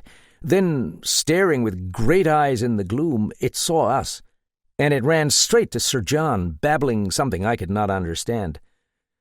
After that momentary shock, I collected my wits. This was no goblin, though in that first plunge it had seemed imp-like and devilish. It was only Teddy, with his witless stare, his pounding little fists, and his shrill treble, crying, "I seen it! Oh, gory! I seen it!" He pointed at the archway. He was drooling with terror. Teddy was one of those ugly curiosities, a child stunted during the war. His body was a child's, and his mind a baby's, though his pulpy face had wrinkles and his carroty hair was always thick with brilliantine. I had seen him often about the club. They gave him a place to sleep and a little pocket money with which he bought cigars. He served as errand boy and drudge, and you would see him struggling through the passages with a coal scuttle, singing some bawdy song they had taught him as a joke. Sir John was, I think, one of the few people who had been kind to him. "What's the matter, Teddy? Come out of it now," Sir John said sharply. He shook the little shoulders, and Teddy's usual witless grin came back, though his voice went on cracked and shrill. "Teddy don't mean nothing," he whined, and he shifted from one leg to the other and looked at us furtively, still with that cut grin. "Teddy don't mean nothing. Just to go to light a fire like I always do." "You say you saw something in there?" After a pause, he added in terror, "Dunno. Ain't sure." "I thought none of the servants were allowed in there," Talbot put in. Teddy capered. It's it. Nobody but me. Mr. Mook don't mind me. Don't mind Teddy. Give me a bob once, he did. Yes." "Come now," continued Sir John. "What's in there? Was somebody trying to scare you?" "They've frightened the life out of him in the kitchen," he told us angrily. "Tell him tales about ghosts and savages in strange lands." Teddy's fear had returned. He clutched at Sir John's coat, but he was stubborn. He had seen nothing. He grew hysterical. Coaxings, cajolery, even threats could draw nothing out of him. When Sir John offered him a gold penknife with his name on it, his eyes gleamed with horrid cupidity, and with his chubby hands he pulled at his hair until the brilliantine oozed down his face. But he had received such a shock that he would not speak. "'Cause things 'd get him," he pointed out. "There was things as really got you, 'cause Cook said so, yours." He, Teddy, was averse to the things as got you. All the same, he would like the penknife with his name on it. Finally, we released him, and he scampered down the stairs at his curious hopping gait, singing one of the most obscene songs I had ever heard. Benkelin made no comment on the boy. He merely asked Joyer, "The rooms are not kept locked, then?" "They were kept locked when Monsieur was here. Of course, he never minded the half-wit. But now that Monsieur Graffin is in charge... This way, Monsieur." He walked down and raised the curtain of the archway. Beyond it, a bare passage ran some 15 feet to a heavy pointed door which was standing ajar. We passed through it into a huge and grotesque room, vaulted to a height of 20 feet. 4 lanterns of hammered brass hung on chains from iron hooks in the ceiling, but the room was lighted only by a gas lamp with a green globe on the center table. We stood a moment in the doorway, looking at its curious decorations. In the wall to the left, an old mantelpiece of black marble, with a coal fire laid in the grate. On the mantel shelf stood 4 canapes, vases of blue enamelled earthenware with lids in the form of armed heads. I judged them, from an imperfect knowledge of Egyptian pottery, to be of the 2nd Theban dynasty. Above the mantel stretched a large mural in hollowed wood, the cavo relievo, which is distinctive of the New Kingdom, depicting the judgment of the soul. The colours were amazingly preserved. On a pale background, the god Horus, with a black hawk's head and yellow body, was weighing in immense scales the heart against the truth. Maat, white-clad goddess of truth, watched from her throne, and Tot, of the ibis head, the god scribe, stood by recording the judgment. Bookshelves with curtains in dull green damask rose high along the same wall on either side of the fireplace, to a door at each extremity. In the wall opposite us were 3 tall windows, shrouded in thick drapes of the same dusty green, and with gilded cabinets between. It was difficult to make out more than shapes, because the light burnt green and dim in the globed lamp. But more curtained shelves stretched to the ceiling on the right hand. Before them stood a massive grand piano, and the light caught dull colours on a painted sarcophagus standing upright in the corner. We walked into this colossal room over the dark green carpet, very soft and deep, which covered a floor laid in squares of black and white marble. The chairs were of black carven wood, with much tarnished gilding. This whole place was oppressive, with a smell of dead flowers. I could see withered stalks in vases of red porphyry, of dust parchment, spices, and that indescribable embalming reek which clings to the tombs at Abydos. It was a room of death. Talbot suddenly kicked over a coal scuttle which lay in the centre of the floor. Its clatter jarred harshly on the thickness of scented and decaying peace, and the 4 brass lanterns tingled in gloom above our heads. I do not know what any of us expected to find. Our steps fell deep and noiseless, and we moved, without a word, over towards the table of the lamp. It was a long table, stacked with books and papers, so that we did not at first see what lay behind. Talbot sat down in a gilded chair, his notebook on his knee. Sir John remained standing, fingers on the table and head forward, studying Benkelin from under shadowed brows. Benkelin began to walk about the room. He paused before the door at the left of the fireplace as we faced it, that is to say, at the corner of the room. "To where does this door lead, Joyer?" he asked. "To Monsieur's sleeping apartment by way of a passage. There are 3 doors beyond it, one to Monsieur's room, one to a dining room, and one to the rooms occupied by Monsieur Graffin and myself. The suite, you see, occupies the entire back of the house." "And this other door?" He indicated the corresponding one in the corner towards the right of the fireplace. To an outside staircase, enclosed, of course. It goes down with a landing on each floor to a rear door of the house. There's an alley below." "The main rear entrance, then?"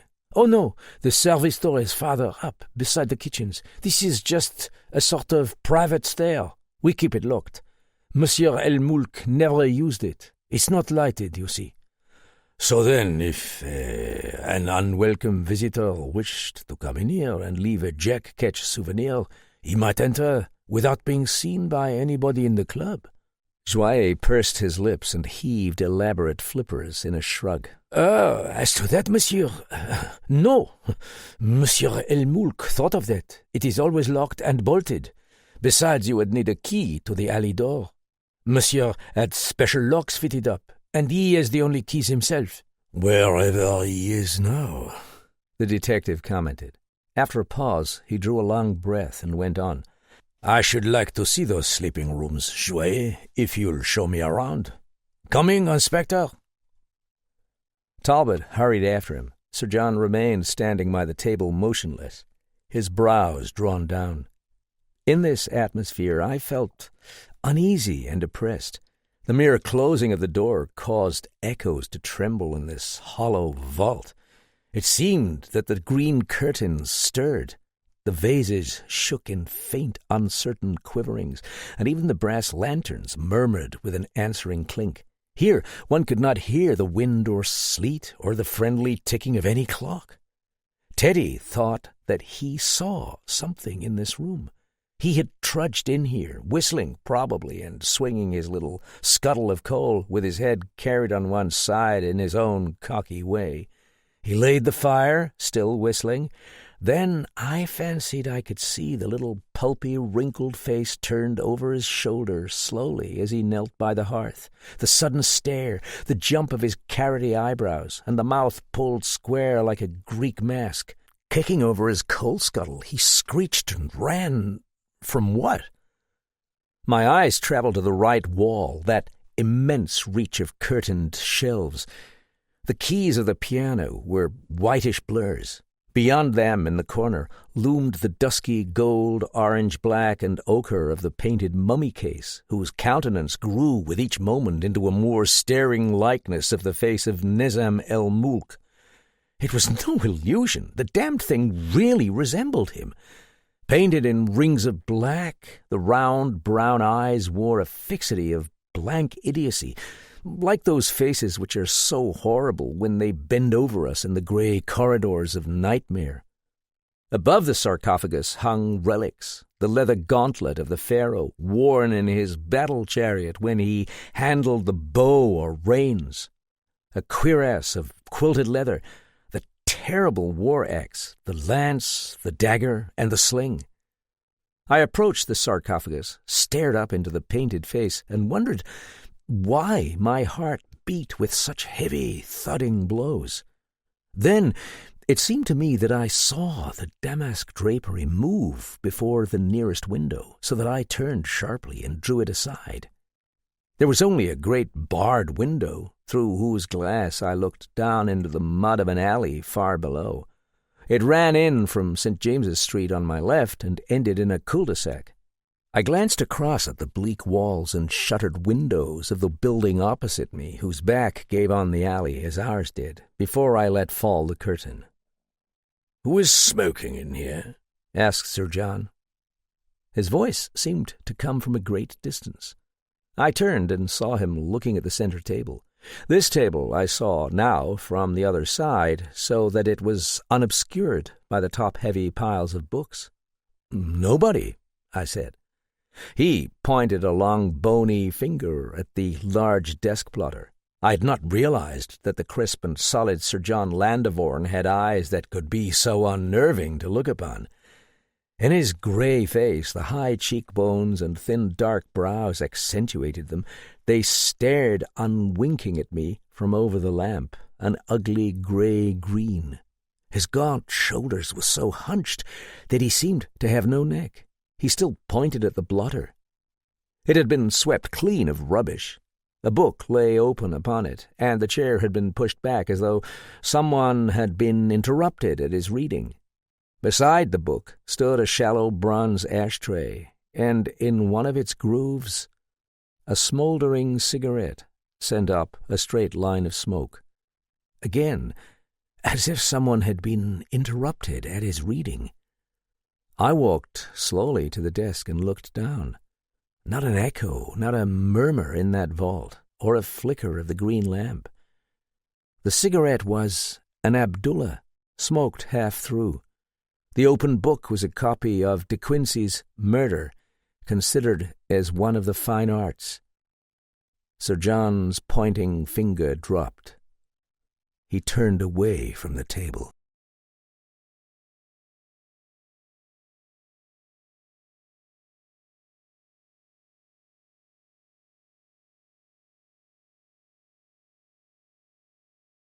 Chapter 10.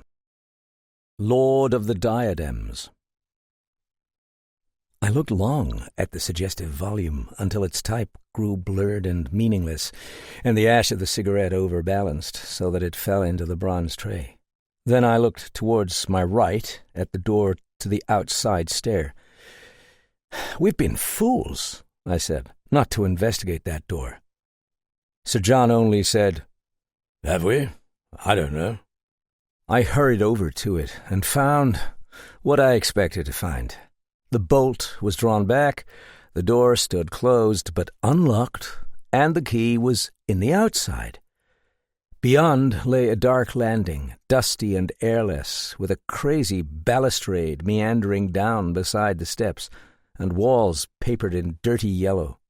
This being the top floor and the termination of the staircase, there was at my left only a ladder mounting to a trap in the roof. At the right was a window. When I looked back, Benkelin had come out of the door to the sleeping rooms. He stood with his hand on the knob, Talbot peering round his shoulder. "I saw it, Jeff, a while ago," he told me. "For the moment you needn't trouble. I don't think you'll find anything." "But you haven't seen the table," I said. "And certainly somebody was here a moment ago. What luck in the rooms?" Talbot answered me. "Not a thing. It's a queer enough place, but all in order. We did find the mummy out of that thing," he indicated the sarcophagus, "beside the man's bed." Hands in his pockets, Benkelin was looking down at the desk blotter. Once he leaned over, picked up the vellum-bound book, examined it back and front, and tossed it on the table again. "Bah! Stage setting," he snapped. "The pages aren't cut." He tapped the back of the book. "What a magnificent title to dignify the clumsy crimes of John Williams. Jack Ketch will get few tips from it. Hello." One of the drawers in the table was slightly open, and his eye had caught the glitter inside. He flipped the handkerchief out of his breast pocket, wound it round his fingers, and pulled out the shining drawer. Inside, spread on a red bandana handkerchief, lay a long-barreled revolver with an ivory handle, some large glass buttons, a couple of gilded tassels, and a trumpery watch. "The murderer," said Benkelin, "has returned his loot." Talbot bustled past him and glared into the drawer. "Why, they belong to the chauffeur," he muttered. He stuffed the notebook into his pocket, like a man who has come on despair. Gingerly, Benkelin lifted one corner of the red bandana, which was soiled on the outside with blackish dust. Under it lay a large photograph. It was a picture of Smale, the dead man, wearing boxing gloves and fighter's trunks.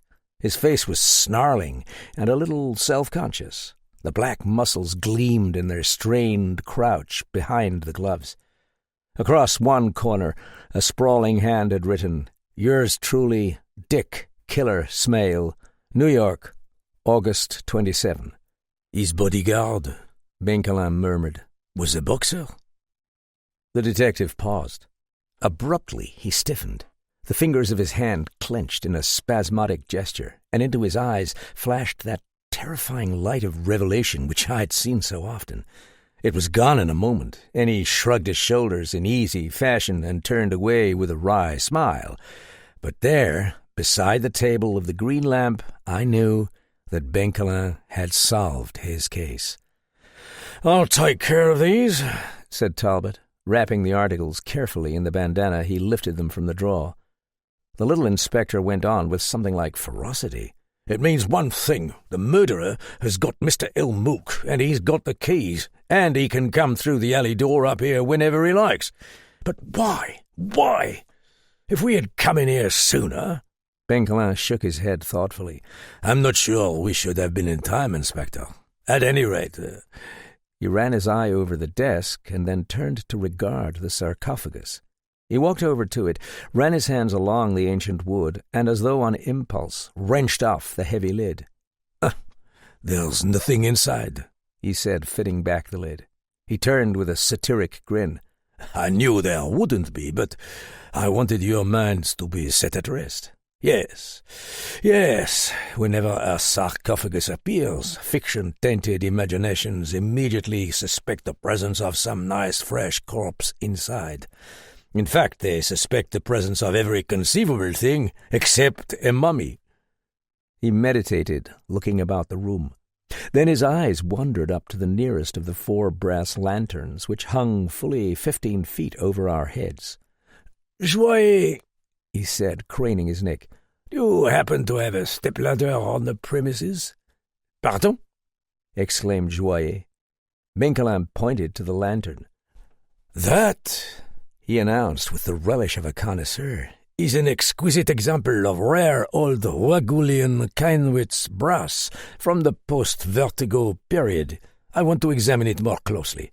Get me a stepladder."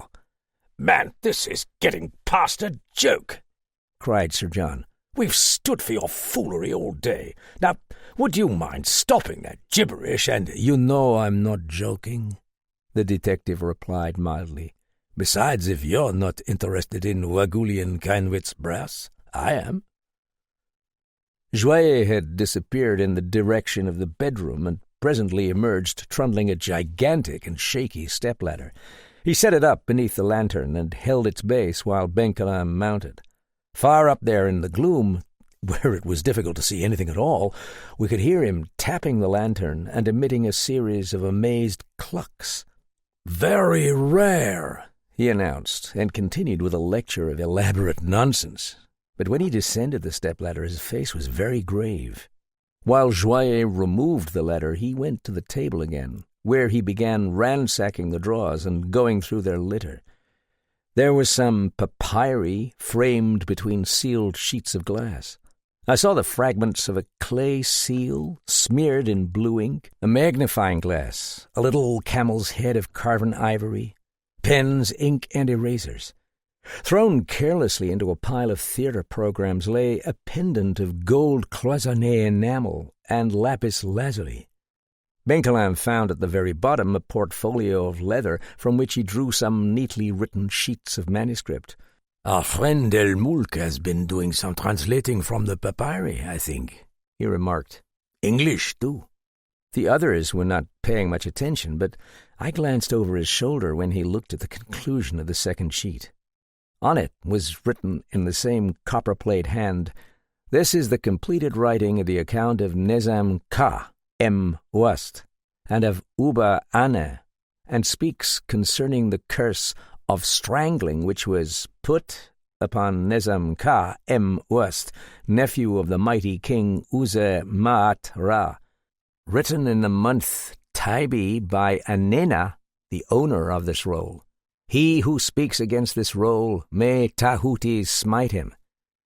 "I think I shall just keep this," he muttered. "Wait, there's a book in the portfolio."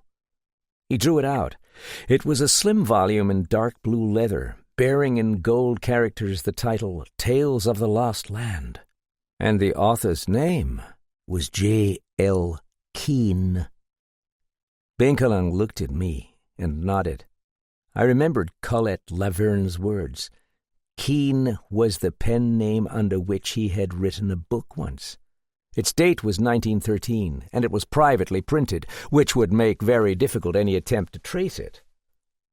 Tales of the Lost Land contained translations from the papyri in the British Museum, the Harris and Anastasi papyri, selections from the Tel Amarna tablets, and some unclassified matter.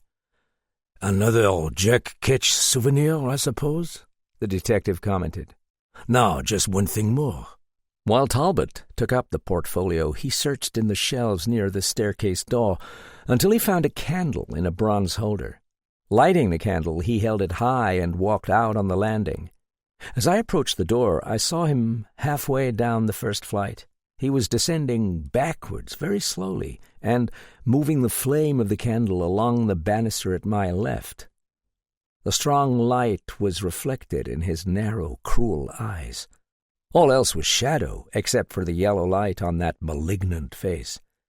Wind rattled dimly the casement of the window at my right. Silently the face receded down the stair. Silently it turned the corner and was lost, so that I saw only a flickering gleam in the depths of the well. But once I heard him laugh. Talbot had drawn up a chair before the table, and he was examining the contents of the portfolio. Sir John was seated in a chair over near the door to the bedrooms, where I could make out only his dim shape. The vast vault was very still. I leaned against one of the curio cabinets, and the tides of death and silence bore me into murky realms. Nizam Ka M. Wast, nephew of the mighty Uzer Maat Ra, that is, of Ramesses the Great. I remembered that tablet of stone under the fierce blue sky on the route to the Nubian gold mines. Rich in years, strong in victories, lord of the diadems, mighty in truth of Ra, king of Upper and Lower Egypt, Ramesses, beloved of men. And I remembered ruined Karnak, sticky with brooding heat, when bats were wheeling in a lemon-colored sky at dusk, and torches grew bright along the Nile. How did Nizam el-Mulk, in this year of grace, fancy in himself a likeness to that first Nizam of the papyrus? The books, the ornaments, even the sarcophagus bore out this whispered reference to the curse of strangling upon the sons of the first Nizam. What fancies, then, were hidden in the skull of el-Mulk? A vision of the sun on painted columns, of flowers and the flutes of Thebes, so that he ran screaming from a hangman in London fog? I've heard people say that no man really believes in reincarnation, and I know that they are wrong. Buried with the kings is a weird and potent magic which turns the student's brain as on a colossal wheel. It blinds and befuddles him so that whispering voices murmur round the lamp of his study. Where Talbot sat now behind the green-globed lamp, I fancied el-Mulk sitting at his papyri, brooding through the long flute-haunted night. Lord of the diadems, mighty in truth of Ra, king of Upper and Lower Egypt, Ramesses, beloved of Amen. how those rolling words echoed in cymbal crash, in the rapid shrill plaudits of the trumpet. And the rumble of his battle chariots is as the noise of rain and thunder, and sweepeth as the dark hurricane out of the desert. And upright in his chariot of silver he weareth the armour of bronze, and on his brow the royal diadem of the snake. With his right hand he hurleth the dart, and his left is for the sword wherewith he smote the Chita, and none may prevail against him. Still the dark figures of my companions did not move, occupied with, I wondered, what such mill-wheel speculations as my own. For I was listening to ghostly bugles in old wars, bugles that woke the coloured halls of Karnak, and then went crying through the streets of Thebes. And as I thought of Ra's chosen lashing his 2 Arab horses, victory in Thebes and Noura is satisfied, in triumph up the avenue of sphinxes, I turned my eyes naturally to the collection of weapons which hung above the sarcophagus. Leaning against the curio cabinet, I studied them. It was, as I have mentioned before, an almost complete equipment of fighting gear. Stay! There was something subtly wrong about the placing, some peculiarity in their arrangement on the wall. Between the dagger and the mace was a large gap, which cried aloud for some trophy to balance them. For a second time I approached the sarcophagus and examined narrowly the wall above it, but the light was too dim. Then I drew up a carven chair beside the mummy case. Standing on the chair, I snapped open my cigarette lighter and moved its flame along the unfilled space between. The plaster walls were calcimined in light green and very dusty. I saw clearly an outline where there was no dust. Something had hung there, something in the shape of a broad-bladed short sword with a long handle. Just above the outline was the nail by which the sword had hung. If I deduced correctly, it was the evil double-edged blade which the scribe Merrimapt called the throat-cutter. A vision of the chauffeur's gaping throat swam across my mind. "What the devil does this mean?" snarled a voice. I turned, startled, to see Lieutenant Graffin standing in the doorway. His red and truculent eye moved from Talbot to me. He had not seen Sir John. He was leaning against the door jamb, fingers hooked in his waistcoat pockets, and he seemed at the stage where he would presently offer to fight somebody. I looked him up and down while he glared at me, turned without appearing to see him, and continued my scrutiny of the wall. Talbot said sternly, "We've had little enough help from you, sir. These rooms want looking into, and that's what we intend doing. We'll do it with your assistance or without it, but I advise you to keep quiet for your own good." The other's voice grew high. "You'll threaten me, will you?" he shrilled. "You'll—" The loud voice cracked. There was a sound like a choking cry, and a sudden jarring crash from the chords of the piano. I whirled about. Graffin had stumbled. His hand was on the piano keys. Then he straightened, making frantic motions towards the staircase door. He cried drunkenly, "Go back, you damn fool! Go back!" Benkelin stepped through the door, shifting the candle so that it now illumined his face. Graffin stared as though he could not believe his eyes, and put shaking fingers before them. He said, "Oh!" Now the little inspector was touched with a repressed ferocity. His brown jaw came forward squarely, and he walked with jerky steps over to Graffin. "Yes, that's Monsieur Benkelin," he snapped. "Well, whom did you think it was? By God, I will have some sense out of this." Graffin looked at him loftily, wrinkling his long nose. He said, "My dear fellow, nerves. Most unfortunate, you see. Nerves." He sat down shakily on the piano bench. Talbot regarded Benkelin as though to say, despairingly, "He's lying, but what can I do about it?" There might be, I thought then, some merit in the good old-fashioned third degree. In the meantime, I saw through the door that Benkelin had blown out the candle and put it carelessly on the newel post. Now, Graffin had made out the dim figure of Sir John, and he moistened his lips as though to speak, when the bedroom door opened to disclose Joyer. The lieutenant was growing more and more flustered. "Hello. You back, Joyer? I hardly expected it. Thought you were in Paris." Joyer ventured into English. "I am returned," he replied belligerently. "It surprise you, huh?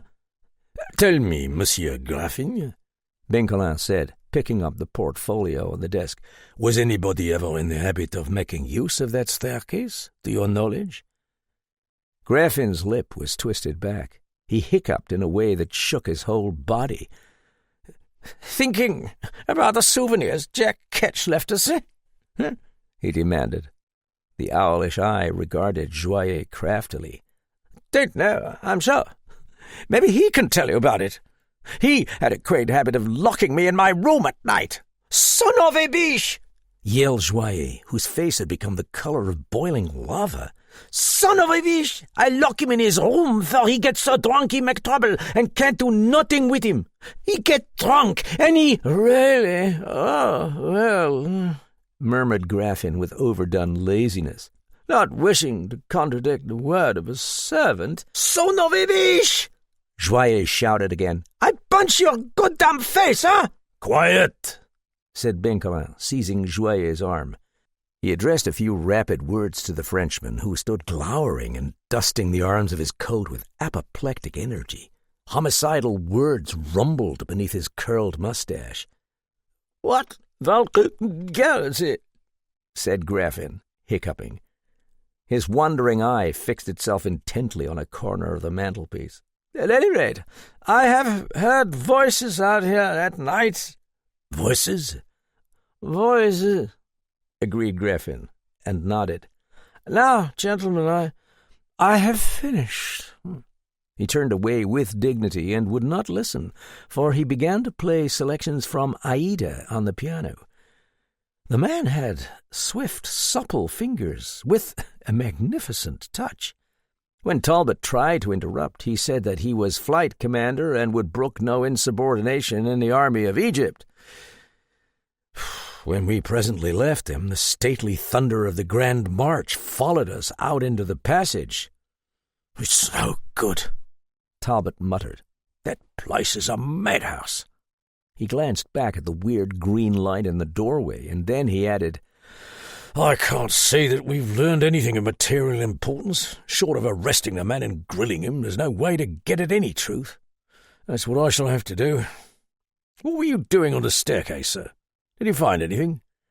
Bencolin hesitated. "Yes," he answered after a pause. "Yes, I found something. I was not looking for it, but I found it, and it explains much. I suggest, Inspector, a little interview with Mademoiselle Laverne." Taking his hand from his pocket, he held it out to Talbot, and his gaze wandered slowly up to meet the inspector's. During another pause, we heard the great march crash to its climax in the room behind. Talbot said grimly, "I see." The light was very dim, but in his palm glowed a coil of turquoise and silver. It was a woman's bracelet. Talbot opened the red bandana, wherein he was carrying the trophies we had found in the desk, and wrapped up the bracelet inside. We walked in terrible silence to the lift.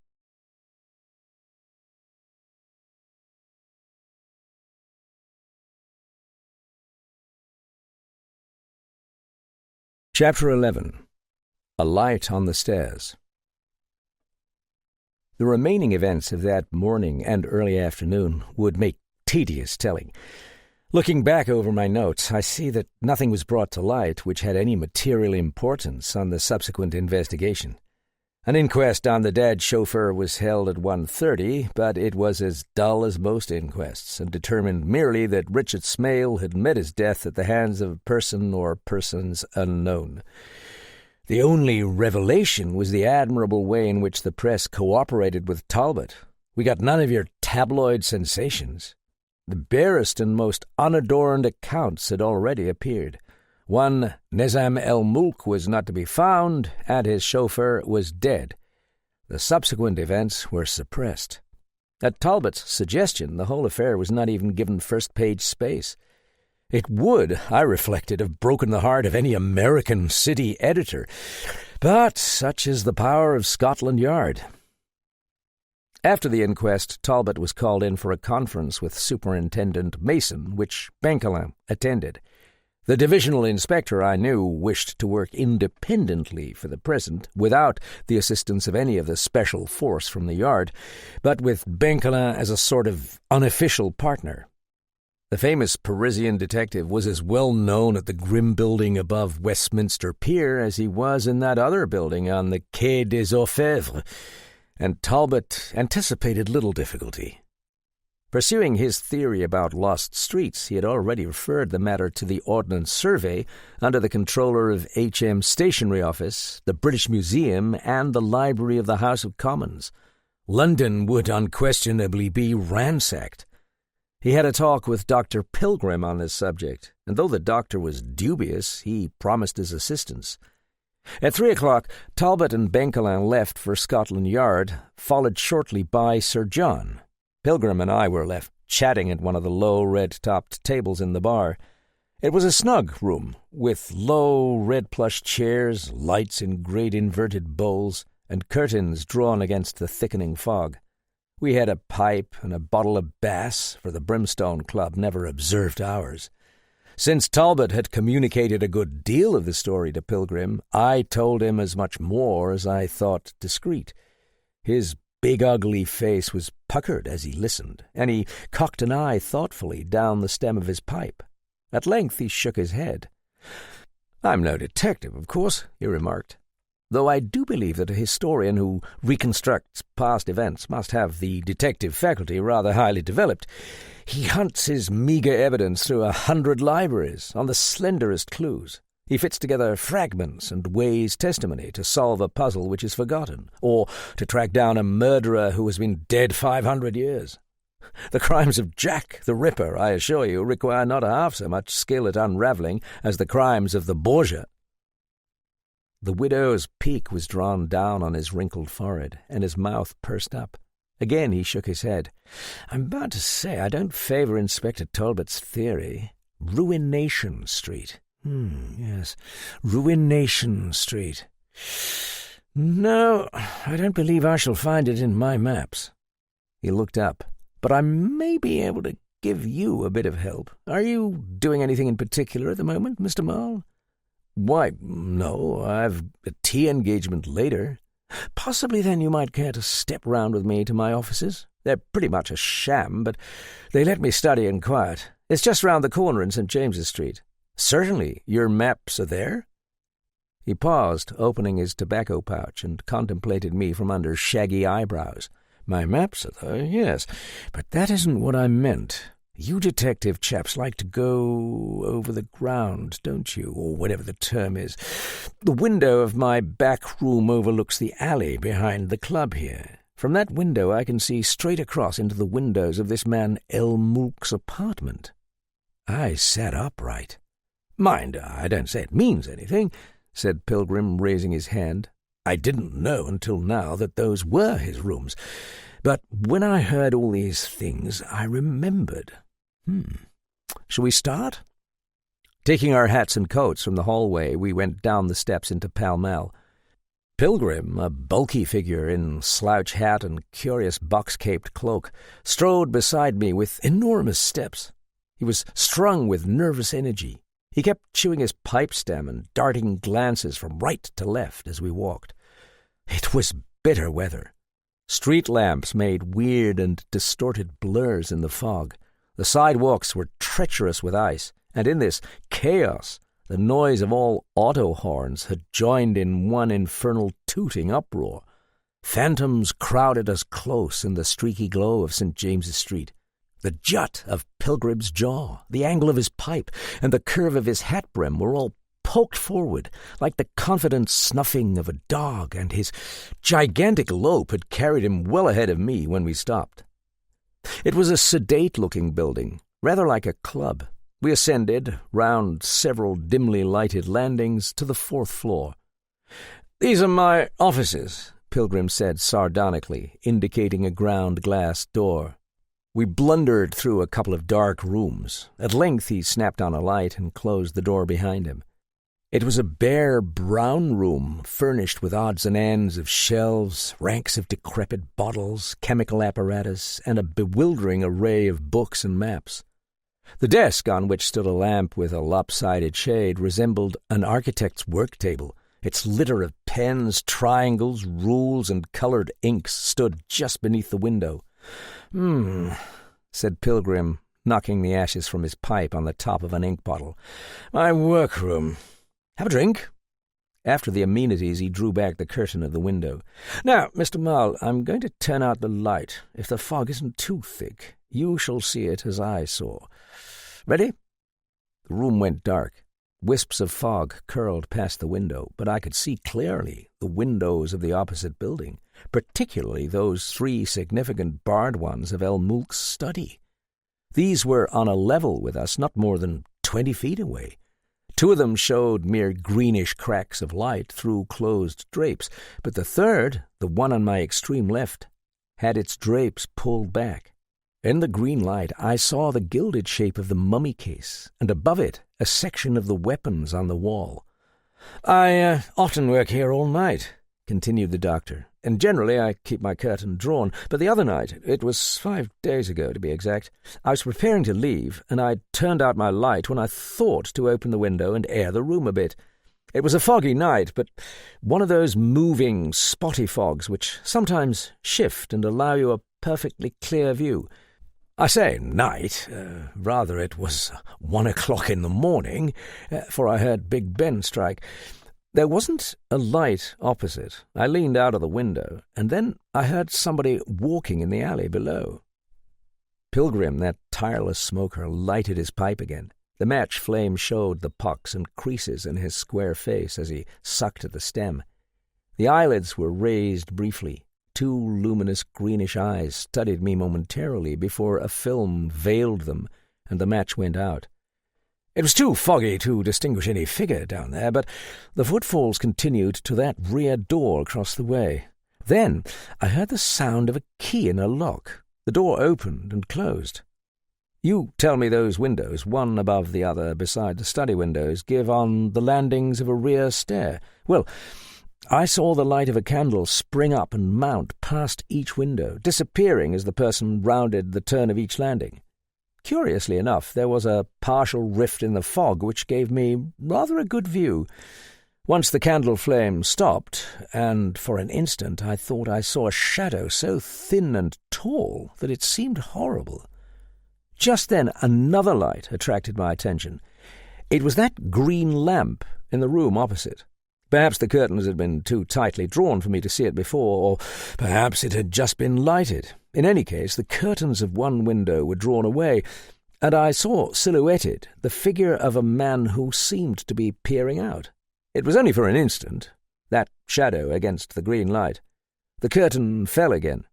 Still the candle continued its march up the stairs. There was something so uncanny about those noiseless shapes and the colours of their flitting lights that, I tell you, Mr. Marl, I was too fascinated to move. It seemed to me like a ghastly little marionette show. You know, I saw his rugged profile a moment on the grey of the window, and he leaned over to tap me on the arm. You know, to me there is something inexpressibly dreadful about those Punch and Judy shows where the children sit and laugh while Punch clubs everybody to death. The puppets' squeaky voices and the thwack of the club on wooden heads until Punch is finally carried off by Jack Ketch. Silly of me, but I used to think what a dark and horrible world lay inside the box of a Punch and Judy show. He laughed softly. Even the faces are hideous on those murderous dolls. But no matter. I grew to calling that my little marionette theatre, and to wondering what shameful act might be played there. I had to rag myself out of it. I laughed at the fancy. I kept my curtain resolutely drawn until yesterday afternoon. I had not realized until I attempted speech that my own voice was not steady. I said, "You mean The afternoon before the murder? Yesterday, yes. I had come back here. It was about 5 o'clock, and I thought to myself, my dolls don't appear in the afternoon. I'll chance a look. It was rather foggy, if you remember, but the distance here is short. Look there. That was what I saw, that same window lighted, as it is lighted now. I saw the mummy case and the weapons above it. They were very blurred by the fog, but I saw them. I was about to turn away when I noticed a hand. A hand? Yes, it was a small hand, a woman's, it seemed to me, but I cannot be sure because of the fog. For a moment I thought my eyes were playing tricks. The hand hovered directly over the top of the sarcophagus. It was as ghostly as those other presences in the green light. It seemed to be disembodied, until I realized that its owner must be standing on a chair in the very corner, hidden by a corner of the drapery. It remained poised, as though hesitant, with fingers uplifted before a collection of weapons there. Then it took down a very short-bladed sword with a curved haft. The doctor's start was so very slight that the glowing coal in his pipe hardly quivered. I could not see his face well, but I knew he was examining me hard. After a pause, he asked quietly, "How did you know that?"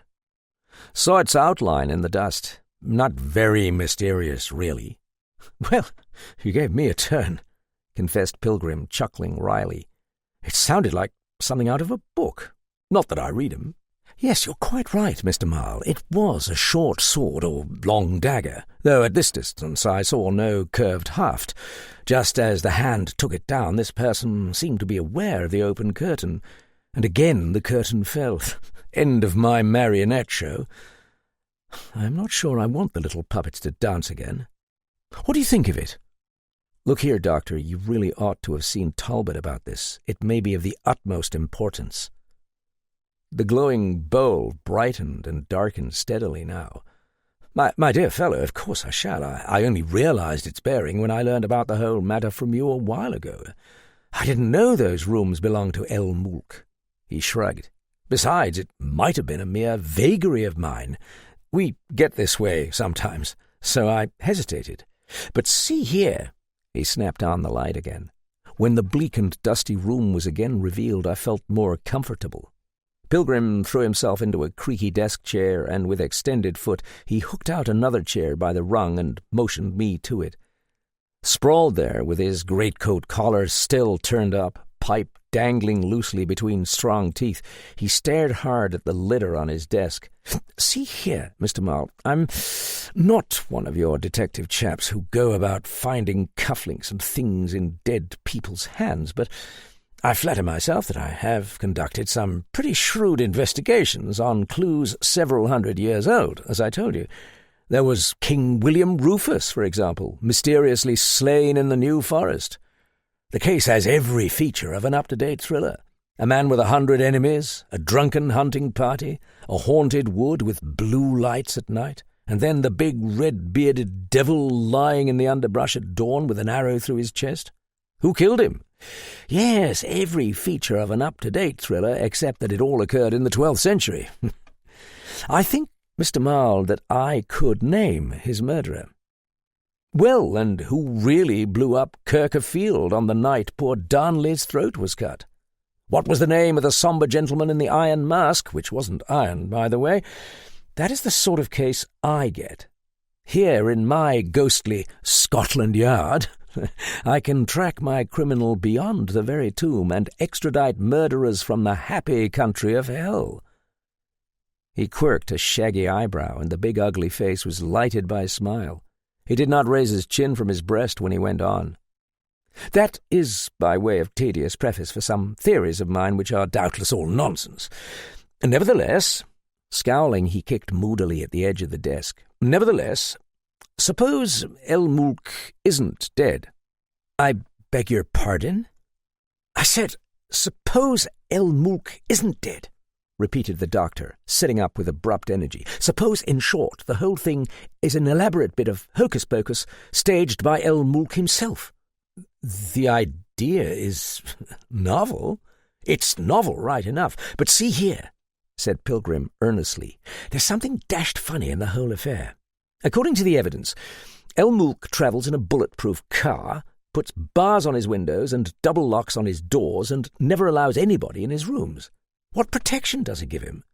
Apparently, this Jack Ketch is able to stroll into the rooms whenever he likes, leave a souvenir, and depart without being hindered by locks or seen by any servants. They just seem to take it as casually as though he were the postman. El Mulk, for his part, takes good care that every time he receives a threatening parcel, somebody sees him in a fit of gibbering terror. Reasonable so far? Yes. Next item. That enclosed staircase with a locked door, which everybody says is never used, has all the appearances of a public highway. At least somebody is in the habit of using it for visits at 1 o'clock in the morning, with a key to the alley door, mind you. While the visitor is going up, somebody is awake in the apartment, as I saw it, and obviously lets the visitor in. Hold on, that doesn't necessarily follow. Well, I can tell you, I watched the place for an hour after the person went in, and nobody came out. Unless he was camping outside the door, it looks very like collusion. It looks as though he lived there, and somebody in the apartment was waiting up for him. What about El Mulk himself coming in late? You told me yourself that this afternoon, when Graffin was there and Monsieur Benkelin walked through that door holding up a candle, Graffin mistook him for somebody else and yelled, "Go back, you fool," or something like that. Doesn't it smell strongly of collusion between the inmates? If we suppose that El Mulk planned his own fake murder, doesn't it explain everything? The man's memory was amazing. He seemed to recall the smallest point I had mentioned, and the points dovetailed with devilish plausibility. I said, everything except why anybody would plan a hoax on such a terrific scale. As I understand it, you were assuming that the persecution was El Mulk's conniving, that there is no hidden enemy, no Jack Ketch, and no Ruination Street, that El Mulk himself killed the chauffeur with a weapon from his own rooms and is at present in hiding. In short, that the whole case is one complete tissue of lies from beginning to end. "Ye God," I said, "let me get my breath." Pilgrim's eyes were shining with excitement, though he tried to remain very calm and very judicial. He poured himself a little brandy, turning the thing over in his mind. "In hiding," he agreed, nodding vigorously. "Close to his own rooms, perhaps in his rooms." "That's no good. We searched them." "All right, I have it. What about those other suites at the back of the club? There are 3 corresponding ones, one on each floor over the other, and each must give on to the private stair. I'll just lay you a fiver that at least one of them is unoccupied. 2, as a matter of fact. Sir John has the one on the ground floor, but the suite under El Mulk is empty. Ah! Now you see a use for that private stair, don't you? He has a hideaway under his own rooms and a means of communication with the outside free from all surveillance. It explains how those trinkets from the dead man might have been returned to the table. It explains Graffin's consternation when he thought El Mulk had blundered from hiding, and also what frightened the kid. Some mad idea of gibbets and vengeance must have come to El Mulk from brooding over his papyri. And this is the result." I stared at the faded brown curtain hanging before the window, while Pilgrim watched me carefully from over the rim of his glass. Unquestionably, in its accounting for details, the theory was so startling and so perfect that I found myself believing it. And yet, some stubborn sense of wrongness obtruded itself. "It's ingenious," I said. "It's damnably ingenious, Doctor. Nevertheless, it makes sense of all the parts, but nonsense of the whole. You explain the facts by demonstrating that the real El Mulk must be 1,000 times crazier than the mythical Jack Ketch. You produce thoroughly credible reasons to account for wildly incredible conduct. Why should El Mulk do all these fantastic things? I can believe that Jack Ketch killed the chauffeur in order to kill El Mulk, but I can't believe that El Mulk killed the chauffeur in order to play a joke." Pilgrim laughed. Oh, come, Mr. Mull. I didn't profess to be able to explain everything. I was merely suggesting a line of thought, but take my word for it, there's a good reason behind El Mook's conduct, a very good reason for this seeming lunacy. And you can scarcely blame me if I am unable to hand you El Mook's signed confession in the course of one afternoon. No, really, does it sound a worthwhile lead? I rose. So worthwhile, Doctor, that if you've a telephone here, I want to ring up Talbot at the Yard and have him look into those vacant rooms at once. Opening the door to his consulting room, Pilgrim turned on the light and indicated the phone. It was a bare monastic place with a green-shaded drop lamp over a closed roll-top desk and smelled of medicine. I sat down before the phone, which was attached to the desk. Talbot undoubtedly would still be with the superintendent. Courteously and in rapid succession, I was connected with Gerard 4223, Central 5091, Royal 8550, and Holborn 336, but being used to Paris telephones, where you get no answer at all, I was encouraged. While engaged in correcting the impression of some gentleman at City 1041 that I wished to engage a table at Wilkinson's Boiled Beef House, I noticed that the doctor had closed the door communicating with his workroom. I could hear him walking about rapidly, and once I saw his shadow fall across the ground glass panel. Presently I was put through to Scotland Yard. Superintendent Mason told me that Benkelin and Talbot had just left. I pondered. They had intended going to see the Laverne woman, and in all probability I should be able to catch them there. On an impulse, I asked for the Mount Street number, and this time I was answered almost immediately by a girl's pleasant voice. "May I speak to Miss Laverne, please?" "Miss Laverne is out at present. This is her maid speaking. Is there any message?" "No. Can you tell me where she went?" A pause. The voice asked my name. Finally it replied. Why, yes, sir. She went to Scotland Yard early this afternoon with the gentleman who called here for her." I rang off, rejoining the doctor, who was sprawled in the swivel chair as though he had not moved. I explained matters and added, "Lord knows where they are now, but if you're at the club about dinner time, I'm sure we can find them. And if you see any more manifestations—" "Righto. Glad to give you any help I can." He conducted me to the door of his office, and I blundered down the dim-lit stairs to St. James's Street. Before going to Sharon's, it might be just as well to drop in at the Brimstone and leave a note for them in case they turned up. What Colette Laverne had said under examination at Scotland Yard might be very interesting indeed, especially if she talked to somebody who really understood cross-examination.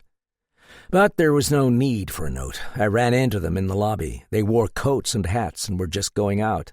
"Well," said Benkelin, "I thought you were going over to see Miss Gray." "I am, but listen, there's news, important evidence." "Walk along with us, then, and let's hear it. We're going to pay a call on Colette Laverne and have a talk with her." I looked at him in surprise. "On Colette Laverne? Didn't you see her at Scotland Yard?" Inspector Talbot opened his eyes wide. Benkelin's hand paused in turning up his coat collar. He snapped, "What do you mean, Jeff?" "Well, didn't you send a man to take her to Scotland Yard this afternoon? Her maid told me." "Oh, my God," Talbot said in a toneless voice. Under the bright lights of the lobby, his dusty face was white, and a horrible fear smote into me. Suddenly he stamped his feet on the ground like a man distracted. "Nobody was sent after her. And anyway, she wouldn't have been taken to Scotland Yard. She would have been taken to Vine Street. Quick, when did this happen?" "I don't know. I just talked to her maid on the telephone. She said it was early this afternoon." Talbot spread out his hands toward Benkelin. "He's got her," said the inspector. "Jack Ketch. And I posted a man there this morning to watch the house. What was the matter with him? What?" Before Benkelin could reply, Victor appeared from the passage towards the lounge. He said, "Inspector Talbot is wanted on the telephone." Victor's smug face blurred before me. The evil possibilities of those words crystallized into one monstrous shape, a crossbeam and a noose. Talbot looked blankly before him for an instant, and then he almost ran towards the telephone. while Benkelin and I stood motionless in the chill, bright lobby. In a few minutes, Talbot came back. He walked slowly. His eyes lifted slowly also. Colette Laverne has been hanged on the gallows in Ruination Street. Then his voice broke in fury. Get a cab, quick! Hurry! We're going to Mount Street.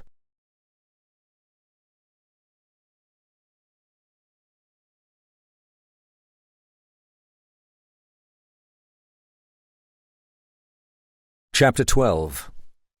The Mirth of the Murderer. We were in a cab and racing up St. James's Street before Talbot spoke again. They got the message at Vine Street not 5 minutes ago, he explained. They shot through orders to trace the call and found it came from a public call box in the Burlington Arcade. 2 men were sent out at once, but I doubt they'll find anything when they get there. I don't suppose there's any question. Benkelin shook his head. It's Jack Ketch, Inspector. But, as suspicious as she was, how did he get her to accompany him? Well, there's no use theorizing now.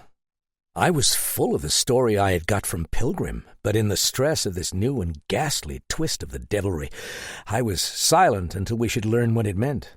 Another person had walked out into the fog to be swallowed up in Ruination Street. The thing I want to know is, said Talbot, what happened to Bronson? He's one of my oldest and best men. I set him watching the house this morning, and he had orders to stop everybody who went into the place and find out their business. I thought that was protection enough for her. He said no more until our cab stopped before the house in Mount Street. A street lamp near the door threw dim light through the fog on its cloistered and embalmed dignity, its polished doorknobs, its areaway, its glow behind drawn shades. It was sedate. It was, we'd better look for Bronson, Talbot muttered gruffly. The same thought was in all of us as we stared about. Benkelin went to the areaway, where he peered down the steps. No lights showed at the basement level. We heard the scrape of his feet on the stone stairs, and the presentiment of horror choked me like the raw fog. Better come down here, he said from the depths. I just walked on somebody's foot. A damp chill ground into us as we descended, groping. Then I walked on somebody's foot, a foot with a stiff leg, whose shoe seemed to hook into my own. Through fog and gloom a tiny glow appeared.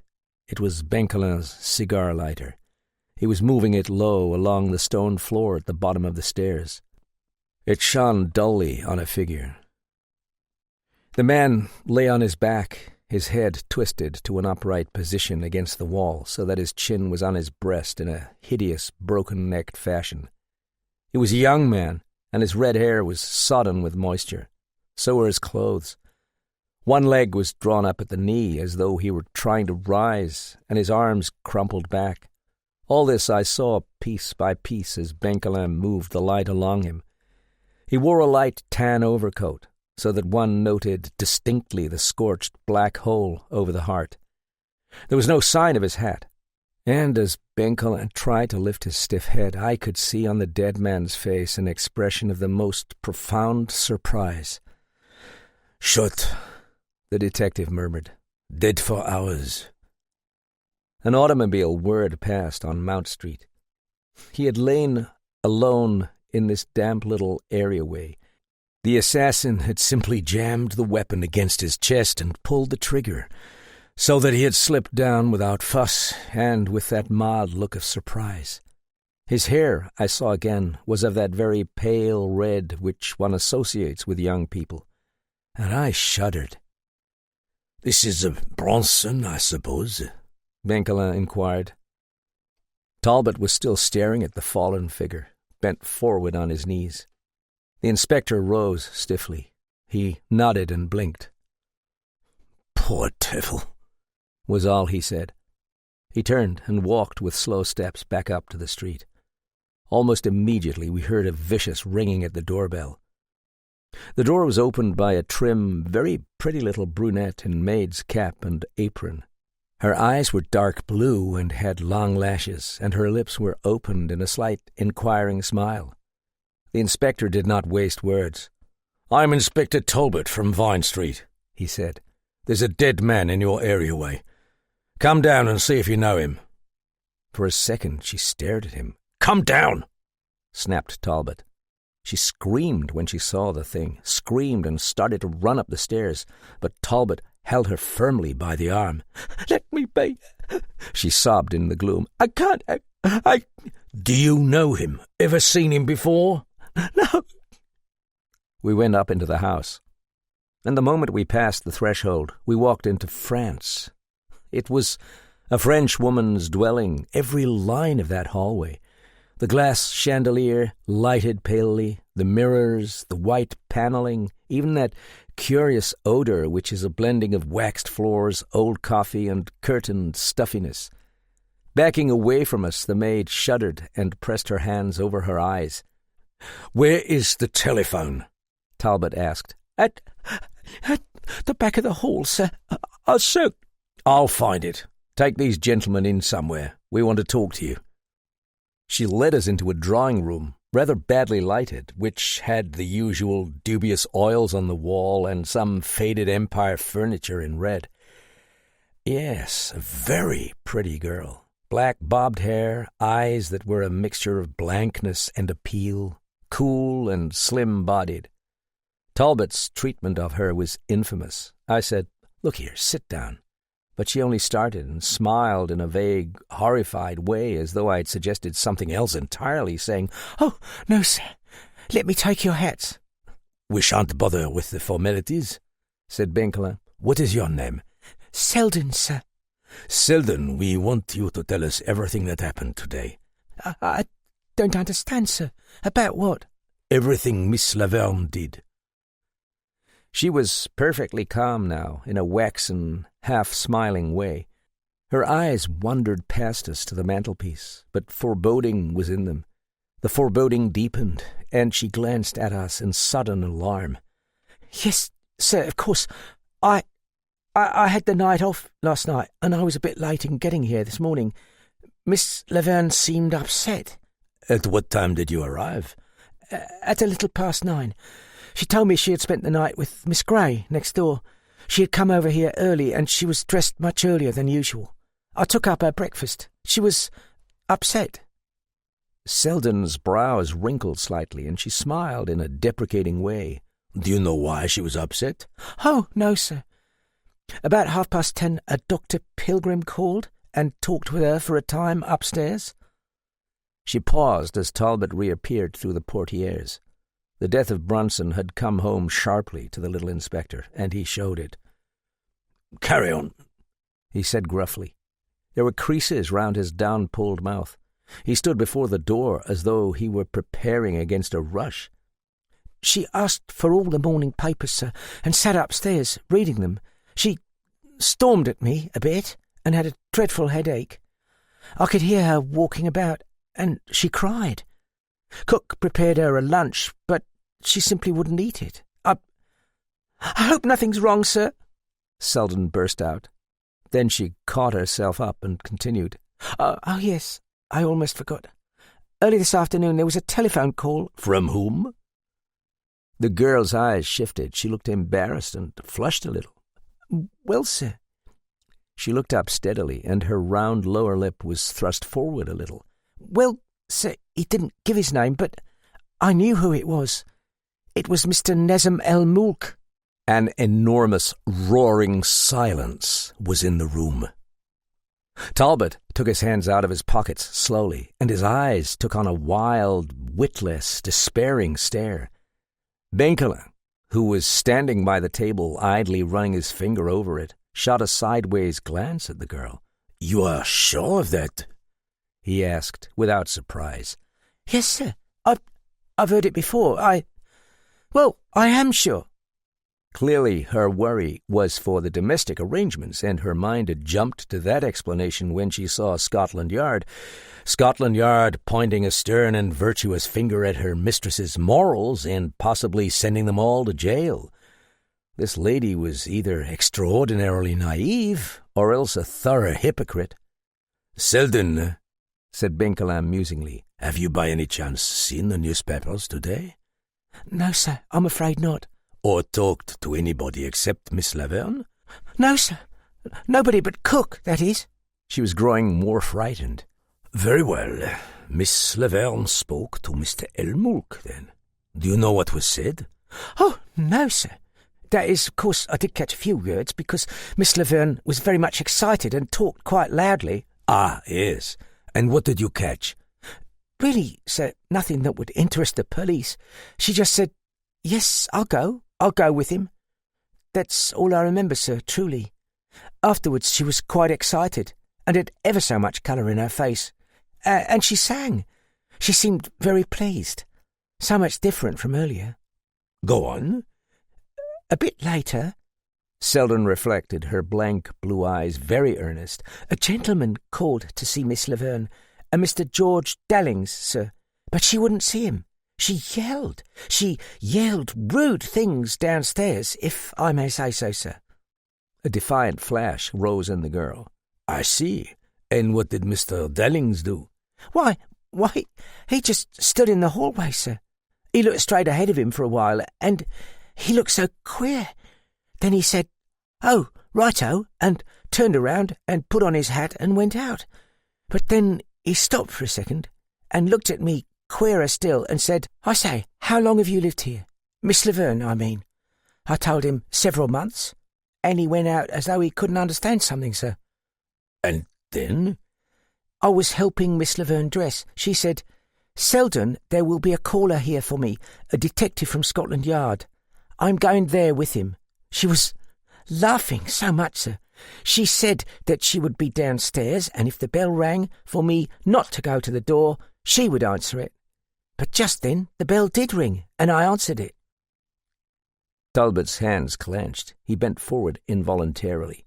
The only one of us whom the tensity of that moment did not string to the breaking point was Selden, but she caught it in our faces and hesitated. "Well?" Talbot demanded hoarsely. "Why, sir, it was only Miss Gray from next door. Mr. Laverne came downstairs, and I left them talking together in here. That's all I know, sir." "You didn't see Miss Laverne again?" "No, sir. I'd brought her wraps down, and I went below stairs with Cook. I didn't see her leave, but I heard the front door close, and I knew she must have gone." "Did you hear the doorbell again?" "Oh, yes, sir, but she had told me not to answer it, you see." Benkelin remained unruffled, tracing little designs with his finger on the table. "And at what time did you hear the doorbell, then?" I don't know, sir, I swear. 3 o'clock, 3:30, I don't know. Maybe Cook can tell you." Talbot put in, "You heard the closing of the street door. Did you hear any sound like a shot?" "A shot, sir?" Selden was growing hysterical. She hesitated, motioned towards the street with sudden knowledge, and said, You mean the poor gentleman who's dead?" No, sir, we did hear a sound, that is, once, and Cook said, 'Somebody's blown out a tyre.'" "All right," said Talbot. "Go and get this Cook now. Send her up here." Sharp now in the street rose the crying of a police car. There was a thud of feet on the pavement, and a long peal from the doorbell. "Go and get Miss Gray," Benkelin told me. "Bring her over immediately." When I went down the steps, grim figures in the fog were directing the smoky rays of bull's-eye lanterns down the areaway. Feet scraped on the stairs, and I heard smothered curses. A voice said, "Somebody go and unlock this area door from the inside." Sharon opened the door of the other house before I could reach for the bell. She wore blue, as became her. The expression of the amber eyes was a look of fear, and I knew she had noticed the tumult. "Jeff," she said. "Something's happened, hasn't it?" I told her rapidly. Her flushed cheek went pale, and she clenched her hands in a baffled way. "Something," she muttered. "Always something." From her look faded the dreaming of the firelight by which she had been sitting. Her perfume, the exquisite wave of her hair seemed futile, like the tete-a-tete we had arranged. A whiff of fog swirled into that low-lit interior which suggested deep sofas and the intimacy of old blue china. Raw dampness withered it, as it might wither the fragile hues of a painting on silk. From the next house jarred the creak of an opening door. A voice said, "Take him easy, boys." "Do you know anything?" I asked. "But I saw him. The man she went with." "And you recognized him?" "How should I recognize him? Besides, I didn't see his face. Come along, let's get this over. Nice quiet meetings we always have." We hurried over. As we entered the door of the drawing-room, a red-faced woman of ample proportions, apparently the cook, was just stamping out in a huff.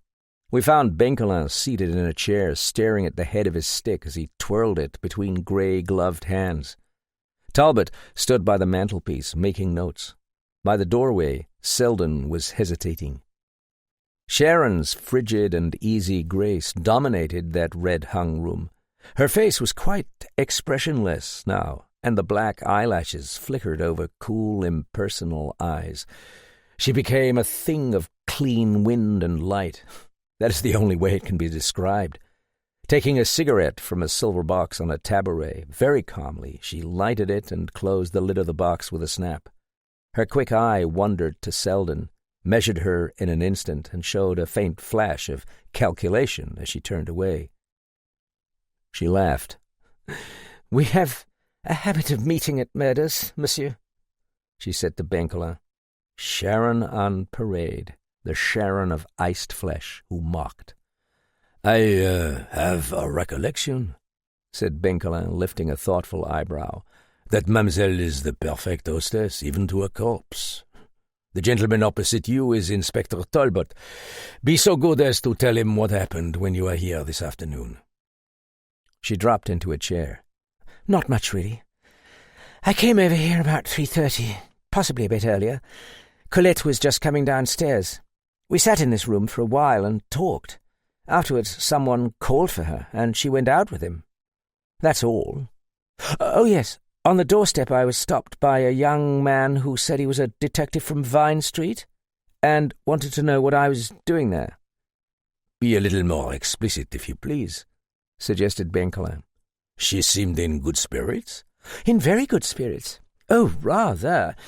I've never seen her look so happy, which," murmured Sharon, looking sideways at her cigarette, "is an achievement for Colette. She kept hinting at some mysterious thing she had just learned." "Did she tell you what it was?" "Oh, no. I gathered that her precious Egyptian was safe and sound, that's all."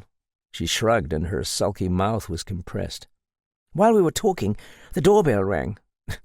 Oh, no, I'm forgetting something. Just a bit before that, we heard a noise. That must have been the shot. I jumped and said, 'That sounded like a shot.' But she said, 'Bah, darling, you have got the nerves.' Of course, when she had nerves, she must get ever so much sympathy, darling. I remember the time. It was 25 minutes to 4. Overdoing it, she stifled a yawn. She answered the bell, and I heard her talking to somebody outside. The portieres were drawn, so I couldn't see who it was, and anyway, the light in the hallway was very dim. I heard her laughing. Then she put her head through the curtains and said she must go. She was out on the sidewalk when I started down the steps, and she called to me to close the door. There was a man standing near the street lamp in the fog." The simulation of laziness left Sharon. Her eyes were fixed. "He was a tall man, with his collar turned up. I couldn't see him very well. He was hailing a taxi then. As I started down, she waved her hand to me. She was laughing hard, and all of a sudden the man joined in her laughter. He took hold of her arm, still laughing. As the cab stopped, she looked down, and there was a man's hat lying in the middle of the sidewalk. Across my mind drifted the memory of that sprawled, hatless corpse lying at the foot of the areaway, its pale red hair shining dully, and the scorch of black powder burns over its heart. Lying there, its hat on the sidewalk, while Colette Laverne and her laughing, merry-hearted companion waited for their cab. The echo of evil jollity coiled round this silent room where Sharon sat with one hand pressed to her temple, staring. "And," she continued, "when Colette saw it, she said something like, 'Oh, look, somebody has left his old hat here.' And the man said, in a low voice, speaking French, "He probably doesn't need it any more, mademoiselle." She only laughed and gave the hat a kick, and it rolled out into the gutter. Then they got into the cab and drove away.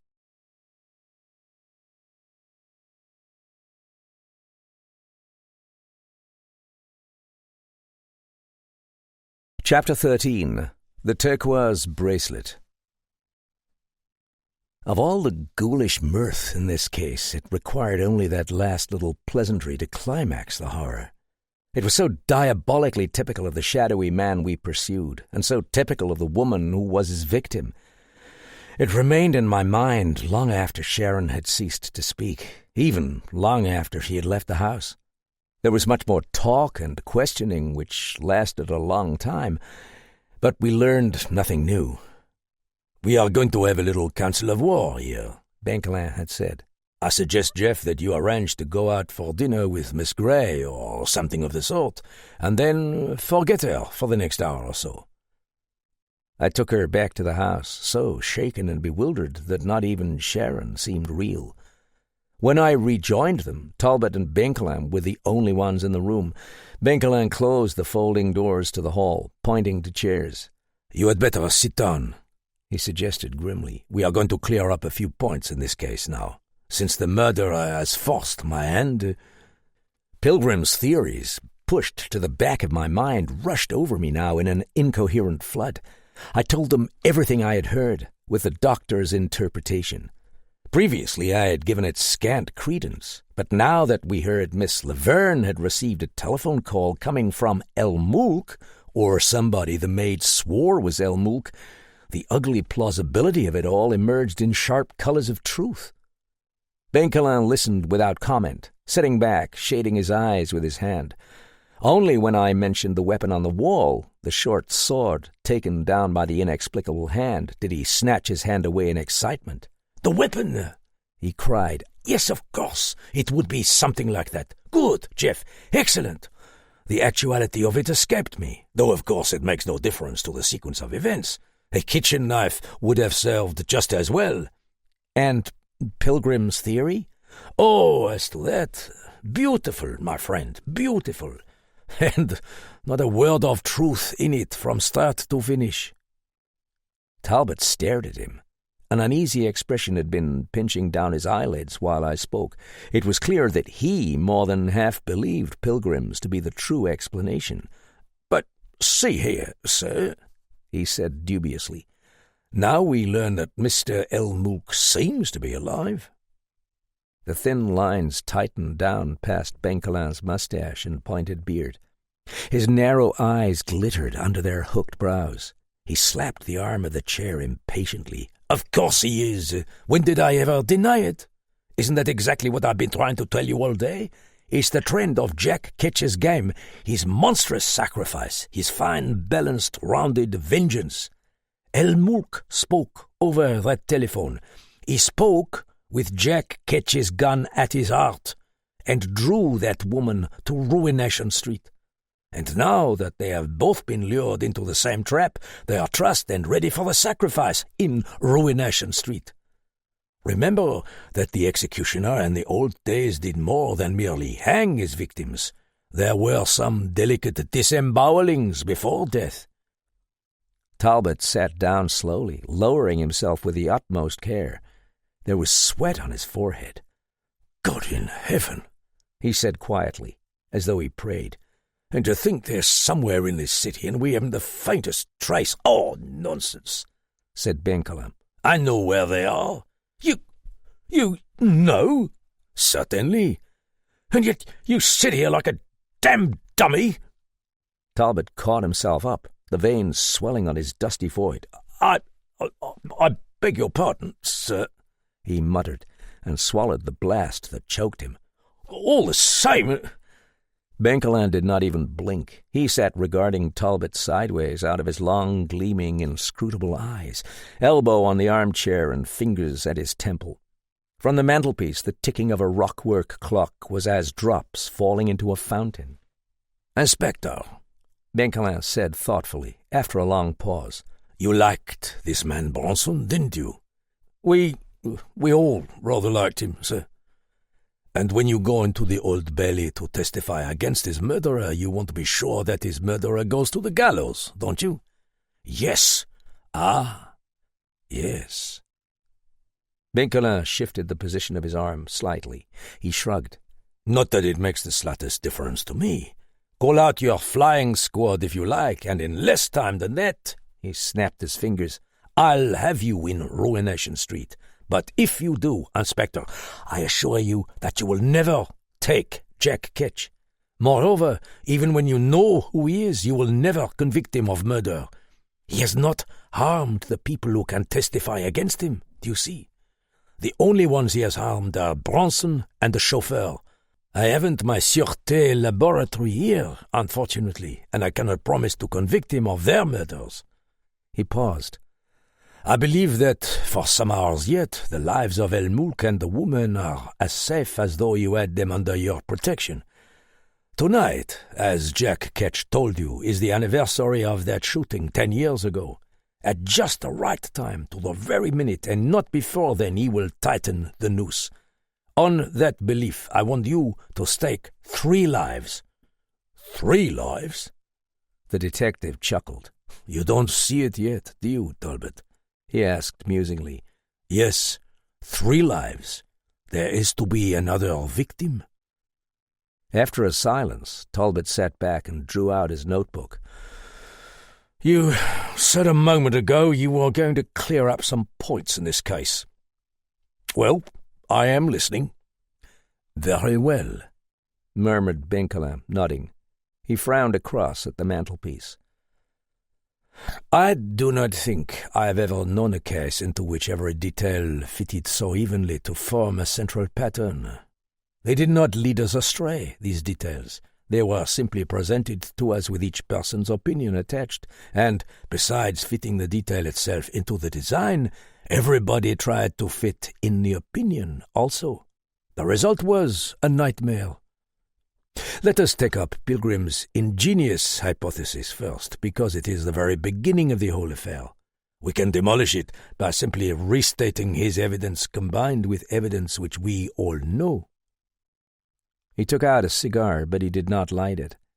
We know, first of all, that El Moulk and the Laverne woman were working together to discover the identity of Jack Ketch. In pursuit of this end, they were endeavoring to worm out of Dallings evidence which they thought Dallings possessed. This was very obvious from the very story Dallings told us at the beginning, the glaringly crude way he had been accosted by El Moulk, the pick-up at the nightclub, the clear evidence of collusion between the Laverne woman and El Moulk. And of course it was the reason why I asked Dallings whether he had been questioned by her. Last Monday night, 5 nights ago, you recall, Dallings got drunk and insisted on going home with her. She eluded him. He lost himself in the fog and had his various adventures, finding himself at length in Ryder Street. You may recall that I asked him how long this whole process had taken. His reply was startling, for he said, not more than 20 minutes.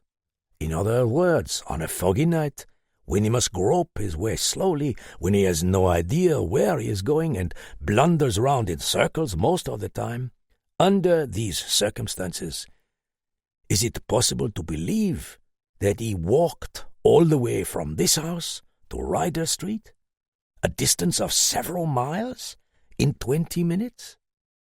More than this, he would have had to pass one of the most brilliantly lighted sections of London on the way, and he would be sure to run into crowds.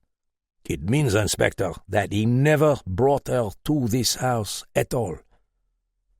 Benkelin lighted his cigar and puffed at it for a few moments. Dallings himself realized the absurdity of this when today, for the first time, he learned that her home was in Mount Street. That was why he was puzzled when he called this afternoon, and why he asked that inane question of the maid. I say, have you always lived here? The truth is that he must have let her out of the cab all unwittingly at some point very close to Ryder Street, where he eventually found himself. He let her out of the cab 5 nights ago at 1 o'clock.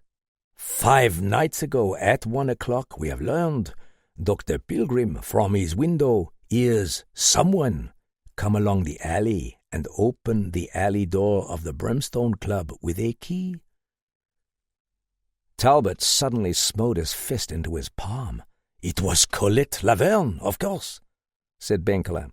I found her turquoise bracelet on that rear staircase, as you remember. Dallings told her she was going to lose it, and she did. She had merely arranged to go up and report progress to El Mulk, who let her in. But clearly she couldn't let Dallings know where she was going, or the game would have been spoiled. Dallings, as you will be able to see now, simply walked from St. James's Corner up to Ryder Street, a distance of several hundred yards. And if you still entertain any doubt on the point, have the maid in here and ask whether our friend Colette came home on Monday night. We knew what the result would be. Selden, when we summoned her, confirmed the statement. Afterwards, Talbot grinned. That's clever, all right, he admitted. I was a proper ass. There's nothing clever about it, said Benkelin testily. I simply arranged well-done facts in consecutive order. Have you ever heard, Inspector, that 2 and 2 equal 4? It is a fairly familiar observation. I doubt that even the American Mr. Coolidge could get much credit for sly humor if he tossed it off in his droll and whimsical way. But that is precisely the trap. Knowing that they equal 4, we become quite unable to put them together. We hang 1, 2 on the chandelier and throw the other under the sofa. The difficulty is not in adding them, but in performing that strange, mystic, and terrible operation of putting them together. But look here, I put in. Why didn't she tell me last night, then, when she mentioned the matter, that Dallings hadn't brought her home here? Benkelin raised his eyebrows. You must consider, Jeff, he returned, the clear and unsullied simplicity of our lady's mind. I don't think it ever occurred to her that it was in any way important, which, incidentally, it wasn't. It didn't matter to her whether she spent the night with El Mulk here or in his rooms. So why mention it to you? No, it is important to us, as you will see before this case is over, but never to her. But what about the hand Pilgrim saw taking down the sword? Demanded Talbot. A different matter altogether. Of course, you jumped to the conclusion that the person who entered El Mulk's back door with a key was connected with the person who took down the sword. What basis had you for assuming that? Only Pilgrim's poetic theories, which tried to show El Mulk practicing a huge and deadly hoax. No. Colette Laverne's midnight visits were a part of El Mulk's protection of himself. The hand which took down the sword was a part of the elaborate design against him. He rose and took a turn about the room. He was watching Talbot, and suddenly he snapped. Well, don't you see what all this means? Never mind Pilgrim's ideas, but if you grant that Dallings really took her to the alley behind the Brimstone Club and that he let her walk up St. James's Street to Ryder Street, what follows? The significant point is that during this very short walk along St. James's Street up as far as Ryder, he saw the shadow of the Gallows. And as you yourself pointed out, it is too monstrous to assume that casual people are sitting up all over London amusing themselves with gibbets at 1 o'clock in the morning. It means, said Talbot slowly, that we have narrowed the search for Ruination Street down to a few hundred square yards. Benkelin swept him a great bow. Bravo, Inspector! That is it exactly. Which, of course, suggests the inference that... No, you shall make it for yourself. Talbot scratched the back of his neck with his notebook. He was plunged in profound and wryly humorous meditation. Blast it, he said. That's clear enough. You knew this all the time? Naturally. Well, then, why not speak out, sir? Why let me make an ass of myself chasing all over London for lost streets? Because, Benkelin answered, I didn't want the murderer to be warned. I wanted to let him think we were wildly searching for these lost streets in every quarter except the one where he has his lair. But if you know who the murderer is—" The cigar smoke left Benkelin's nostrils in two thin streams. He turned from the window where he had been staring out into Mount Street. "And the only evidence I have against him," he said, touching his forehead, "is here. If I had Sanoir and Dislar and their assistants in the laboratory, I should simply say, 'Monsieur, this is the truth, now prove it for me.' Then lights would go on over their microscopes and shiny test tubes bubble for them, so that presently my gnomes would come smiling out of their cavern, and voila! On somebody's neck the knife of the Red Widow would fall. You remember, Jeff, how they confirmed each statement I made in the Salini case, but I haven't got them. And so I must snare my murderer in another way. I must lay a trap for him, and when he goes after his third victim—" "You said that before. Who is his third victim?" "Why, Lieutenant Graffin, of course. Surely you saw that?" Talbot made little clucking noises. He spread out his hands. "If it's so obvious as you seem to think," he observed sourly, "I suppose I should have seen it. But excuse me, I didn't." "Graffin? Why Graffin of all people?" "Because Graffin knows who Jack Ketch is. More than that, I had better tell you, I suppose." "By all means do," said Talbot in a sugary voice. He mopped his forehead again. "I asked you this morning, Inspector, a number of questions and hoped they would lead you in the right direction. There are several sinister queries to be answered about this man Graffin. Why does El Mulk, a recluse, without an occupation and without social duties, keep a private secretary? Above all, why does he employ Graffin? The man is a drunkard, not only unfit for his duties, but even boasting about his neglect of them. He lies around in a half-stupor all the time. He laughs at El Mulk, taunts him, and rages him, and altogether drives him to such a fury that the Egyptian has great difficulty in keeping his hands from Graffin's throat. Yet, in spite of this, El Mulk endures every insult and actually coddles Graffin. Does our Egyptian strike you as a very sentimental or tender-hearted sort of person? No, Inspector. There is only one answer to it, and the answer is blackmail." Benkelin struck his fist against the back of the chair. "Blackmail, then. But about what? About a matter so serious that the headstrong, violent Gallows El Mulk does not dare protest, even when he is offered insults which might ordinarily drive him to murder. Blackmail about a crime, no less. El Mulk has no position to lose, no reputation to be wrecked by some minor scandal. He is guilty of a crime, and Graffin holds the proofs. Obviously, they are legal and tangible proofs which need no support from the word of a disgraced and besotted officer. Obviously, too, they are not kept about the person of a man who is generally in a stupor. They have been left with somebody under seal and with a note to be opened in case of my death.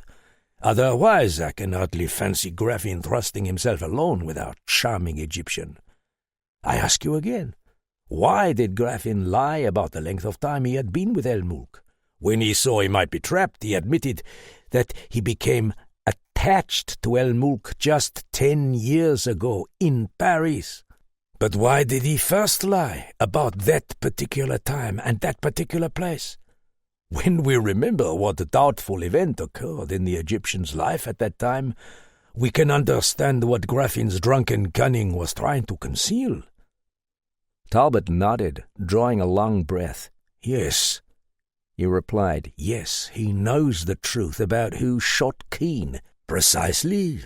You recall how he went pale when I asked, 'El Mulk has never had cause to regret this extra expense, has he?' That struck home. Our wild and sottish lieutenant now emerges in more sinister colors.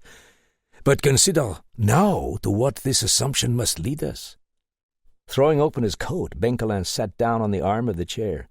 He pointed his cigar at the little inspector. "Jack Ketch's persecution of El Mulk began just after the Egyptian came to London, a little over 9 months ago.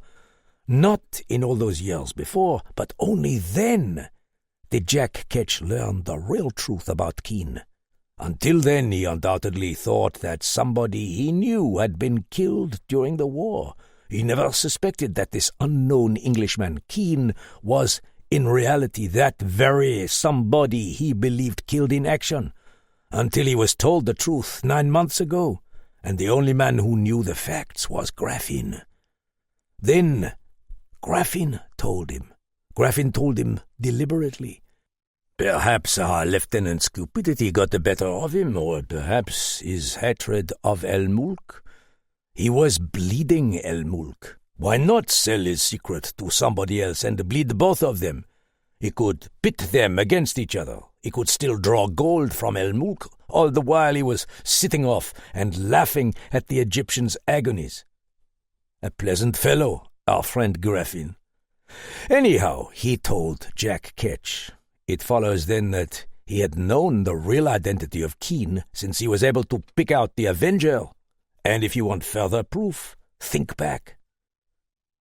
Staring before me, I saw those red and rheumy eyes, the scrawny red neck, the drunken leer of Graffin, metamorphosed now into a thing chuckling and leprous. Benkelin went on. Do you remember last night when we were crossing the lobby of the Brimstone after we had looked at the chauffeur in the billiard room? Graffin, we know, had been upstairs all day. How could he possibly have known what had happened? But down he came flying in his dressing gown, calling out, "Can you tell me where the detective is?" That was a horrible mistake. No signs of anything wrong in the lobby, no disturbance whatever, merely a policeman standing by the door. But he had been waiting upstairs in those gloomy rooms for news of the outrage. And finally, when he was unable to restrain his fear and curiosity any longer, he came downstairs. Seeing one policeman in the hall, he knew that what he expected had happened, and he blurted out those damning words. There was silence. Talbot beat his knuckles against his forehead. I see. Oh, yes, I see now. Then Graffin knows who Jack Ketch is. Benkelin laughed. It was that deep, shaking, almost soundless mirth which convulsed him when he had pinned somebody like a butterfly to a card. Of course he does, Inspector. Examine his conduct now in the light of that fact.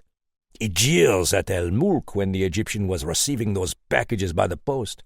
His wild denials to us that El Mulk was the victim of any persecution. His too great insistence that he had no idea of the source of the threats. The man is endowed with a species of low, mean cunning which would not deceive a child. Examine, in short, everything that he said or did, and see if it does not bear me out. Recall his outburst. "Go back, you damn fool, go back!" That exclamation so ingeniously and wrongfully explained by Dr. Pilgrim when he saw me come out of the staircase door with a candle. He would never have mistaken me for El Mulk. I am at least 10 inches too tall. He did mistake me for the murderer. Finally and conclusively recall Mademoiselle Laverne's remark that somebody knew the identity of Jack Ketch, but could not be persuaded to tell. She knew, naturally, that Graffin knew, but she knew that trying to learn from him was useless. The clock struck 6:30 as Talbot sat with his head down, brooding. "Yes, of course," he said. "He blackmailed Mr. El Mulk, and now he's blackmailing somebody else. A dangerous thing," said Benkelin. "To try on Jack Ketch. Moreover, do you see that Graffin is his logical next victim? It will complete the gay trio. El Mulk, who committed the crime, Colette Laverne, who abetted it, and Graffin, who concealed it." He paused as Talbot rose decisively. "I think I shall have a little talk with Mr. Graffin," he murmured in a chilly voice. "Sit down, Inspector." Benkelin snapped. "Sit down. If you are advised by me, you will do nothing of the sort. Graffin is our bet for Jack Ketch. I am going to outline to you a plan which will go into operation tonight. If you will have dinner with me, we can talk it over. Jeff, you are going out with Miss Gray, but let me beg of you at all costs, be back at the Brimstone by midnight. There will be work. Tonight, I assure you, Jack Ketch will be prowling to kill." He rose from the arm of the chair, buttoning up his overcoat. It was the hungry hour when one begins to think of lights and cocktails and black clothes laid ready. Energy is newborn. Traffic sinks to a more leisurely roar, and in tall restaurants there is a warning clink of tuned fiddles. Already outside the theatres, the long gallery queues would be forming, jostling, cracking jokes and eating, with maybe some coins for a street performer who amused them while they waited. But we awaited the time when the little curtain should fly up on a Punch and Judy show. Even now we could hear those ugly puppets flopping about in their box, ready for the swampy dark, where they would cackle and chase and kill. "We close in on him, Inspector," said Benkelin. "A few more hours." Smiling, he drew patterns on the carpet with his stick.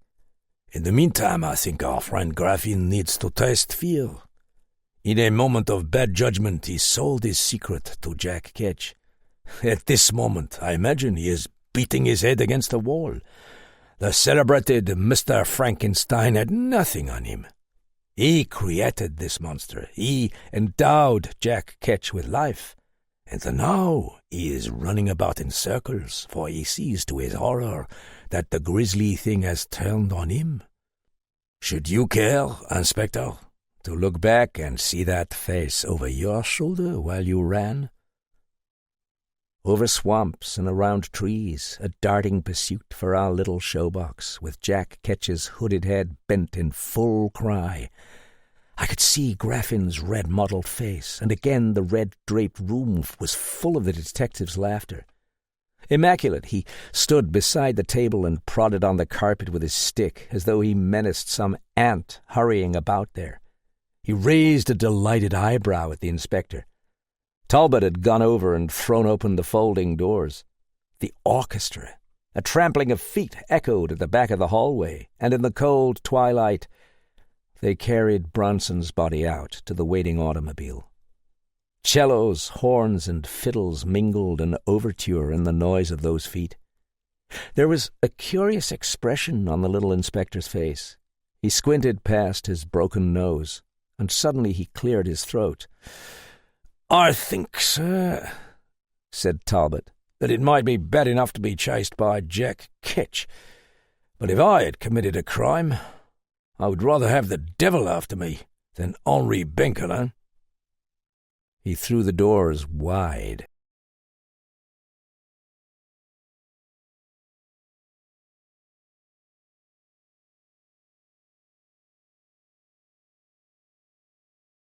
Chapter 14. How the Glove of the Dead Man Beckoned. No one to talk with, all by myself. No one to walk with, but I'm happy on the shelf. Ain't misbehaving.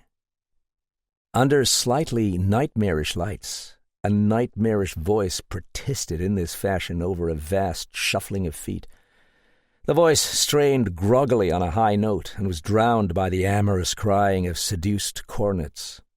Round in the gloom of the dance floor wriggled a hot and coloured centipede, of which I was 2 legs. We were packed in tightly, so that heat waves quivered up past the collar and mingled in the brain with a crackle of drums and champagne. But I could look down and catch the line of Sharon's eyelash as we danced, and the expression of her eyes as we were pressed together. And I hoped, for more than one reason, that the music would not stop too suddenly. All evening after dinner we had been wandering round to supper clubs. That is to say, you bought a supper consisting of 3 sandwiches, each 1 inch square, so that you might drink champagne until the waiter yanked it out of your hands. It all commenced, of course, when Sharon had insisted on dining at one of London's unspoiled places. Now, if there is one lesson which a normally intelligent person learns in Paris, it is to beware of people who want to take you to quaint restaurants which nobody knows about. They are exactly the restaurants everybody knows about. The smaller they are, the more obscure and hard to find in a labyrinth of back alleys, then the greater your assurance that they will be shrieking infernos, jammed to suffocation by a mob of eager Columbuses. When visitors to Paris ask me to take them to some quaint and unspoiled place, I always suggest the Ritz. A good dinner has 3 essentials: food, wine, and privacy. The dinner table, in short, is the place for talk and philosophy, but nobody can feel quite so uncomfortable as a philosopher overheard. Those crowded Parisian wall seats where you are jammed elbow to elbow with every noisy stabber and forced, even worse, to overhear your neighbours as well as be heard by them. The yells, the struggling waiters, the blatter of noise. There are now in Paris just 3 restaurants one may enjoy, and these are bearable because they are so celebrated that nobody ever goes to them. But Sharon's romantic soul was set on an unspoiled place, and we went. To my surprise, it was only moderately jammed with evening gowns and white ties, and I was deeply obliged to Sharon because it specialized in that noblest of all drinks, beer. Lovely and fastidious ladies like Sharon will drink beer only at unspoiled places.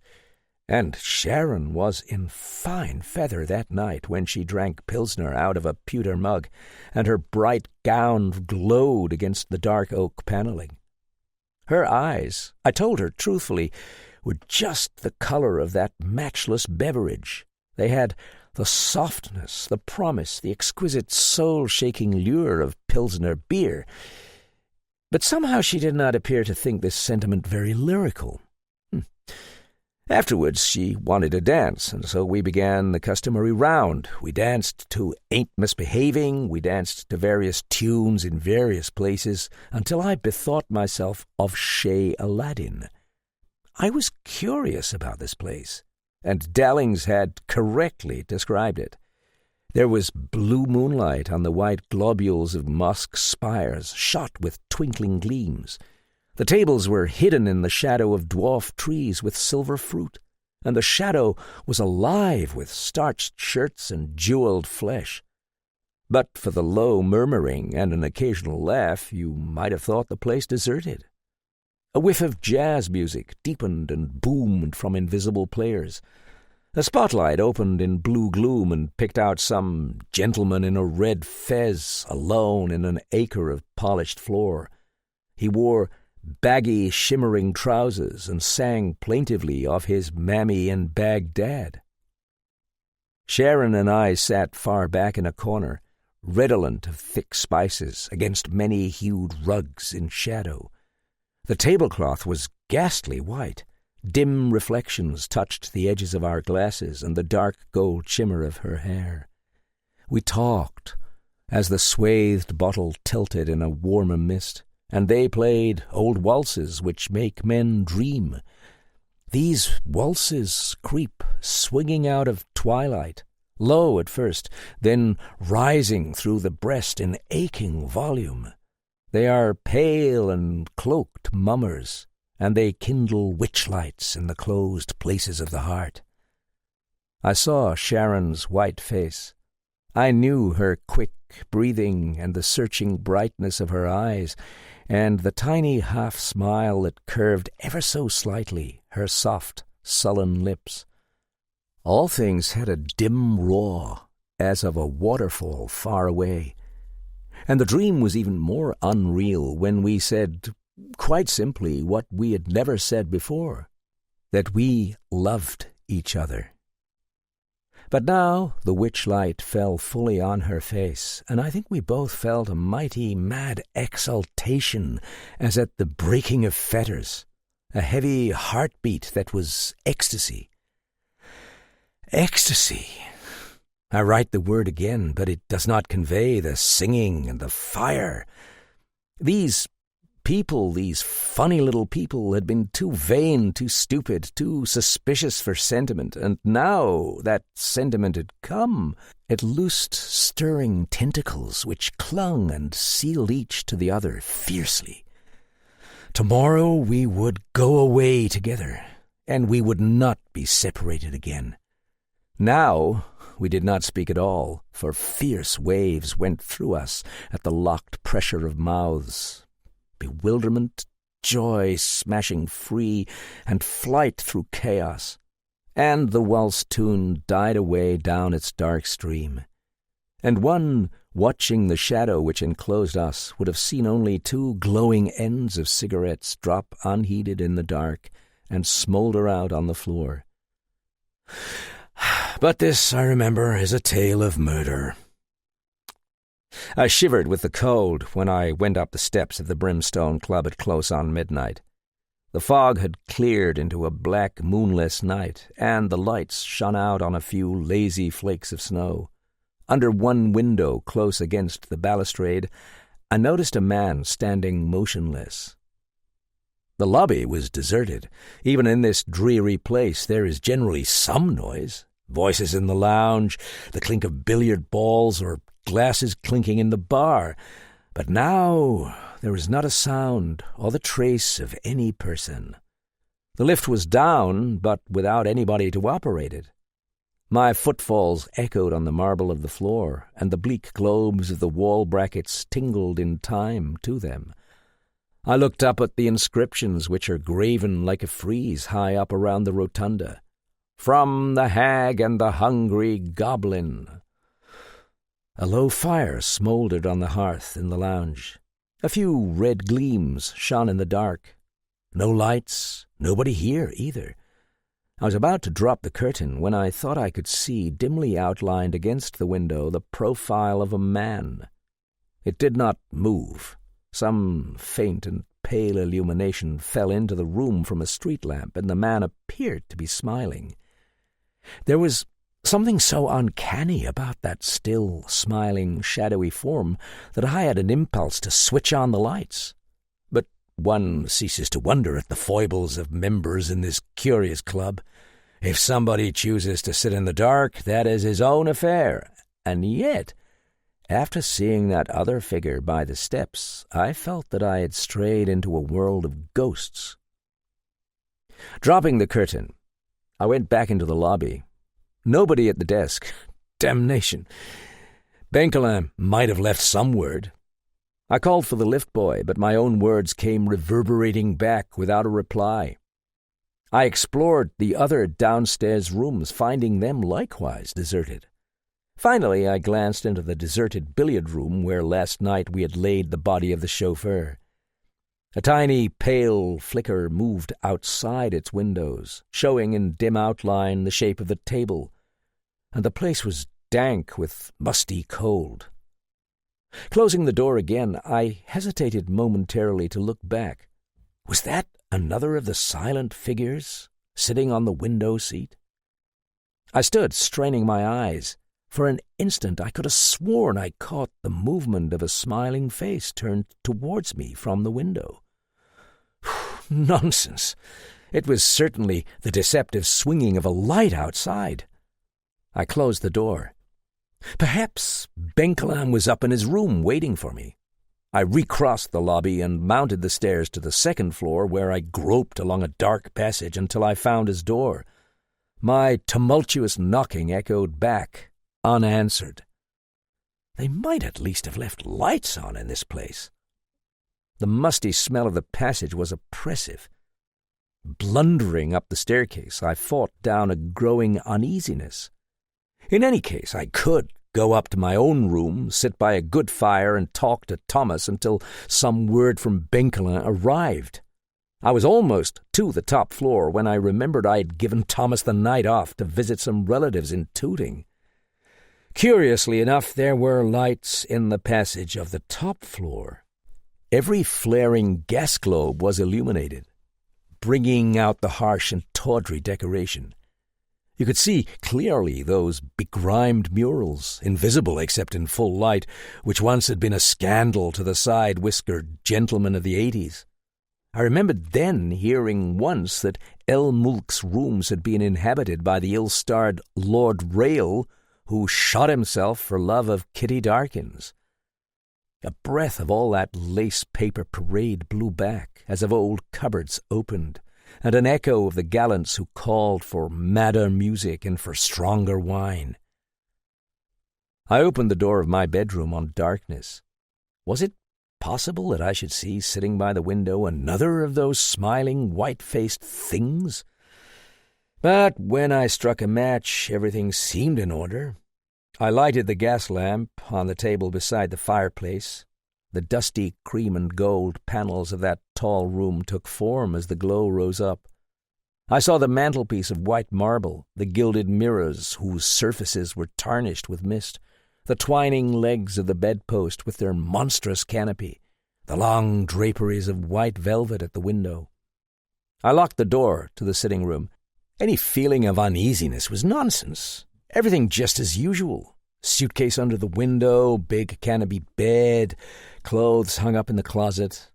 Like old Scrooge, I thought, this peering about. Nobody in his dressing gown, which was hanging in a suspicious attitude on the wall. I put it on, tossing my jacket and wet overcoat across a chair. They had neglected to lay a fire, and the room was freezing. Annoyance blazed almost to fury in me. I pressed the bell savagely, ringing it a long time, and then sat down in an armchair before the cold grate. Was that the sound of somebody hammering? I jerked up my head from contemplation of the grate and listened again for that faint noise as of nails being driven into a board. It was intermittent. First I thought I heard a couple of thuds, then a long silence as of some artisan studying his work, and at last, when I just dismissed the matter as my fancy, several swift, muted blows. Still, it was so far away that I must have fancied it. I went to the window, which gave on the air shaft, and tried to peer out, but the glass was thick with frost. Somebody knocked at the door. I have got to confess that the heart rose queerly inside of me as I said, "Come in." There was a sort of chirping, and the wrinkled face of Teddy was poked round the knob. "Hello, sir," he said, grinning. "Did you ring, sir?" Wrath was useless. I told him sharply to bring some coal and kindle a fire. He nodded several times, blinked his eyes rapidly, and disappeared in a scent of hair pomade. Presently the rattle of the coal bucket approached. Singing to himself in his cracked voice, Teddy busied himself with the fire. He had just lowered the damper, and a cheerful roar was throbbing up inside the grate when I heard the hammering again. It was as though something were being built. A scaffolding, say, or... I was pacing about the room when my eye fell on one of those odious neckties of sunburst colors which women take such delight in giving as Christmas gifts. I held it up, simulating open-mouthed admiration, and I could see the gleam in Teddy's look as he watched me. I said, "Seen any more ghosts, Teddy?"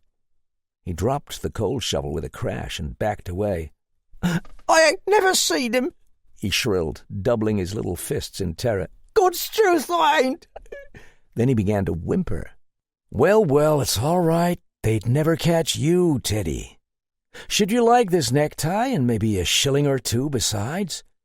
He muttered, watching me furtively. "But I ain't," he added with glaring passion.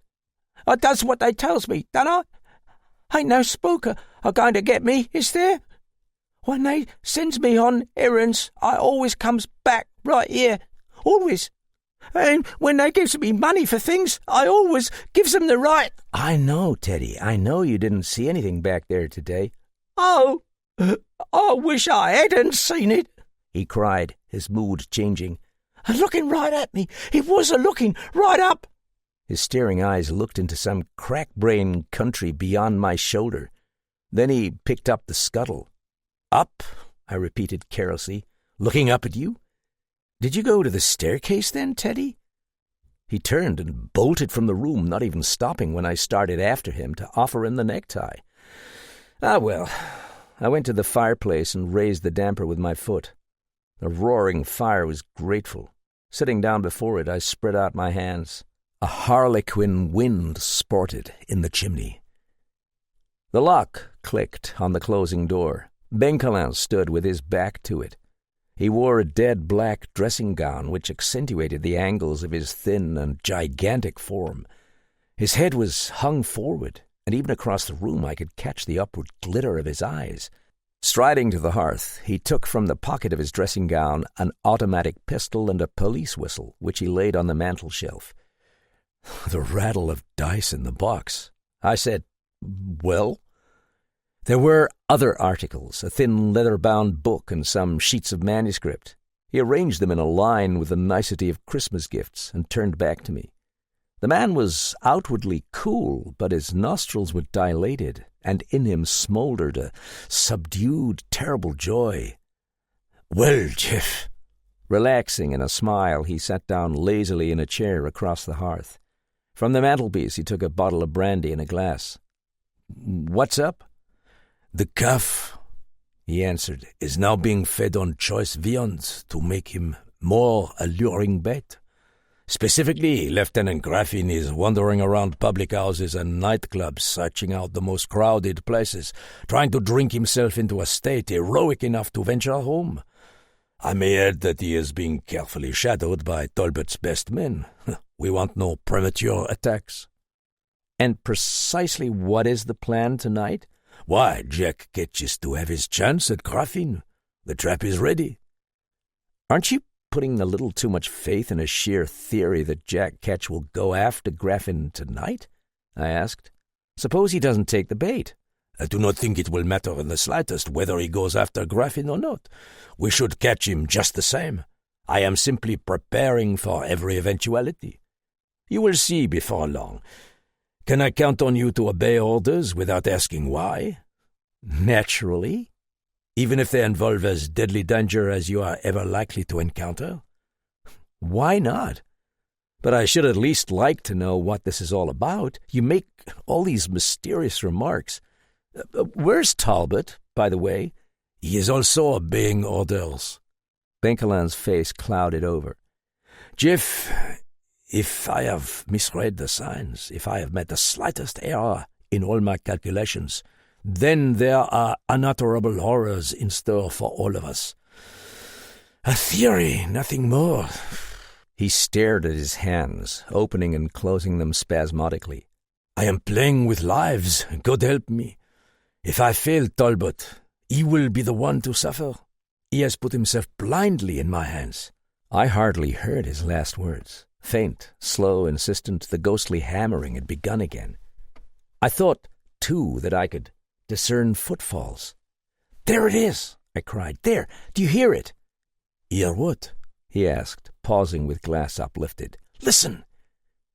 This was not a trick of fancy. Knock, knock. A pause. Knock, knock, knock. The stealthy blows beat again. Surely any sane person could hear it. Surely Benkelin was not chuckling and cocking an eye at me in a sympathetic way. "My dear Jeff," he said, "you are getting overwrought. Perhaps you are not in shape to—" "This is some damn trick of yours," I said venomously. "You hear that noise as well as I do. You're not deaf. Well, if you're trying to play on the murderer's nerves, all right, but say so. Don't stand there." "Have it your own way," he answered, sighing. His voice became sharp. "Easy, old man. Take it easy. Are you with us or not?" All right, go ahead." I lit a cigarette. He nodded as though approving some theory in his mind and drew out the armchair on the other side of the hearth. "We may have some time to wait. Graffin hasn't come in yet. If there are any demonstrations in the other quarter, I shall be notified. In the meantime, we must possess our souls in patience. But I think I can fill in the interval amusingly by telling you some pertinent facts." He was silent for a time, with the brandy bottle dangling from his hand. Then he looked at me with that squinted sideways glance, and asked casually, "Jeff, where did Elmook go on the night he left here in his car?" I said, "Now, frankly, isn't that a fine question to ask me? Scotland Yard, please copy. To Ruination Street. To hell, maybe. To—" "Use your wits," he suggested gently. "What do we know about it? We know, then, that he started from Mademoiselle Laverne's house. On the way there, he was attacked. He nodded again in that absent fashion and held up his hand. "I am glad you mentioned those things," he said. "Those are the two pieces of evidence we have. Those are the two pieces of evidence we were intended to have. And both of them are wrong." I shrugged my shoulders helplessly. Benkelin went on. "His stick and gloves were found in the car. Therefore, we were to assume that he never reached his destination. A box of orchids was found beside the stick and gloves. Therefore, we were to assume that his destination was the house of Mademoiselle Laverne." "Well, he telephoned her to expect him." "Say rather that Mademoiselle received a phone message telling her to expect him shortly after 7. Then the message said they would go out and dine. The sender of the message explained his strange voice on the phone by saying that he had caught cold. You talked to Elmoulk, Jeff? Did he have a cold?" "No." "Ah, I thought not. No, this message was sent about 6 o'clock. Early in the afternoon, before any such appointment had been made. In fact, before he even knew whether he could locate her, he apparently ordered a corsage from the florist. This strange cold is also commented on by the man at the shop. Now, Jeff, if you are going out to dine, does it ever occur to you to carry a corsage to the lady? You have them send it to her, do you not? The other proceeding is rather ludicrous, particularly if you have ordered those flowers many hours earlier. Somebody calls at the shop for the corsage, a very tall man, we learn, certainly not Elmoulk. Was it somebody in his household? Joyer would not answer the description, even if he had been in London, which he was not. Graphine? From the description it is possible, but we have ascertained that he did not leave the club all day, and it was not a club servant. The thing looks queerer. Finally, what happened to this mysterious corsage after it was obtained at the florist's? The car was overhauled before it left the garage, and nothing like a corsage was in it then. You saw Elmoulk come down the stairs and enter his automobile. Did he have the box with him then?" "No, I am sure of that." Benkelin made a deprecating gesture. "There is no use dwelling on this point at length. Obviously our mysterious man with the cold put in both phone calls. It was not Elmoulk. Elmoulk knew nothing about either the appointment or the orchids. In short, it was somebody who was neatly producing evidence that Elmoulk intended going to Mademoiselle Laverne's. In case we should never find out about the appointment, our man with the cold considerately wanted to give us evidence that he was going to see a woman, hence the orchids. Since they were not in the car before Elmoulk started, and since he did not take them to the car himself, clearly they were put in afterwards, after Elmoulk had left it, by the tall gentleman who obtained them at the florist's. They were left as a false lead after Jack Ketch had caught his prey." The thing was so blatantly plain as he explained it. I flung my cigarette into the fire and lighted another. Benkelin chuckled. "We have established, then," he mused, "that Jack Ketch wished to mislead us as to Elmoulk's destination. By the stick and gloves, we are intended to believe that he was lured out of the car by a stratagem, I suppose, and attacked then. Let us see what really happened. Call up in your mind a picture of those gloves as we examined them. The right-hand one, you recall, bore some curious dust marks?" I nodded. Those smudges on the tips of the fingers and thumb and the broad level smear across the center of the palm were distinct on an ominous white hand in my fancy. "You have told us yourself," the detective resumed, "that when he entered the car he was wearing those gloves on stand. By the cleaning of the automobile we know that he could not have got that terrifically thick dust coat, very black and heavy, on his way, even if we can fancy a posture of his hand by which it could have come about. Then, of course, he got it after he got out of the car, somewhere. Of course, also, he was still wearing the gloves, since the dust marks are of fingers inside them. And yet," cried Benkelin. "We are asked to believe that somewhere on this ride El Mouk was lured out of his car, attacked, and dragged off. What a nightmare of impossibility, Jeff. El Mouk, wearing his gloves, steps out. He is set upon and struck down, after which, in his abductor's power, he very carefully removes his gloves and places them neatly, one on top of the other, in the rear seat. The sheerest nonsense, old man, that the credulous gullet of man was ever intended to swallow." "It is plain that El Mouk quitted his car of his own free will. He wore his gloves, and he carried his stick. You recall those thick mud stains over the top of the ferrule? The chauffeur sat solidly at the wheel, unalarmed, unsuspicious. El Mouk was unsuspicious, though he travelled behind the bulletproof glass. He had reached his destination."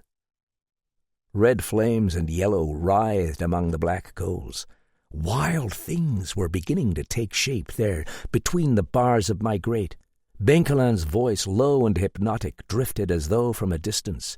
"Remember, Jeff, that the stains on the glove were dust, not mud. It was a wet night. Any marks of mud, any marks he obtained outside, would have hardened. These stains came from inside the house to which El Mouk was going, the house to which he did go. See in your imagination the top-hatted dandy leaving his car in the fog. See him crossing some street, entering a house, and then in the darkness, fancy on what he rested his hand so as to stain the glove in this particular and significant pattern. Smudges as of grasping at the fingers and thumb, broad flat dust in the palm. I saw in the grate, as in a monstrous blazing mirror, a gloved hand reaching out to touch. "A stair rail," I said quietly. There was a long silence, and then the splash of brandy poured into a glass. Benkelin laughed suddenly. "That," he said, "was what I was looking for when you saw me examining the stair rail with a candle. This elaborate mummery merely means that El Mouk drove around the block, parked the car in the alley, and ascended the rear staircase to his own apartments."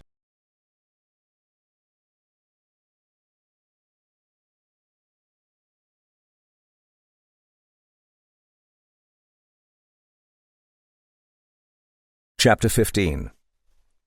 The Street of Strangled Men. There are times when the unmistakable, the obvious, crashes down on one's brain with a blow like a blackjack's. A curtain snaps up, lights go on, and what was so terrifying is revealed in one surge of disgust as a sheet, a broomstick, and a candle-lit pumpkin. One kicks the pumpkin in wrath to see it fly apart. Now, Benkelin had risen and was leaning in that familiar position against the mantelpiece, regarding me amusedly. "I found the glove marks, of course, on the stair rail. When you saw me," he continued, "I thought surely you would realize for what I was looking. And then this afternoon, when I gave such clear indications to all of you as to just where Ruination Street was located, I fancied you would be certain to see the obvious conclusion." "Then Ruination Street is the alley behind this house? It has been glaringly apparent from the first. I will explain that curious name in just a moment." Smiling, he stared deep into his glass and swirled round its contents. "But why, in God's name," I said, "why should a man call his chauffeur, get into his car, and drive around to the rear of his own house?" "Exactly, Jeff. Why should he? That is the very point which sent you in the wrong direction. When a man leaves his house, you do not naturally suspect that he is coming straight around to it again by the back door. That was what El Mouk bargained on." "What El Mouk bargained on?" "Yes. Have you forgotten that curious scrap of conversation we learned from Joyer? Just before Joyer left for Paris, El Mouk spoke to him, and do you remember what he said? 'If my plans work out, I am going to trap this Jack Ketch, trap him at work. I have found a helper right here at the club.' Jeff, El Mouk thought that night that he was laying a trap for Jack Ketch, and in reality he was playing into Jack Ketch's hands. What must have happened is very simple. The murderer, unsuspected by El Mulk, makes friends with him. He tells our Egyptian that he has noticed some curious happenings in El Mulk's rooms. Possibly he even tells him that he has seen Jack Ketch at work.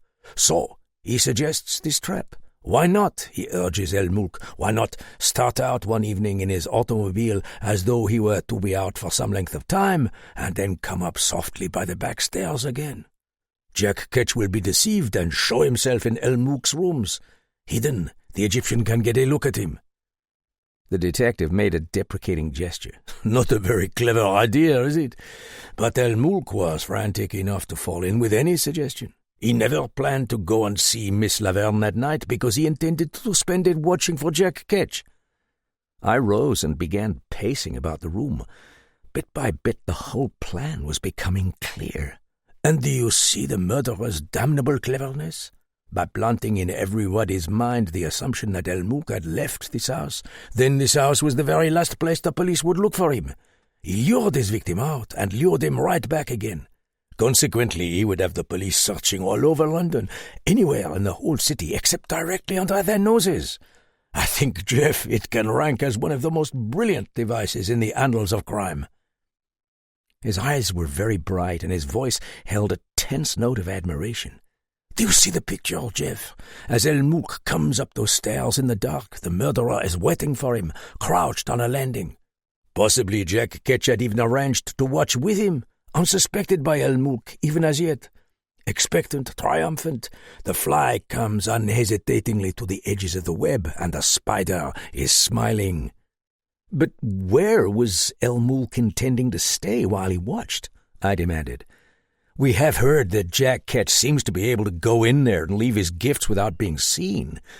El Mulk couldn't just walk in the staircase door and sit down. That would be no trap for a person who walks as invisibly as Jack Ketch. Benkalam pointed his glass at me.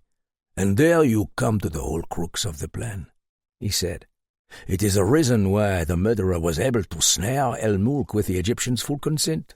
Have you never heard the story that in this building there is a lost room where they held their revels in the old days, and where Lord Rail kept— But that's nonsense. They've told me. He shook his head. I very much fear, Jeff, that it is far from being nonsense. Surely it must have occurred to you that since Jack Ketch is able to walk in there unseen, with all the doors locked, he had some means of reaching El Mulk's rooms, some secret means of entrance. I put my hands to my head. And those rooms were formerly used by Lord Rail. You have it exactly, replied the detective. Now is it clear? The murderer must have mentioned to El Mulk that he knew of the existence of some secret room, some place communicating with the Egyptian's apartments. So, suggests our ingenious Mr. Ketch, he will show this to El Mulk, and there they can watch for the coming of the killer. Oh, it was done with admirable completeness. The delighted fly walked straight into Jack Ketch's lair. Then a blow over the head, a spongeful of chloroform. He shrugged, spreading out his hands. So, then he has El Mulk and the woman in this house now? Yes. And you know even where the secret room is, I take it. Of course I know where it is. Don't you? I thought, looking at him, the man was merely indulging his theatricalism. Then, as I met the tired, impatient glitter of his eyes, I knew it was no pose. He was irritated by the slowness of all of us, weary and bitter with all brains which could not comprehend truth in an instant. He stared back at me now as though he could not believe his ears. Then his tense hands relaxed, and he raised a quizzical eyebrow. I see you are in earnest, he remarked. And yet we have evidence which tells us exactly where it is, so that we are able to lay our hands on it without a single instant's groping. No matter, we have decided that El Mulk and the woman are hidden in it, and tonight— Wait a minute, I protested. There's no tremendous need for this sneering. I understand that the entrance to this secret place communicates with El Mulk's rooms, of course. What I meant was that I didn't know where to look for the entrance when one was in El Mulk's rooms, and the entrance is not in El Mulk's rooms, he said gently. But you said— Oh no, Jeff, I said nothing of the kind. I give up, I said despairingly, and sat down by the fire. Go on. And tonight, as I was saying, we are going to trap Jack Ketch, either when he visits his lair or when he goes to take graphene. But do you want to know why Ruination Street was brought in by the murderer? Look here. He took the book from the mantelpiece and held it out. Tales of the Lost Land by J. L. Keane. Jack Ketch sent El Mulk this copy.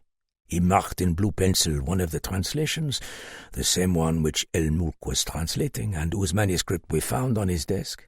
Let me call your attention to it. It begins in the usual way. The mighty King Uzer Maat Ra had a nephew named Nizam Ka M. Wast, who was a scribe learned in all the ancient writings. He had a friend, Uber Anna, who was a captain of war, and his counsels were weighty among the men of blood. Our scribe, one may gather, was quite a pacifist. Now, take El Mulk's translation, which is practically the same as the other, and start here. His finger indicated a place. I drew the lamp over. While the wind rustled in the chimney and the snow fell on London, the naive chronicle ran in soothing periods. Returned from the land of Gutium, rich in honours and in many slaves, and the gold of valour, and with garlands of flowers about his neck, so that when Nizam looked upon his friend, he fell into a rage like the cheetah of the south. In Thebes there lived a woman beautiful in her limbs, whom Nizam wished for himself, and so well for him. But her eye saw Uba Anna, who bent double the great war bow. My eye ran on rapidly, and went and stood in the presence of the great king and of his nobles. And Nizam accused him, saying that he had performed treachery against the king, and against all the chieftains of the army. Wherefore was he tried by justice, and who should stand against the word of the nephew of Uza Ma'at Ra? And so Uba Anna suffered death. But Ra heard the prayer of Uba Anna, and Ra was stirred to anger. And it so occurred that on the night of the full moon, when the moon had eaten deep and was fat, Nizam walked in the street which is called Ruination. I let out an exclamation and looked up at Benkalam, who nodded, for that it is the street of traitors, and filled with the cryings of each Ka, which is an enemy of the king.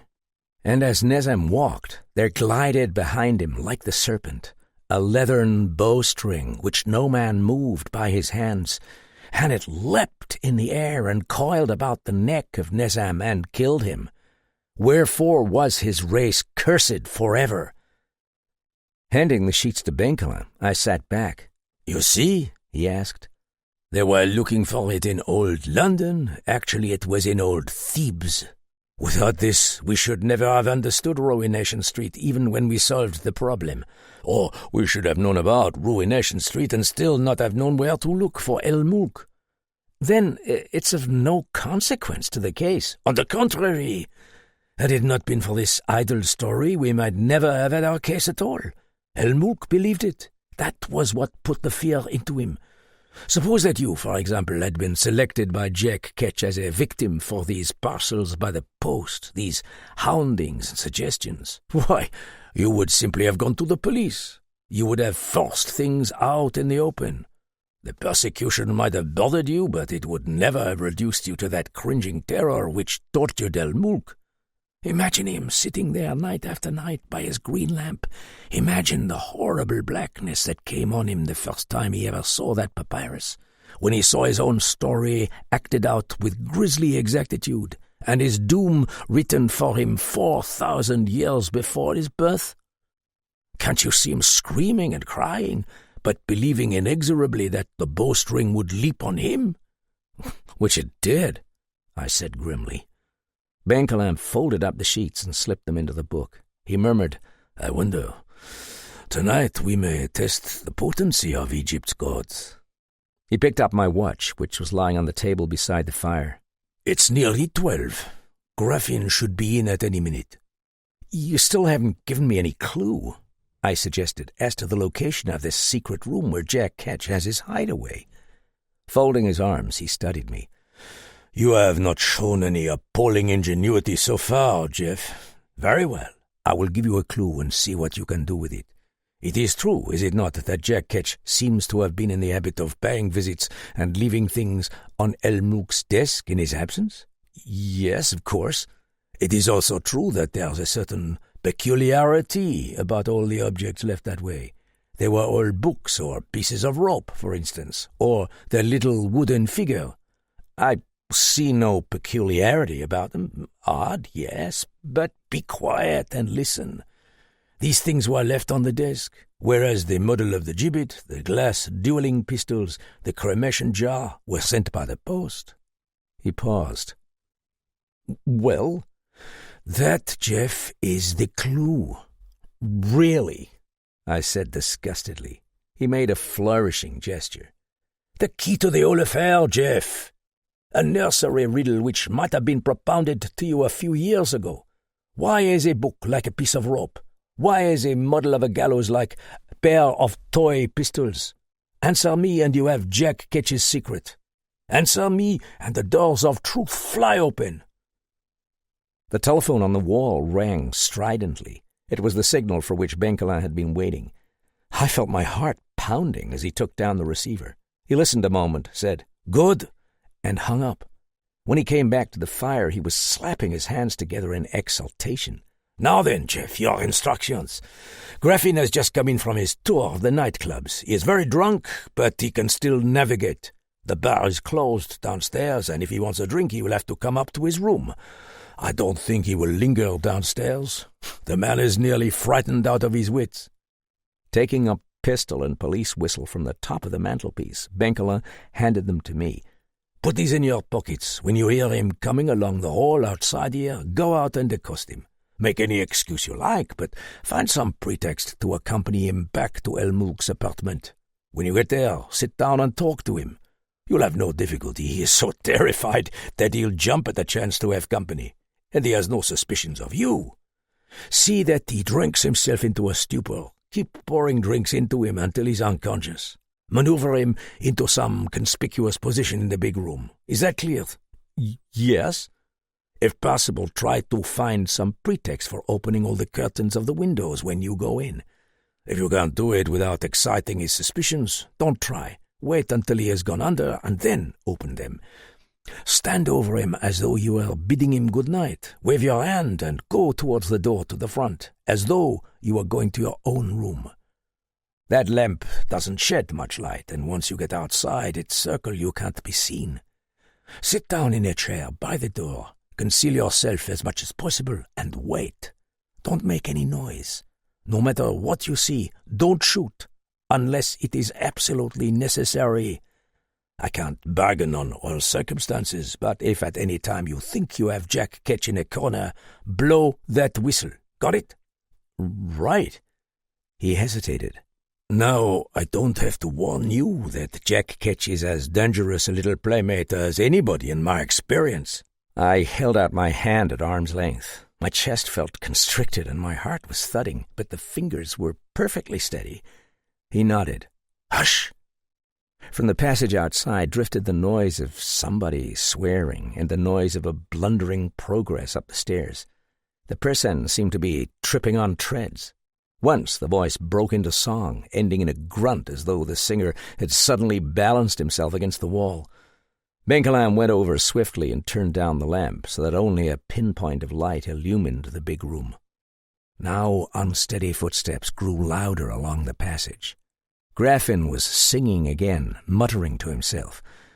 With my hand on the knob, I looked back to see Benkelin standing by the lamp, his finger on his lips for silence. The voice of the singer grew hysterical.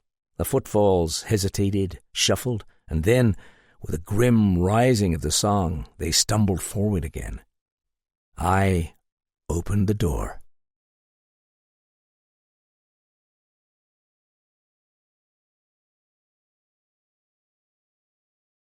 Chapter 16. At the Turning of the Knob.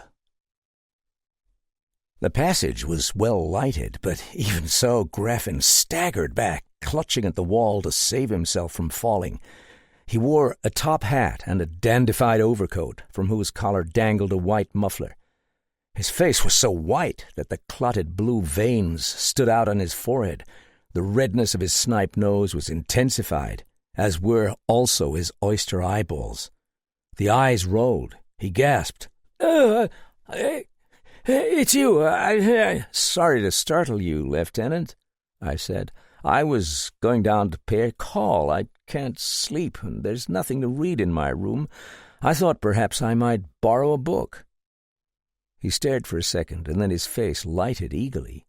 Yes, he cried, seizing at my shoulder. Yes, by all means. Glad you did. Delighted. Delighted. Extend hospitality. Books. Thousands of books. Take any of them. Perhaps you'd like a little to drink, eh? He put his arm about my shoulder and kept eagerly talking about thousands of books as he lurched down the passage.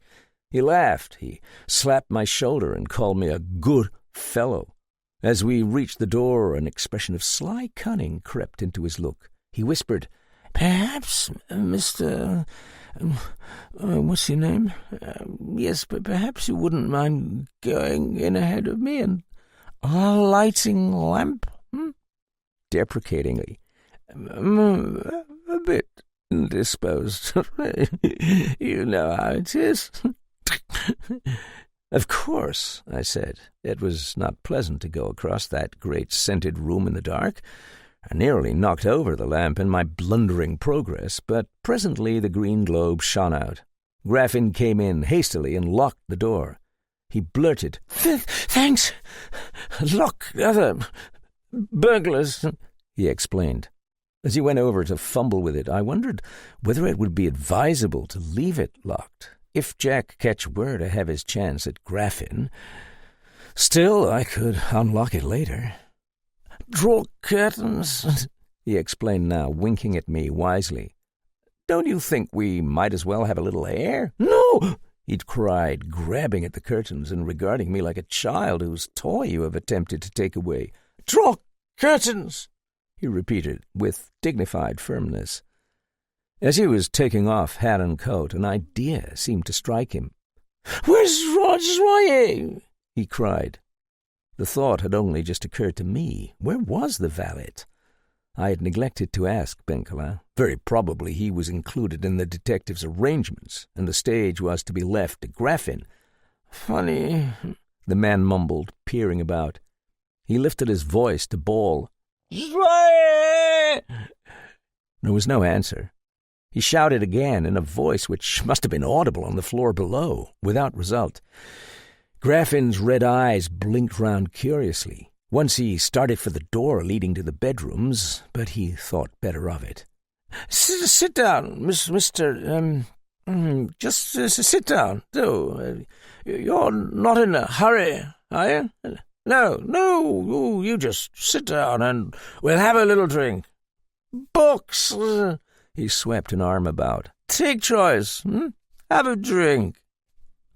He sat down in lordly fashion in the chair before the table, peering at me from beyond the lamp, and from under the table he produced a bottle of whiskey, only just opened. The cunning look came back. "Ah, stupid of me. Bloody stupid. Only one glass. Perhaps, there's glass in bathroom? You go at that door, turn to left, and carry straight on. Can't miss it. Do you mind?" I saw him clutching at the edges of the table, following me with his eyes as I left. Gingerly I stepped through the door, closing my hand on the butt of the pistol in my pocket. The door to the left in this small alcove. Beyond lay darkness. The rooms were very cold, and the windows mere frosted blurs on darker gloom. I could distinguish dim shapes of furniture. Several times I ran into a chair, and gradually the dim rooms grew endless and whirling, as though I were lost in a maze. Distorted blurs wove before my eyes. Tile beneath my feet now. Groping cautiously, I found the edge of a glass shelf. Then my fingers brushed the edge of a tumbler, and it fell into the washbowl with a hellish clatter which made my heart jump. A board creaked in the room beyond. Standing motionless, I listened. The sound was not repeated. No, the glass had not broken, though the noise of its crash still tinkled in my ears. I picked it up and started back. What was that? It seemed to me that the door of a high wardrobe, whose mirror shone faintly from the opaque white of the windows, was being pushed slowly open. I could see the dim reflection slide at an angle along the mirror. My watch was ticking audibly in the vest pocket under my dressing gown. No, this was another illusion. It was my own shadow. If I moved the hand which held my pistol, a corresponding shadow slanted on the mirror. But panic at this black and bewildering emptiness had laid hold of me, and had I seen anything like a man moving inside that wardrobe, I know that I should have fired without challenge. Nonsense, pull yourself together. If Jack Ketch really does put his hand on your shoulder from behind something, what would he do then? Back in the large room again, I breathed more easily. Its vault stretched up high and ghostly, and those eerie green curtains were drawn over mysterious recesses. But at least there was blessed light. Graffin looked at me eagerly. He let out a cackle of laughter and asked in a tone intended to be jocose, "Didn't meet up with any burglar, eh, my friend?" Revulsion at this leering creature rose in me. This whining blackmailer who had taken such delight in torturing El Mulk and now crouched in fear for his own scrawny neck. The neck would, I thought, afford a good hold for the hands. It was so long that you could put one above the other. Phew, what an idea! Where did that come from? I put the glass on the table and replied coldly, "No burglars. I thought I saw Jack Ketch once, but I was mistaken." His hand jerked on the whiskey bottle. The rheumy eyes grew wide slowly. Then he seemed to reconsider and said with pathetic eagerness, "Pulling my leg, eh? Ah, by Jove, that's rich. You pull my leg. Course." He forced out a few cackles of laughter and wagged a playful finger. "Don't joke like that, my friend. Bet for me. Bad heart. It was a joke, wasn't it? Eh?" "Yes, it was a joke," I said wearily. He poured out 2 drinks, almost filling the tumblers. With back-thrown head, he was gulping his down, so that the red neck was elongated and the Adam's apple surged up and down in jerks. The hammering started again. Back jerked his face into view. He said, What was that?" "I didn't hear anything." "Oh, fancy of mine. Righto. Luck." Another tilt of the glass. One more of those, just one more. Let him finish that glass, and he was done for. I made a tentative motion in my chair, which he apparently interpreted as a preliminary to leaving him. "Oh, no, mustn't go. You don't want to go," he said persuasively. "Look here, you like piano? Play piano for you." In the delight at this idea, he got up and stumbled towards the bench, throwing eager glances over his shoulder. The spectacle had begun to sicken me a little. "Play a piano. What do you like? Play anything. What do you like?" "Whatever you wish. Have a drink." "That's it. Little drink. Have a little drink." He stumbled back to the table and then scurried towards the bench again. Sitting there with his shoulders hanging, he stayed motionless for a time. Then the chords crashed out. A thrill ran through me. He had not lost that uncanny, that magnificent touch. It was as though, of all his shaking faculties, only the hands were alive. Only the hands were swift, sure, and inspired. He played Chopin with a kind of exquisite madness, and the throbbing sorrow of the damned. At his left, the colors of the mummy case shone by the light. Above him, the green curtains stretched far up to a dizzy height. The back of his bald head bobbed foolishly. For a long time he played, and then the fury and softness died away. He seemed to forget about it. He turned round, snuffling, and looked at the floor. Knock, knock. Knock, knock, Knock. He lifted his head, and I said very loudly, "That was superb! Play some more! Play!" My voice was almost a shout. "Knock, knock, knock, knock." Graffin got to his feet and staggered back to the table. He was quieter now. You sensed somehow that the bottom was reached. It was as though he crumbled before my eyes. He said in a whisper, "I'm done. I'm done. I can't stand it any longer. He's building gallows for me." The last words were so low that I barely heard them, and his head sank down into his skinny hands.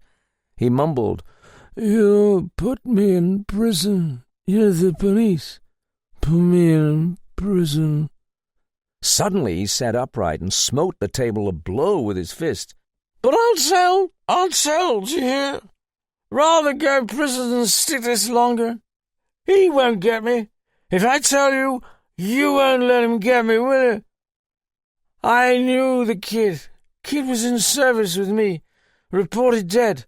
A couple of large and ludicrous tears appeared in his eyes. "I got court-martialed. Cowardice, desertion, they said. Lie. Going to shoot me. War ended. Kicked me out of service. Went to Paris. Recognize kid? The kid with El Mulk. No duel?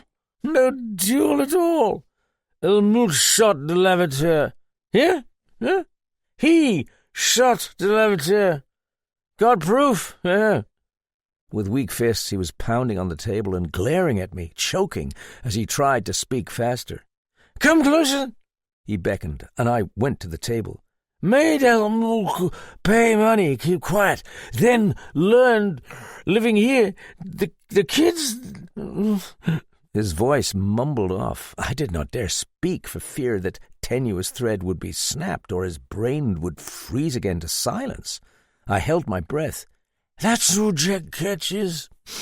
Made him pay me 5,000 for proof. Oh, God, I was crazy. Tried work him and El Mulk both, yeah?" Graffin was trying desperately to speak with coherence, and his roomy eyes were glassy with the effort. A pause, during which he breathed heavily. "El Mulk didn't know who was sending things here. Didn't know Jack Ketch was..." "Who?" I demanded, and seized him by the shoulder.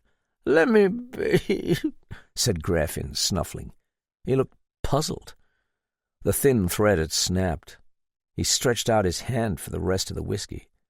"What was I telling? Jack Ketch..."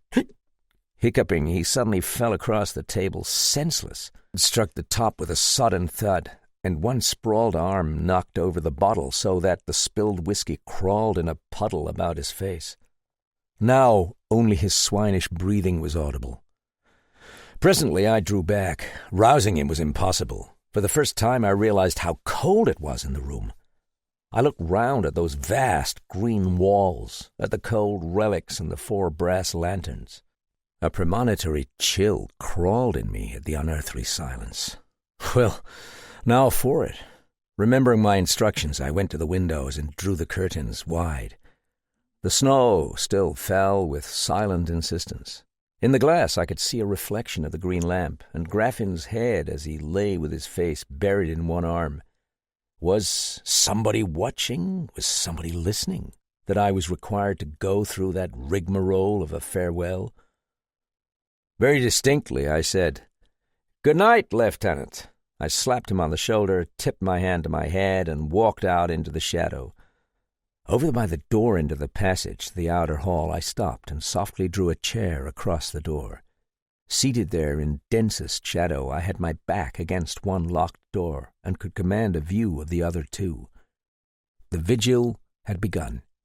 Too late, I wished for a sweater or some warm coat. The silk dressing-gown was infernally cold. I settled into a comfortable position and resigned myself to wait. No noise penetrated from St. James's Street except the occasional whir of a cab. The little pulse of my watch beat steadily. Sometimes Graffin would mumble and stir. I could see his head shine beyond the green lamp.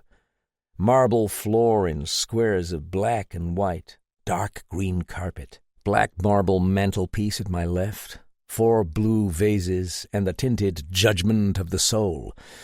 Lofty shelves, gilded cabinets, 3 windows. How the snow was piling up, little by little, on their ledges, with the faintest reflection of the room in them. Tick, tick, tick, tick. That was my watch. Tick, tick, tick, tick. Darkness beyond the windows. Pilgrim. Was Pilgrim awake? Did he know what was going on in his marionette theater? Pilgrim, Colette Laverne, a flashlight showing her ripped body. Cut it. Dallings, Mount Street, Sharon, the Mediterranean, Sharon's arms, a slow, warm bath of sleep. Macbeth shall murder. El Mulk. Round and round my thoughts ran like a squirrel in a cage. Murder, El Mulk, murder, all like the slow swing of a pendulum which lulls one to sleep no more. Macbeth hath murdered. Tick, tick, tick, tick. Dragging hours. I had lost all sense of time. This period of staring at the room had twisted it out of all proportion, as a word will grow meaningless by being repeated over and over. The brass lanterns swung backwards and forwards on their chains. The black granite Hathor on one gilded cabinet tilted sideways. All things began slowly to resolve, as in one of those rolling barrels at the amusement parks, and I sank fathoms into the luminous depths of the green lamp. In some conjuring trick, playing cards spurted from a magician's hand. They were all face cards, whirled out in a shower. Face cards: El Mulk, Graffin, Pilgrim, Sharon, Talbot, Sir John, Joyer, Dallings. Choose a card, ladies and gentlemen. Choose a murderer. Falling off to sleep, I jerked myself upright. A pain shot through my cramped limbs. The room was snapped into focus again. Somebody was walking on the stairs. The tick of my watch had somehow got mixed up with the heavy, pounding drum of my heart. What time was it? Had I been asleep? Somebody was walking on the stairs. My hands were numb with cold, and I shuddered. I fumbled in my vest pocket and strained foggy eyes at the luminous dial of the watch. 2:30. Had I been asleep? 2:30 in the weird hours of the morning, when there is even a different feel in the air, when the silence is nearer death than sleep. Sly, soft, but distinct, the footsteps mounted from the depths of the house. On every landing they paused, as though the walker were listening. Jack Ketch was coming. Good God, I had forgotten to unlock the door. Let him have free access. Let him put out a hand to take Graffin. Then one blast of the whistle. Oh, it was maddening how slowly the footfalls ascended, but it gave me time. I got up softly and crept on the deep carpet across to the door to the enclosed staircase. My very legs felt light, and there was in me a horrible, pounding excitement. From under a crack in the door, a gust of air pricked up gooseflesh on my ankles. Softly, so softly that I could hear the drumming silence, I eased round the key in the lock. The footfalls were coming nearer. I could even discern their scratch on the dusty treads of the stair. Facing the door, I drew sideways to the right into the shadow of the curtained shelves. Let him see his prey lying helpless across the table. The footfalls stopped. My heightened fancy could even pick out breathing beyond that door. I gripped the handle of the weapon until my wrist ached. Graffin moaned dimly in his sleep, and his loose arms slid down off the edge of the table. Soft and insistent, there was a knocking at the door. Silence. Distorted, the green-lit room reeled over itself in the enormous roaring we call quiet. Then the knocking was repeated. It was persuasive, a spider-sweet lure of a knock which urged you softly to open. Very gently the hand called you. The knob began to turn.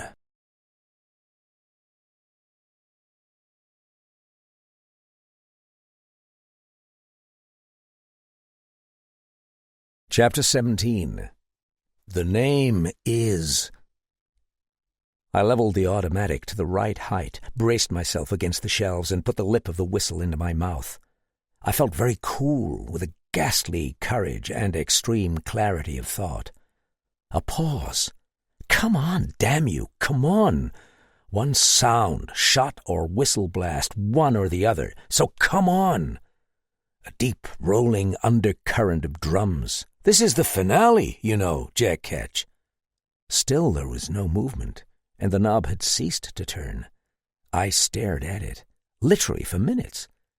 To this day, I can see its white porcelain in my dreams. What was delaying him? Was he standing out there on the landing, listening? Had the mere brushing of my sleeve against the curtain of the bookshelves, the ticking of my watch, warned him? I cursed with that soundless tightening of the jaws which makes them ache. Excitement was oozing.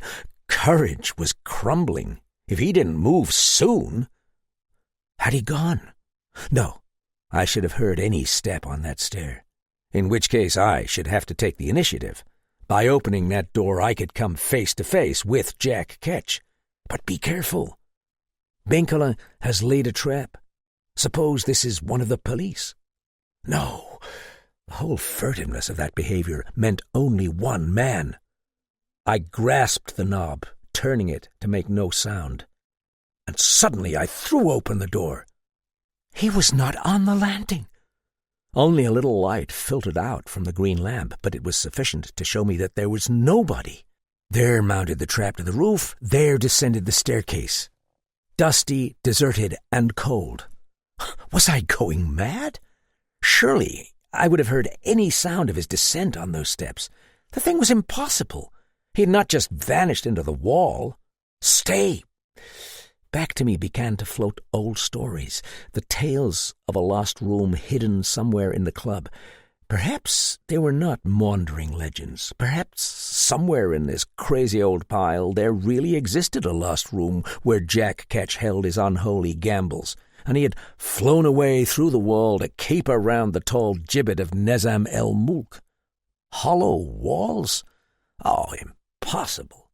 Meanwhile, I was exposing myself directly against the light. I stopped. There was a draught here, but it seemed to me that I felt a colder current of air which seemed to come from above. My eyes wandered to the ladder stretching up into darkness, up 20 feet or more to the gigantic height of these rooms and the trap door. I could not see the trap, but by that current of air I knew where Jack Ketch had gone. His hidden lair was above. If I could track him there. Had he seen me? Probably not, since he had not closed the trap. On the other hand, he might be lying in wait, and I had no light. But it was foolhardiness or nothing. Besides, Graffin was safe so long as I knew my man had gone up. On a wild impulse, I took the key softly out of the door and locked Graffin in, dropping the key into my pocket. Retreat was cut off now. I could not let my courage go, for I had to meet Jack Ketch in the dark. It was black on the landing, except for a faint crack of green under the door. Groping my way over to the ladder, I hung the whistle by its cord round my neck and began to mount. Testing every footstep, never trusting my weight until I knew it would make no noise, I ascended into a colder current of air. The source of that mysterious hammering grew more clear. Now I thought that the gloom above was a little lighter, just a fringe of blue which might mark a partly opened trap, and a straight current was stirring the hair on my head. The gun was cumbersome. Once I almost dropped it, and I clung to the ladder for a moment in nausea and cold sweat. My head was through the trap, and one groping hand touched wood. I waited for the chaos of a pistol butt on the head, But nowhere was there a sound or a movement, and the imaginary lights of the crash faded. The trap was entirely open, as I found by groping cautiously about, and I hauled myself over the edge. I was in some sort of attic, but of its nature or extent I could form no idea. A cold wind stirred in it, and I thought I detected the rustling of paper, but that weaving, foaming darkness was impenetrable. My fingers rested on, I moved them back and forth, polished hardwood. This was a most extraordinary attic. For refuse, as they said at the club. It was a smooth and solid floor, and undoubtedly would not creak. Mercifully, I was wearing rubber soles. And then the appalling folly of my conduct struck me. This garret must be enormous. For one person without a light to attempt tracing Jack Ketch in it while Jack Ketch's prey lay in a drunken sleep below was sheer madness. Should I blow my whistle and trust to Benkelin's having men about to sweep the place from end to end? Should I... A light appeared ahead. I was still sitting at the edge of the trap, exposed to any beam. Now I rolled over swiftly and backed away. Now things must be narrowing down. We were not to hear this murderous sly step at our doors and his knock by night without one terrible glimpse of his face. Oh, God! I had dropped the whistle. My hand in the pocket of the dressing-gown found only a pack of cigarettes. I dropped on my knees and groped with the sensation of one caught against a wall. There! It clinked faintly against my foot. Meantime, the freezing cold had grown. Of course, there must be a window corresponding to the one below. It was open, and I was near it. There was the light again. If I judged its position correctly, it must be against the far wall directly opposite me. That is to say, the wall whose corresponding one on the floor below was occupied by the piano and the mummy case. At first, it crept out in an oblique white line which broadened into a fan against the dark background. The light was coming from inside that wall. Now something was silhouetted against it. A man? No, it was too immensely tall.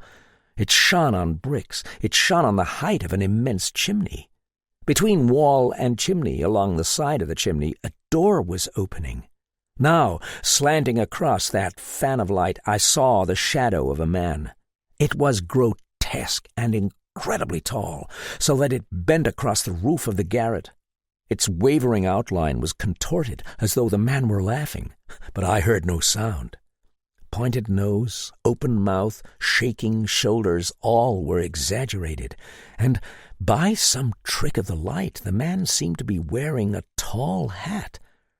Surely that could not be Graffin, whom I had left in a stupor downstairs. I must be mistaken. The gaunt shadow swung backward and forward in slow pantomime as to a secret music. Somebody laughed. The light went out. On the back of my neck, I could feel stinging snowflakes as I stood by the open window. Now was no time for a funk. Now was the time to use every wit. In darkness, I began to move forwards. At one point, during my idle vigil downstairs, I had fallen to estimating the dimensions of the room. Allowing 2 feet to a pace, I had decided that it must be a little over 15 paces wide. Adding 4 more for the width of the landing, I could tell just when I should have reached the source of the light. The chimney stack must be a dummy, since the fireplace below was on the other side of the room. If there were any obstructions, I should simply have to risk a noise.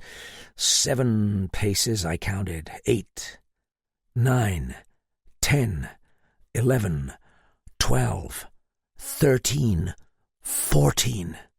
My outstretched hand touched the wall. Could I have misjudged the width by a distance of over 10 feet? No, this must be some other wall. 5 paces difference was too much. And yet, groping to the left, I ran into the brick chimney. It ran out a great distance from the wall, possibly 6 feet, and was of proportionate length. There must be a difference of 10 feet between the wall of the room beneath and this wall, with 6 more for the projection of the chimney. There was the explanation of the secret room. The casual eye would never have noticed it with lights on. Coming up from the trap, one would glance at the other wall, forgetting the landing below, and estimate that the distance is tallied. Only by pacing it off in the dark could the deception of the eye be overcome. In other words, this secret room must run the entire depth of the side of the house, with a dummy wall all along, and a false chimney projection as a sort of anteroom. Holding to the side of the chimney, I circled it to find the right-hand end where the door must be concealed. A sound attracted my attention, the faint noise of an unguarded step, then the scraping of a foot, and another dying away. Somebody was going down the ladder. I whirled round. That opening of the secret door was now clear. Jack Ketch was not reconnoitring. He had been leaving his lair. Somewhere on that black expanse we had passed each other. I had missed him. I had bungled my chance. Was he going after Graffin? I had almost sprung forward for the trap, whose location was now hazy in my mind, when there came the unmistakable sound of footfalls going down the stairs past the top landing. Certainly Benkalam was not such a fool as to leave the whole house unguarded. There must be guards to stop him. In the meantime, bewildered, I had lost my head completely. I had failed. I didn't know now what to do, and each minute the steps were dying out. In another moment I should have shouted, when my hand slid around the side of the chimney and found an opening. Jack Ketch had left his secret door ajar.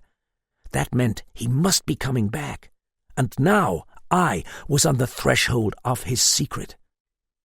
My forehead was bursting. A fetid and musty smell was in my nostrils from the aperture in the chimney side. The air was warm, and I thought I could see a vague glow of reddish light. There were other odors, too, heated iron, and the nauseating sweetness of chloroform. The door was a whole section of brickwork, very thick. I wriggled through the open space. The hand holding my pistol touched a cold substance which made me gasp with deliverance. It was a candlestick on some sort of table by the door, and then I could feel the warm top of the taper. The cigarette lighter was in my vest pocket. I kindled the wick. The dim flame swept aloft under huge and moving shadows. I was in a large vestibule, stretching up to a great height, but for a moment I refused to believe that I had not stepped through the portals of a nightmare. It was curtained in folds of black velvet with arabesques of gold writhing under my light. The draperies were moth-eaten, mildewed, and decomposing, a wilderness of leprous finery. Under my feet gleamed that same evil pattern of black and gold. The smell of chloroform was more pronounced, and also the smell of heated iron. The flame of my candle was reflected in a high mirror whose gilt plaster frame had peeled off in strips, and I saw the reflection of my white face. Cracked gas globes drooped from a chandelier nearly 18 feet above my head. On my left, in the outer projection formed by the false chimney, I thought I could distinguish a couch of some sort, and near it a trap in the floor. On my right was a curtained door leading to unknown depths, but the light was too dim to distinguish any definite shapes. Setting the candle down on the table where I had found it, I grasped the pistol and went towards this curtained door at my right. Somebody moaned. I stood still, quivering to the chill of that dim, unearthly sound, but I could not locate it. It might have come from beyond the door. It might have been in this room. Cautiously I drew aside the black and gold drapery over the door. A long, musty passage ran at right angles to it, apparently the length of the house, and then I realized that shuffling footsteps were coming along this passage from the bowels of the den. Jack Ketch was not alone, then. Jack Ketch had a confederate. I could swear that the murderer himself was not in these hidden rooms now. This was somebody allied with him. The shuffling footsteps grew louder, approaching the curtained doorway. I heard a voice now, upraised in a dreadful, whining sing-song. "Where are you? Where are you?" Faint, chilling, it swept in a low wail along the evil walls. "Where are you?" Creeping with the plaintive blindness of a soul groping in the endless corridors of hell. The steam of heated metal stung my nostrils not a foot away.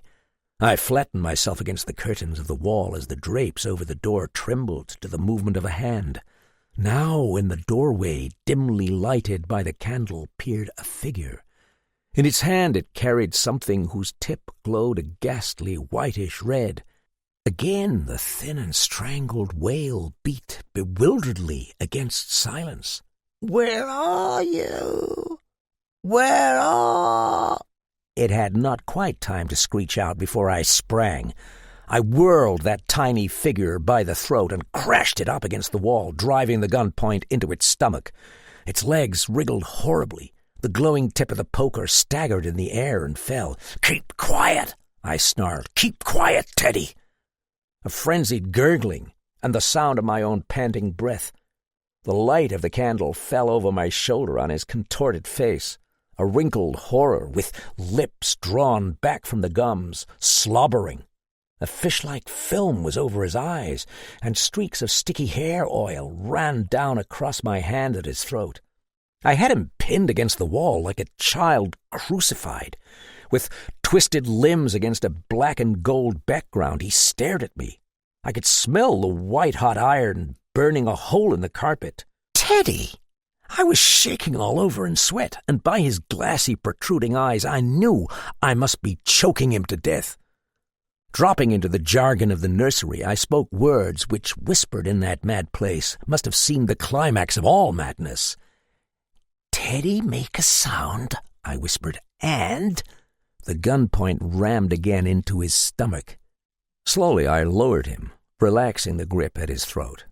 This crack-brained boy, then, was a confederate of Jack Ketch, and even now he was heating the irons for the monstrous sacrifice. Still holding him by the neck, I backed through the curtained doorway with pistol ready. It was none too soon. Even as I did so, through the half-opened brick entrance to the lair drifted the sound of scraping wood and a low thud. Somebody had closed the trap-door to the garret. Jack Ketch was returning to his hideaway. In the twilight, drawing the curtains half open, I crouched with my captive. I could not even see the flame of the candle. It stood behind a projection of the wall which hid from view the outer entrance. Caught in a draught, its waving gleam sent shadows scurrying over the unsteady draperies of black and gold.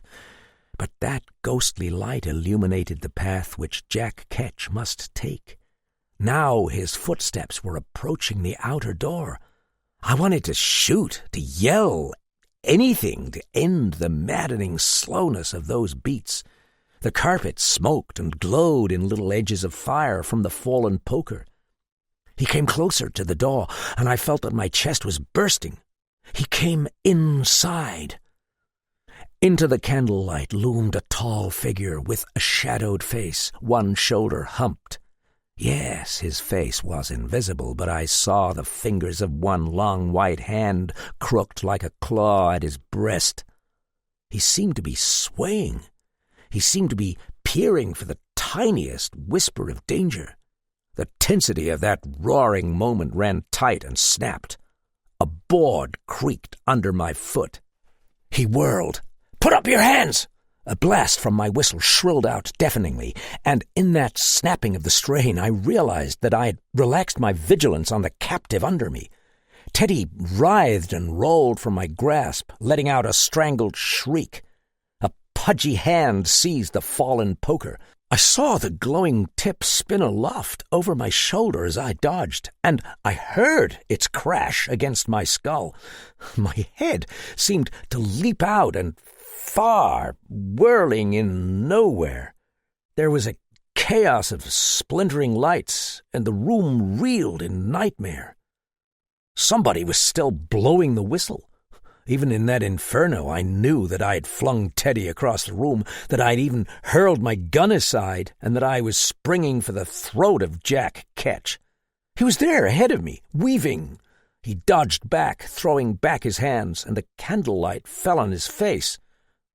No, this was crazy, mad delirium. It was not. One yell burst from him. There was a crying of many voices. There was a rush of feet, and figures bolted through the door. Figures carried Jack Ketch back against the wall, manacled and fighting. The great draperies were ripped from their rods. With the din of his shouts in my ears, I swayed in sickness. The pinwheeled lights rushed at me, my legs buckled, and I was whirled out and far into crashing night. The face of Jack Ketch was the face of Sir John Landervorn.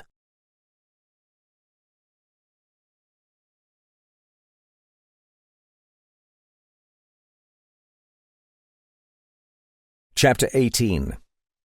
Handcuffs. The face of Sir John Landervorn? Its sallow and bony austerity, its shining grey hair, its clipped beard and moustache, the inscrutable grey eyes under their thin brows, lids pinched down, the high cheekbones shadowing those eyes, the high-bridged nose, and the thin lips compressed. I do not know whether it was with me in the mists of unconsciousness, but I know that it was the first thing I saw afterwards. I was first conscious of a nausea, a blinding headache, and the blurry sound of voices. I was half sitting, half lying against the wall, and I raised my head. Then I knew that the room was lighted by many flaring gas jets, and opposite me I saw Sir John's face. Some struggling idea flickered into my brain. Jack Ketch. He was... Oh, nonsense. A dream, a crazy vision hammered out on the splintering anvil in my head. He was sitting in a chair just across from me. I smiled at him, but he did not return the smile. His face was wooden, but it was strained in a look of wildness round the eyes. He was very pale, and he breathed heavily while he blinked at the light. He looked ill. He wore a grey suit, and his hands were folded in his lap. Then he shifted his position as though the light hurt his eyes, and I saw that there were handcuffs on his wrists. The splitting headache made me want to close my eyes, but I had to solve this bewildering riddle. I could see only that little segment of the room where Sir John seemed to be alone. Then there became visible legs which appeared to belong to Talbot, and there were blurry words. "To warn you that anything you say may be used against you." Sir John seemed to be roused. He drew a few deep breaths, and his heavy gasps were dying out. It was as though the mists of a nightmare were being driven from him. Grey and impassive, he twitched his head with impatience. "Don't be a damned fool, Talbot," he said. Afterwards he smiled in his wintry fashion. "Yes, by all means spare the rigmarole. You got me, and you know it. The fair cop, isn't it? Then you don't deny?" "Why the devil should I deny it?" asked Sir John curtly. "You've your witnesses, haven't you? I shall swing for this, of course. But you might as well understand," he lifted cold eyes, "that it doesn't matter a snap of my fingers to me." I struggled to a sitting position, trying to take in the details. The room hardened before me. All the gas jets were lighted. Near me stood Talbot, looking rather haggard. Behind Sir John's chair was a police officer in plain clothes, holding the arm of Teddy, who was crouched back against the wall, his hands over his eyes. On the ottoman, to the left of the entrance, that dim couch I'd seen when I came in, sat a figure which drove the last mists from my eyes. It was Nizam el-Mulk. He was very pale and tousled, with the stubble of a beard, and the jauntiness of his sickly face had gone. He held hard to the edges of the ottoman to keep himself from shaking, but his yellow eyes glared with hate. Now, through the curtained doorway to the interior stepped another person. It was Benkelin. The Frenchman was cool and impersonal. He regarded Sir John as he might have looked at some curious insect, and Sir John flushed bitterly. There was a silence. Would you like to make a statement?" Talbot asked. There was a dead finality about all this formal courtesy which made me shiver. Sir John rose. He stood gaunt and tall in the middle of the little room, his stooped shoulders blocking out the yellow-blue flare of the gas jets. He looked almost frail then, except for the thin, contemptuous set of his face. He stared straight ahead, frowning. "I will write you out a statement," he said, "if you will take me down to my rooms now. There must be no misunderstanding." He paused and looked suddenly towards Benkelin. Cold and aloof as ever, but with the coming darkness in his eyes, he added stiffly, "I believe you win your wager." "I believe I do," replied the detective indifferently. Sir John said in a harsh voice, "I shall have to send you my check instead. Friends." He rattled his handcuffs. "Friends, God help us." Benkelin bowed. What went on behind that satanic mask I had no idea. It showed only the edge of a cruel politeness and an eyebrow lifted mockingly. I felt that he was with difficulty restraining a smile. Still Sir John did not move. He glanced down at the handcuffs on his wrists and examined them curiously, as though suddenly he could not understand. "I think you may take these off, Talbot," he said. "I shall not repeat my earlier outburst." The inspector stepped in quickly and unlocked them. Then Sir John asked Benkelin, as though he could not stop torturing himself, "You knew this all the time, didn't you?" "I suspected, yes. The man who called himself Keene he was my son," said Sir John. A pause. The struggle in Sir John was shown only in his too quick breathing, but at any moment you felt he might give way. He clenched his fists. Now in that grotesque room he seemed to tower. He glanced over towards the ottoman, and for a second his body was contorted, as I had seen the outline of that shadow shaken with hate. El-Mulk let out a cry. "You swine!" shouted Sir John. "He was my son!" That terrible voice rang in the hollow room. "Easy, sir," said Talbot, and grasped his arm as he stiffened. "Easy." For a moment Sir John stayed motionless. Then his grey face turned slowly. His voice was not loud, but it was thick and unnerving. "Put those cuffs back on me, Talbot," he ordered, holding out his hands. "Put them back on, man." The outstretched hands trembled. Good. Thank you. Now..." He was growing a little unstrung, and he turned blind eyes to the flare of the gas. "You see," he said hesitantly, I was very fond of that boy. He was everything I had, and I was proud. I thought he died like a gentleman. And," Sir John added, "I think he did die like a gentleman. But not the way I thought, you see. I didn't know. Some swine had made him hang himself for something he didn't do. And when I learned it..." Checking himself, he swallowed hard. Iron reserve hardened his jaw. "Be good enough to take me downstairs, Talbot," he said. Talbot motioned towards the entrance, from which another plainclothes officer appeared and took Sir John's arm. Then the inspector nodded to the second one, and Teddy was impelled towards the door.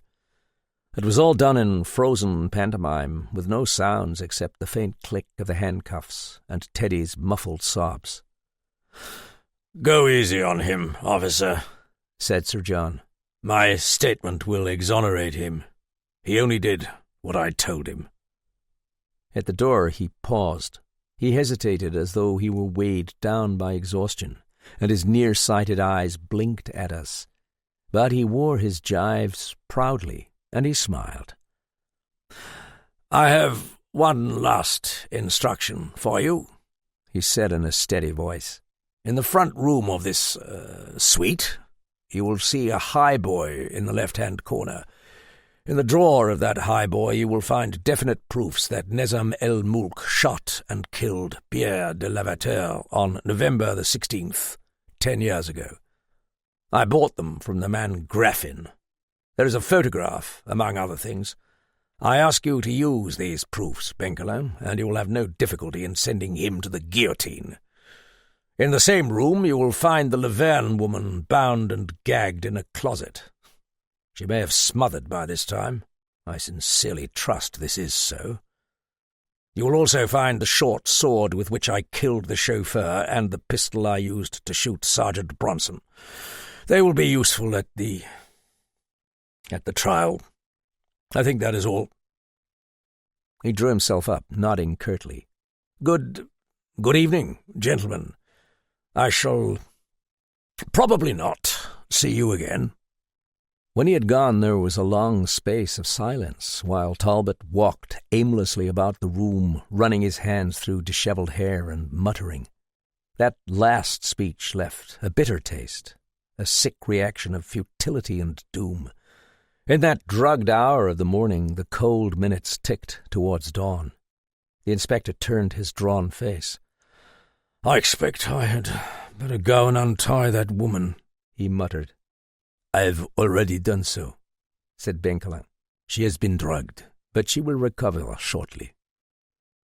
Somebody spat out an ugly word. We turned towards El-Mulk. While Sir John was there, the Egyptian had been cowering back against the wall. Now he was crouching on the ottoman, glaring. He put up a hand to straighten his hair. The numb arm moved with an effort, shaking, and his wrists were red-scored by the galls of a cord. About his neck was still a thin rope of what seemed to be woven steel wire, and it looked as though it had been soldered on. Its long coils rattled against the wall behind him, and the end was fastened to a beam in the roof. Suddenly he broke into a torrent of such abuse as I have seldom heard from any man. His shrill voice was raised frantically. He shook stiff fists and grovelled there in his chain like a dog on the leash. "Be quiet!" cried Talbot, "if you please." The yellow eyes whirled on him. "He thinks I will go to the guillotine, eh?" shrilled the Egyptian, beating his chest. "By God, he will learn better. I will spit in his face. I will be quiet, please. I will not be quiet. I will not be quiet. I will show him." The steel galled El-Mulk's neck, and he grabbed at it, still writhing about on the ottoman. "Are you going to set me loose? Are you going to make me sit here like a dog with his thing round my neck? Are you?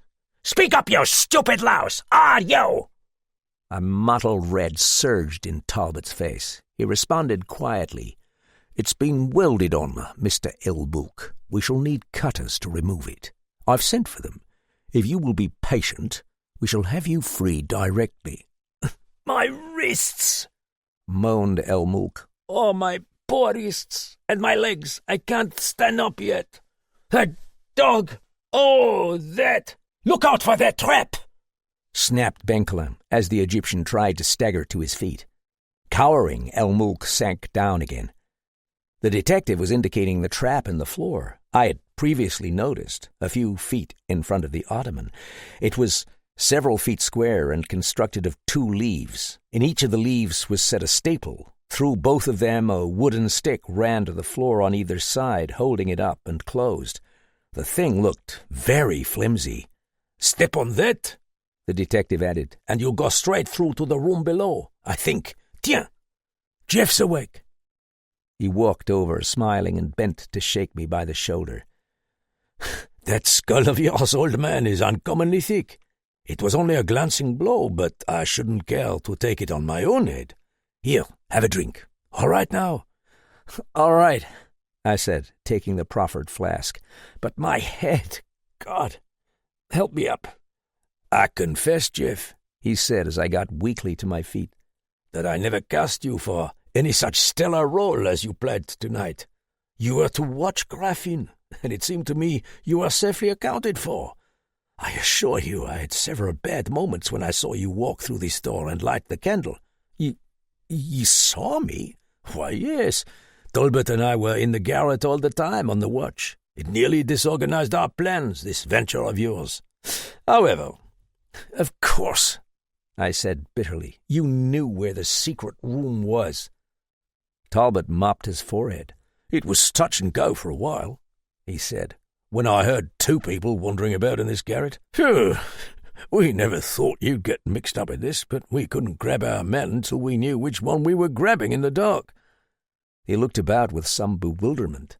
"Then this place is directly over the big room. Still, I don't see—" "Come here," requested Benkelin. Kneeling by the trap, he hooked his finger in the parallel staples and gently withdrew the wooden support. Then he lifted the leaves. "Now look down and tell me what you see." Talbot and I approached the edge. Even El Mulk started out of his lethargy, mumbling, to peer below.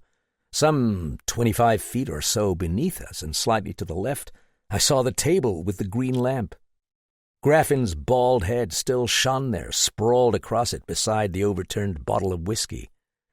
"As I told you," Benkelin continued, lowering the leaves and hooking them into position, "I was intrigued from the start by this tale of somebody who was able to enter the apartment with doors locked and servants on the watch and leave souvenirs there. At first I thought, of course, of a secret passage in the walls somewhere.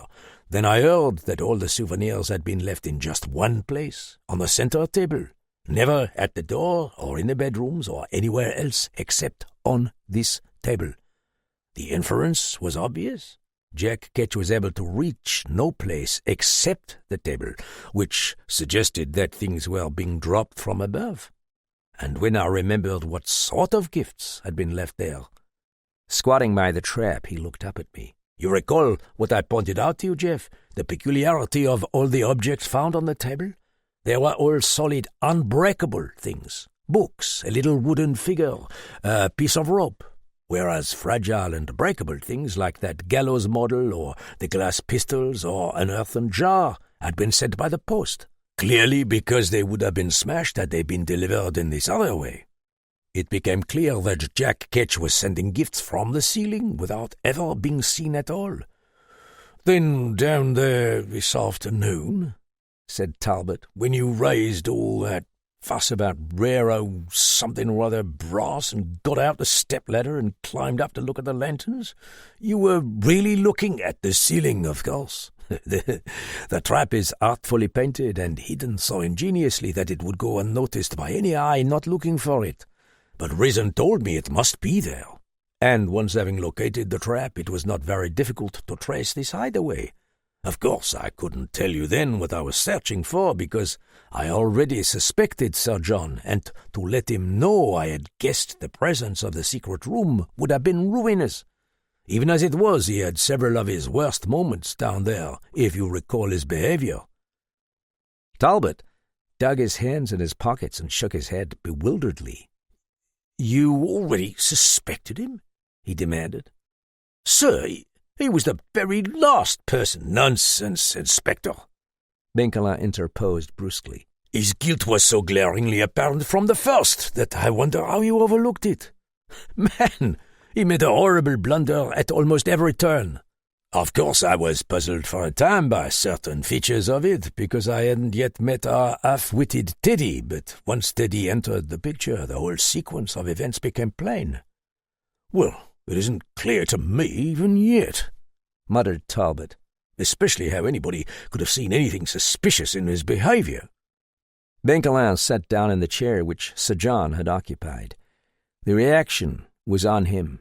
He looked old and tired, and the harsh light brought out the pouches under his eyes. For a moment he sat there brooding and ruffling the grey patches at his temples with nervous fingers.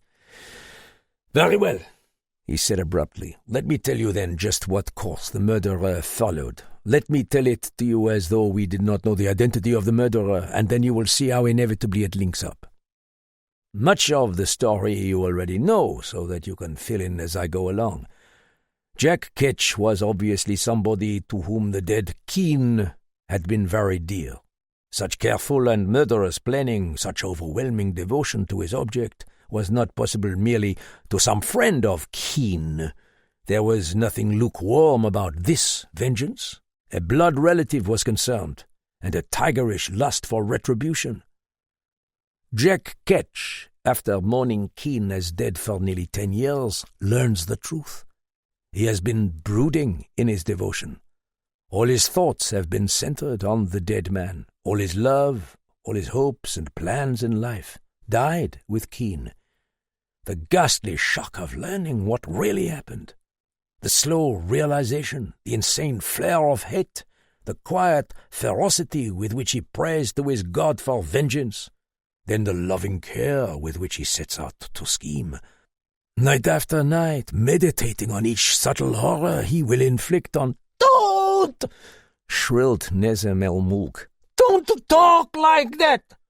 The Egyptian was fingering the steel rope about his neck, and his lips were drawn back from his teeth in a contorted grimace. The steel rope rattled.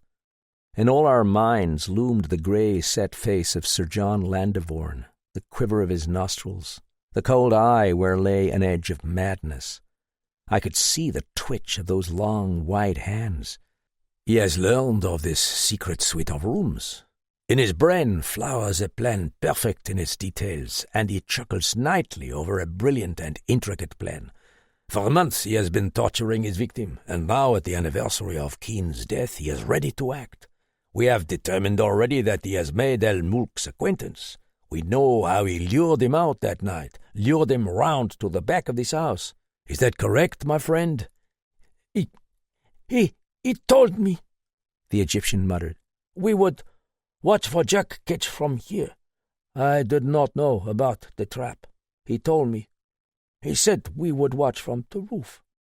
We came in here, and then— At what time was this? Just after 7, 15, 20 minutes. He was so friendly. I had told my chauffeur to wait for me in the alley. No, he told my chauffeur to do that. I didn't. I wanted to send Smale away, but he said no. He took me up here, and all of a sudden he smiled at me, and— What happened to Smale? Why didn't he come? And because he had to die to fulfill Jack Ketch's plan. When you were disposed of, the murderer crept downstairs again. Smale was waiting in the foggy alley. A few quick blows with the short sword. Benkelin turned to us. And do you see now that he needed a confederate? The nice balance of his plan demanded that he have an alibi. Someone, not himself, had to take that car away. He could not be left there in the alley to tell exactly where El-Mulk had gone. It must be taken away. And precisely there is where Jack Ketch's plan miscarried. He wanted his confederate to drive the car out on some lonely road and leave it there, far from the club. Gentlemen, I knew there had been a confederate from the first time I looked at that car. If Jack Ketch were mad, he was at least consistently mad. He did not slice gilt tassels and glass buttons off a chauffeur's uniform. He did not steal bright nickeled pistols and cheap gold watches and hack at fingers after imitation diamond rings. That sort of conduct was not a part of his madness. He did not return automobiles to the club. Above all, he was not such a tiny person that when he sat driving the car beside the dead chauffeur, he could not be seen at all by people on the other side. Benkelin smote the arm of the chair. But, gentlemen, he said gently, who of all the people we met was the only one who went wild at the sight of bright, shiny pieces of metal? Who was the sort of thief who would steal a gleaming brass watch and pass up a platinum cigarette case because it was dull and unattractive? not valuable like the brass watch or the trumpery gilt tassel. Who alone was small enough to drive that car and be hidden by the vast bulk of the chauffeur? When we met Teddy in the passageway this afternoon, I knew without question who the Confederate was. Talbot nodded. Oh, it's clear, he said bitterly. It's clear. But then, when he was in the rooms this afternoon and he got such a fright that he ran out screaming, he was returning the loot, said Benkelin, because Jack Ketch made him do so. Stealing those things was no part of our murderer's plan. He was scrupulous and conscientious, Jack Ketch was. So Teddy was bringing back the pistol, the tassels, the watch. Of course I knew it as soon as I saw them.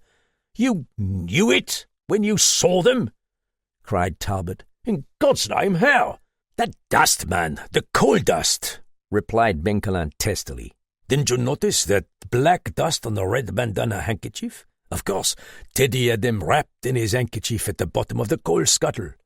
By the way, it was Teddy who had been smoking that cigarette. You know his weakness for smokes, I think. But the book the murder considered as one of the fine arts, surely he wasn't reading? Oh, no, Sir John did that, I fancy. He was afraid we would realize it was Teddy who had been at work there, and finding the book on the desk, he simply opened it while Jeff's back was turned. The rest of us were out of the room, you remember. Then he called Jeff's attention to it. As I told you, nobody had been reading it at all. The pages were uncut. Then Teddy went in there to return the things, and got no fright at all. Benkelin chuckled. He drew a cigar from the pocket of his dressing gown and contemplated it whimsically. Oh, yes, Inspector, he got a fright. A colossal fright, I am inclined to think. He came in, he lit the fire, and from the scuttle took the things he was to bring back. He lighted one of El Mulk's cigarettes and opened the drawer. And do you remember what he saw? In the drawer right before him was a huge picture of Smell. Suddenly there leered up at him the features of the dead man who was already beginning to haunt him. The courage he had possessed the night before, when he had been willing to drive the car for the possessions of the dead man, had already gone. His conscience was working. That picture must have leapt before his eyes like an accusing ghost. He takes back the things he has stolen, and up springs that leering Jack-in-the-Box, that horror from the grave. He shrieked and ran. Sir John, meeting him in the hallway, realized what had happened. Did you notice that all the time he was trying, apparently, to make Teddy tell what he had seen, he was in reality digging his fingers into the boy's shoulders, warning him to be silent? He knew Teddy was too frightened to speak. And as Benkelin settled back to light his cigar, there drifted back to me the words which Teddy had spoken in my room that night. A-looking right up at me, it was. A-looking right up at me.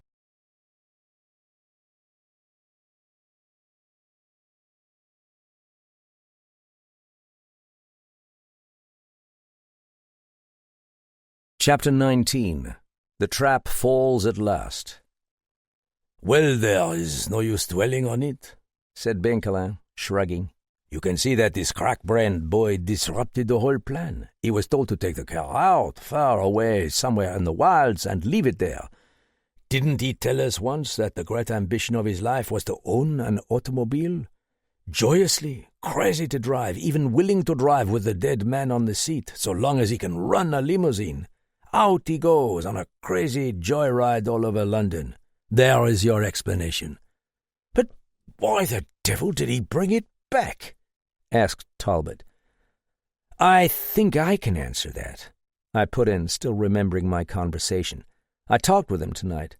One idea was stuck in his head, something like, no matter where they sends me, I always comes right back here. Always. He was frantic on the point. Yes, replied Benkelin. He probably was. I fancy he had received some sharp comments from Jack Ketch on that piece of business. Why, picture it. Fog or no fog, at once frightened and delighted, the half-wit roars round on his journey. You recall how he paid no attention to any traffic signals? Fortunately for him, it was so foggy that people looking at the car would imagine the big chauffeur was driving it. It was only when you looked at it closely, as Jeff did, that you noticed anything different. Fortunately, also, the fog enabled him to leap out of the car when he arrived at his destination and to escape unseen. By the way, Jeff, I call your attention to that excessively cramped space in the front seat.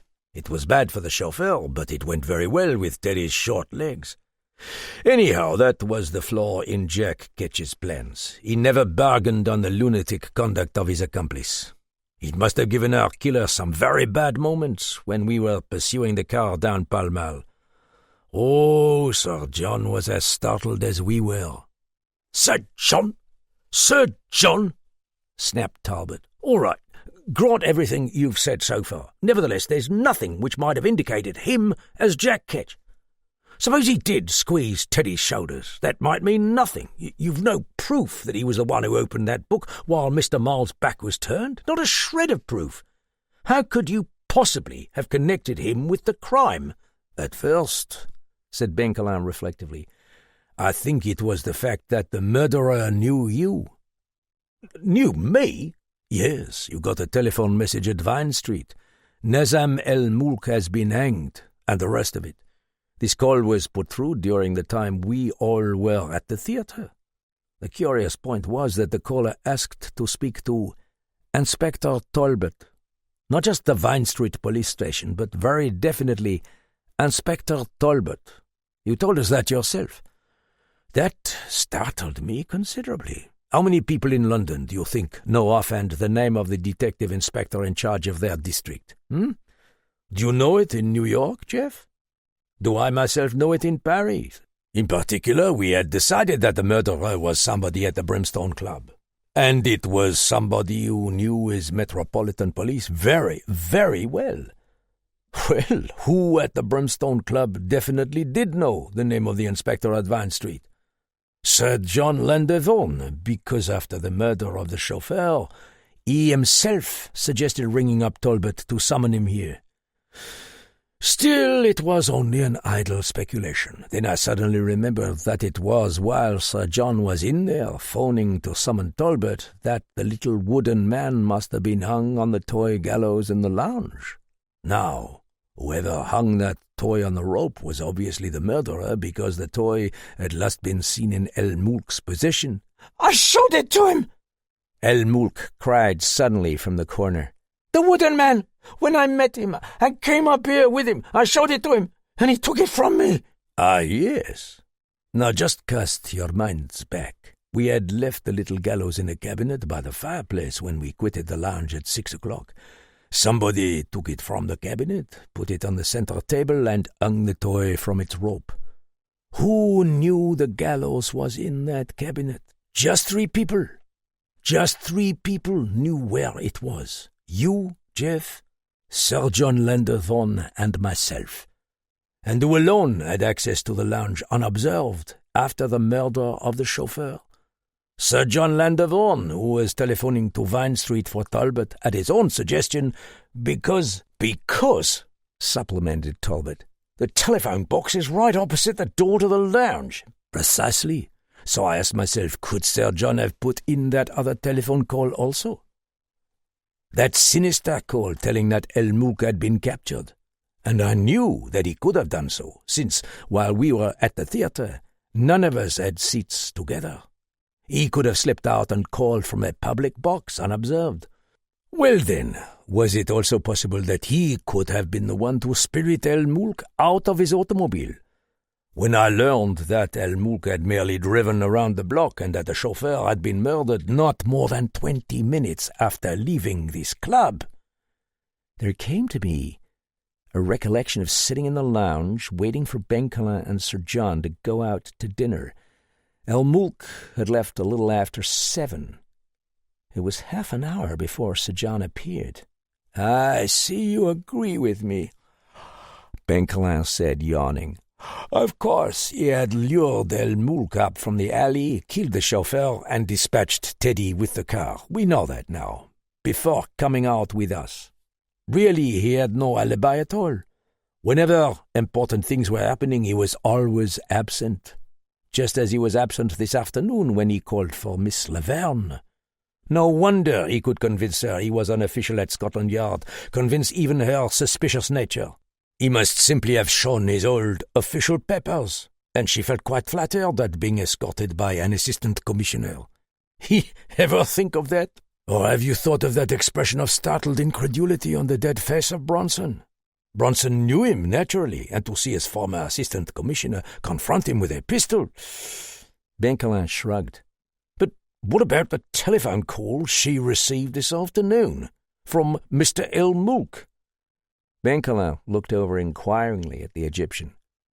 "He made me call," said the latter. "Yes, I know what you mean. He made me call. I told her there would be a detective call for her. I told her I was safe. I told her I had only pretended to disappear, and I was hiding, and not to be afraid of Scotland Yard because they were helping me." "Did you tell her to inform everybody that she was going to the yard?" asked Talbot. Yes. I told her to say that because then the murderer would be put off the track, you see. Then I say she can come here, and together with Scotland Yard we can catch the murderer." "But where the devil did you call from?" Benkelin interposed. "I can show you when we explore this very interesting place. There is a very antiquated telephone here which is tapped in on the one in El Mulk's rooms below. Undoubtedly they used it when Rail staged his revel in these apartments, and so long as the phone below is in working order, so is this one. It was perfectly safe for him to use this one, since if the suspicious Mademoiselle Laverne traced the call, it would have been found to come from the Brimstone Club, and their last suspicion would have been alleviated." There was a pause while Benkelin stared at the floor. "The details we have yet to learn," he said finally. "I can only guess at them now. Graffin and young John Landervaughan were undoubtedly in the same corps of the service during the war. Young Landervaughan's plane, I remember, crashed near the end of the fighting, and he was reported dead. Graffin was kicked out of the service about the same time. Anyhow, Graffin must have known him. Both of them turned up in Paris. Young Landervaughan in a hospital, it seems, and both became acquainted with El Mulk. The fact of the young man's being a dabbler in Egyptology, as witnessed that book he wrote, would give cause for friendship." Benkelin stopped suddenly, from what cause I could not fathom. All of us were forgetting that El Mulk himself was listening, crouched against the wall. Talbot seemed to understand that something was wrong, and he inquired hurriedly, "How do you suppose Sir John learned about this place?" "Teddy, in all probability. Teddy in his wanderings may have stumbled on the entrance. I can't tell, naturally." "There is just one last question," said Talbot. "The shadow which Mr. Dalling saw the night he was wandering in the fog." "That," said Benkelin, "should have been explained to you when you saw the little toy gibbet. Don't you remember the monstrous shadow of it which the firelight threw on the wall of the lounge? Dallings saw the same thing on a window blind, with somebody's hand walking the little toy man up the steps. And, Inspector," he bent forward, "it was another signpost which pointed straight to Sir John Landervaughan. Dallings saw that shadow here, as you should have realized, and he saw it on a ground-floor window, the window of somebody whose rooms give on that alley. Do I need to tell you that the ground-floor apartment at the back is occupied by Sir John? Good Lord! If we had been able to see that at the beginning, you would have seen through it all." Benkelin sat back quizzically.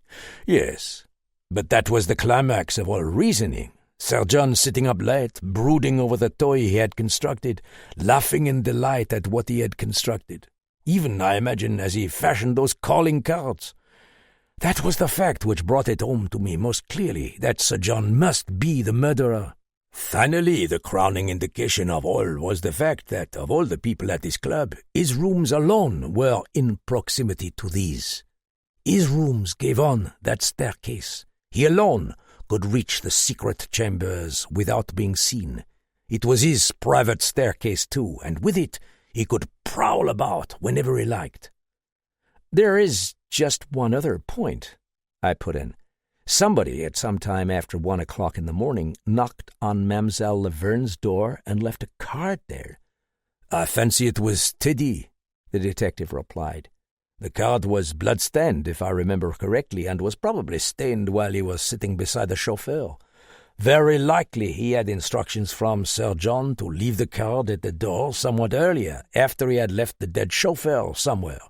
In the excitement of his ride, Teddy probably forgot all about it. Then, after he had taken the car back to the Brimstone at midnight, he remembered his mission, and he executed it. It was fortunate for him that he met nobody on his walk to Mount Street. He's a bit conspicuous, you know. The interval between the time he took the car back and the time he left the card at her door he undoubtedly used for getting rid of the bloodstains on him, changing his clothes, I imagine. He couldn't walk through London as he was." "A child," muttered Talbot. "A child doing all that." "He's no child, I assure you," Benkelin snapped. "Don't be deceived by his stature. He is 25 years old, or more. Certainly, he can't be more than 4.5 feet tall, but he was tall enough to squeeze himself in and drive that automobile. During the war, I knew an ambulance driver who could barely see over the windshield, but he handled heavy cars on roads full of shell holes without a single mishap. It was my recollection of this fact which started me thinking of the possibility." He brushed a hand over his eyes. "I have led you along a tangled trail, gentlemen, and I think I have shown you how each step followed the last. And when we learn the truth, we find that the truth works out just as most things do in this life. The only sufferers by all these wild happenings are a poor devil of a detective sergeant shot through the heart, and a chauffeur who lies in Potter's Field. It seems now that, what do the motion pictures say? With hearts cleansed and souls uplifted, Mr. Elmulk and his charming lady may walk hand in hand into the sunset. Twin hearts that—" He turned his head slowly. On his face was a thoughtful and deadly smile. "At least you may walk in that fashion until I have the pleasure of sending one of you to prison for perjury and the other to the guillotine for murder." He rose slowly, and the scrape of his chair on the floor was the only noise in that abrupt and chilling silence. His jaw was shadowed and lined harshly. In the dead black dressing gown he seemed to soar against the curtains of black and gold, and the flare of the gas threw high upon them the shadow of a horned head. Now the hooked eyebrows were drawn low over glittering eyes. Elmulk was crouching on the ottoman. He sat transfixed, but slowly a glare of triumph mounted in his eyes. "You think so?" he said softly. "You think so, eh?" "Sir John Landervorn fastened that noose round your neck," Benkelin went on as though he had not heard. "I think he was going to make you walk on that flimsy trap after he had torn out your bowels. He would make you walk on it, and down you would drop. Down, you see, 20 feet down, and the steel rope would snap your neck to a nicety. And he would leave you hanging there for us to find, with all his evidence cleared from here. The death reserved for you, my friend, is not quite so picturesque, but I assure you it will serve my purpose as well. The Red Widow deals with necks, my friend, quite as effectively as any steel rope. In all my career, no murderer has ever escaped me. Do you hear?"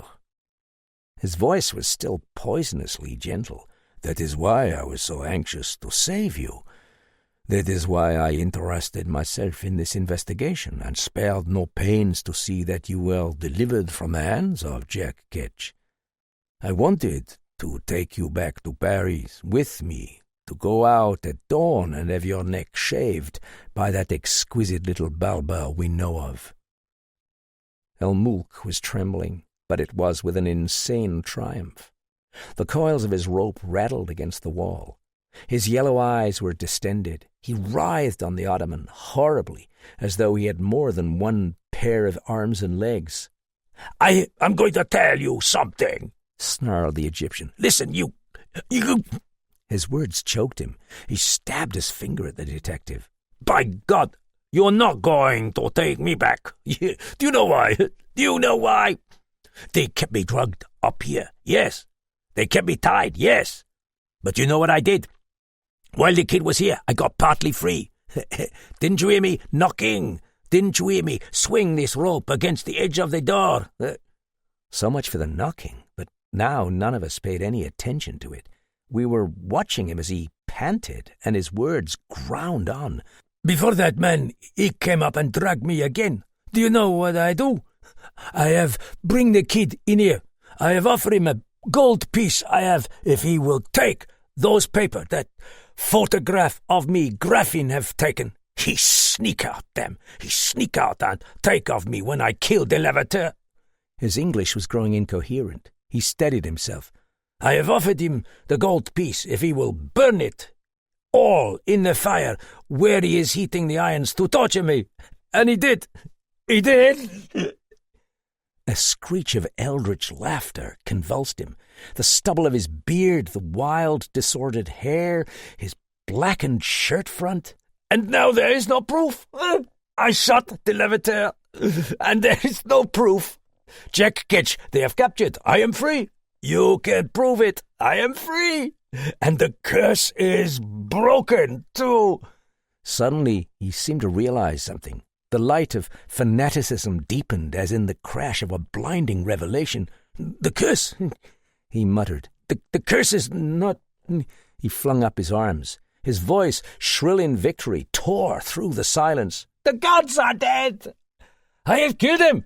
Dead is Ra. Oh, dead is Anubis. Dead is Sekhmet the Avenger. Dead are the gods of my people, and hunt me no more. Dead are the gods of Egypt. He leapt to his feet, glaring, spitting, crying at Benkelin. He whirled as in a crazy dance step. Dancing in mad laughter, he took a step forward, full upon the trap in the floor. It was all over in an instant. One shriek alone he uttered. The wooden stick snapped, and I had a momentary glimpse of his skinny upraised arms and his fallen jaw. With a booming crash, the trap dropped. Rustling, the steel line ran out and jerked taut with a snap that shook the beam. And 20 feet he fell into the room below. We did not even need to hear the crack as the steel knot broke his neck. In an unearthly silence, while the echo of his cry still rang, Talbot and I walked to the edge. He was swinging limply, his head on his shoulder, just above the green lamp. Below him, Graffin lay across the table in swinish slumber, with his bald head shining dully. Shuddering, we turned our eyes away only when a low, gay, melodious sound fell on our ears in the ghastly hush. Benkelin was humming a little tune and smiling.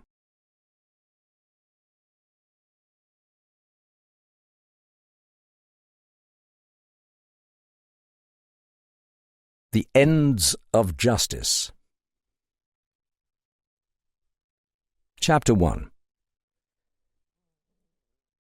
It has often been remarked that in Monsieur Henri Benkelin's most baffling case he did not interfere until it was too late. The convicted murderer of Roger Darworth was sentenced to be executed at Blackfriars on May the 4th. On May the 3rd, on one of those drowsy evenings when the English countryside is in full bloom, Benkelin was taking tea with his old friend Sir John Landervaughan. They sat among the purple lilacs, shaded by a rustic arbour, and a bright, singing stream ran past them.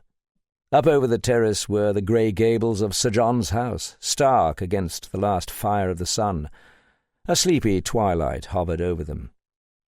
The gaunt baronet stood by the tea-table, lighting his pipe. Benkelin sat watching the rippling water. He wore careless grey tweeds and needed a shave, for his black beard was scraggly and his hair rather wild. Beyond him, dark against the lilacs, sat Bishop Wolfe, with his narrow face and slow, blinking eyes, blonde hair parted carefully in the middle. It was a devout face, an earnest face, but the eyes were a bit palely blue and rimmed with red. His clerical garb was neat and his nails polished. "It was opportune," Sir John was remarking, "that you should come here this time, Benkelin. I wanted you to meet Bishop Wolfe. You said that you had been away some time, I think." Benkelin lifted eyes that were very tired. 6 months, he said, and smiled, "in the south of France. You succeeded?"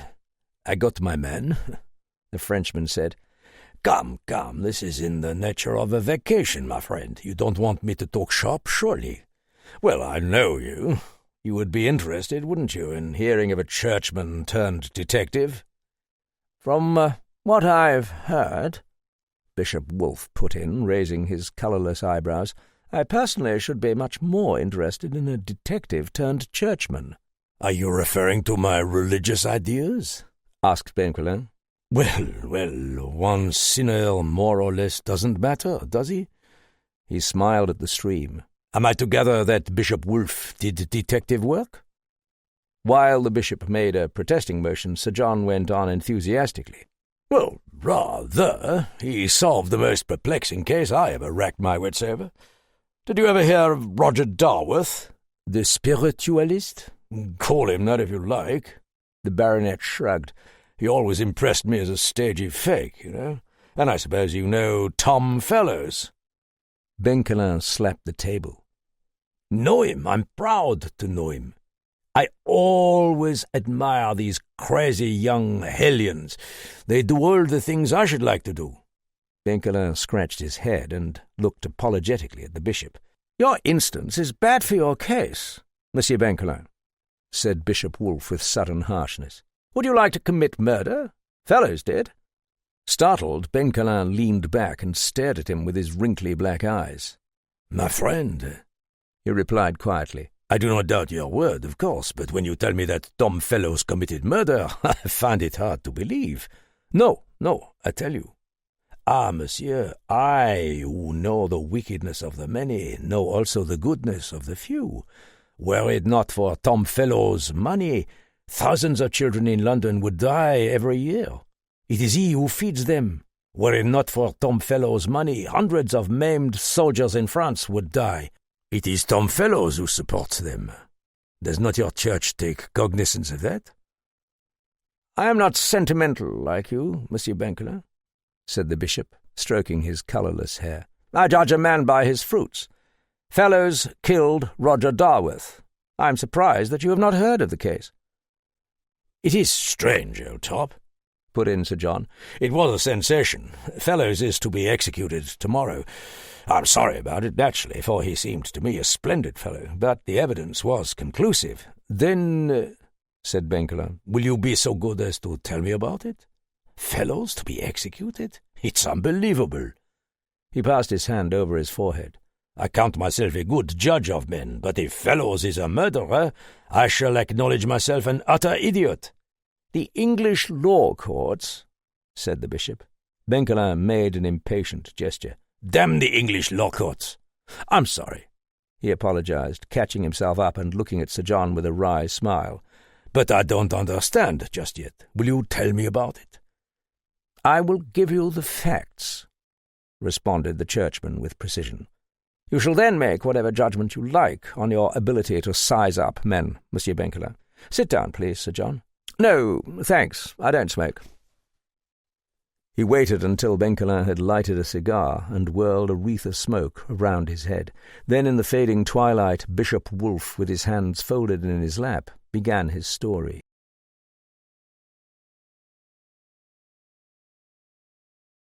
Chapter 2. I had known Roger Darworth a long time. He was a devout man, for all he meddled with spiritism. He sought to establish it with the zeal of a scientist.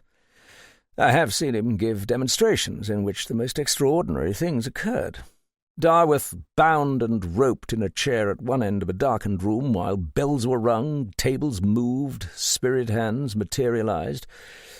Of course, my religion did not permit me to sympathize with him, but I respect any man's beliefs, except atheism. The personality of the man was vibrant, His eyes had an uncanny, penetrating look, and would change from blue almost to black. He had a great skull with plumes of reddish hair and a loose-jointed, powerful figure. He used to walk the streets of Bayswater at night, under the moon, head sunk forward and hands clasped behind his coat-tails, mumbling to himself. Well, of course, he had a violent temper and used to play practical jokes on children, loved to scare them a little, but it was just his own particular humour. He gave a great deal to the church. Then, too, for some reason, he always had a doctor about his house, a Dr. Joseph McShane, of whom you'll hear later. I suppose you know of his relationship to Tom Fellows. He was a cousin, and had inherited a great deal of money from his grandfather. Half of this money, it amounted to about £1 million, was to go to Tom Fellows on Darworth's death. Now, it has been proved that for all Fellows' charity work he was almost out of money. He had been begging loans from Darworth. It was just a part of Roger's whimsical humour that he would half promise a loan and then laugh at Fellows when Fellows came for the cheque. The young scapegrace needed a lesson. Then there was a girl. You very rarely hear of an actual case in which two cousins, utterly unlike, are after the same lady, but it happened in this instance. For Roger's sake, I am glad that this Cynthia Melford preferred Fellows. She is an utterly frivolous chit, one of the type called saucy, ugly appellation, with bobbed hair and what is known as make-up. I am sorry that Roger took it hard when she became engaged to Fellows. She was unworthy of him, of his colossal mind. She actually grew hysterical once when Roger, purely as a joke, sent her a dried arm from a dissecting room in a flower box. Roger, as you probably know, lived in a big house in Bayswater, furnished in accordance with his sombre, studious type of mind. It was a model of neatness. Roger neither smoked nor was untidy, and to his orderly trend of life the slightest thing out of place was a horror. I often wish in these careless, untidy days there were more like him. He often had a group in to a séance, however, which he held in his vast library, shadowed with gloomy hangings and books, and with a red lamp burning on the centre table. Some of the most renowned scientists in the world have sat there, shivering, for the house was healthfully cold, and marvelled at the effects he produced. I can see him yet, sitting behind the glow of the red lamp, with his long white face and weird, changing dark eyes under the straggle of reddish hair. Then the solemn circle, the dark, the sudden clash of a tambourine, or ghastly spectral hands moving in the air, while, mind you, Roger sat bound and handcuffed in his chair. One night last January, it was blustery and driving with snow, Roger invited me around to his house. I remember the dully lighted hall when I was admitted, and Mok Yen, who was Roger's housekeeper, and whom he always kept in oriental costume. Mok Yen was an absurdity. He had a glass eye which lolled grotesquely, and made his face a thing at which Roger laughed constantly. Well, the door to Roger's library was closed, but as I approached I heard voices. I heard Dr. McShane's voice say, "You realize, then, your own grave danger?" And Roger answered, "Oh, Fellows has made his threats to kill me right enough. I don't doubt I shall be dead within a week, but he'll hang for it." Then I knocked on the door, and they both seemed embarrassed. They stood by an old-fashioned grate with a gas fire, which sputtered blue flame over the hangings and the rows of books. McShane, a little fat man with eyeglasses and a bald head, stammered, come in, sir. I didn't expect you so early."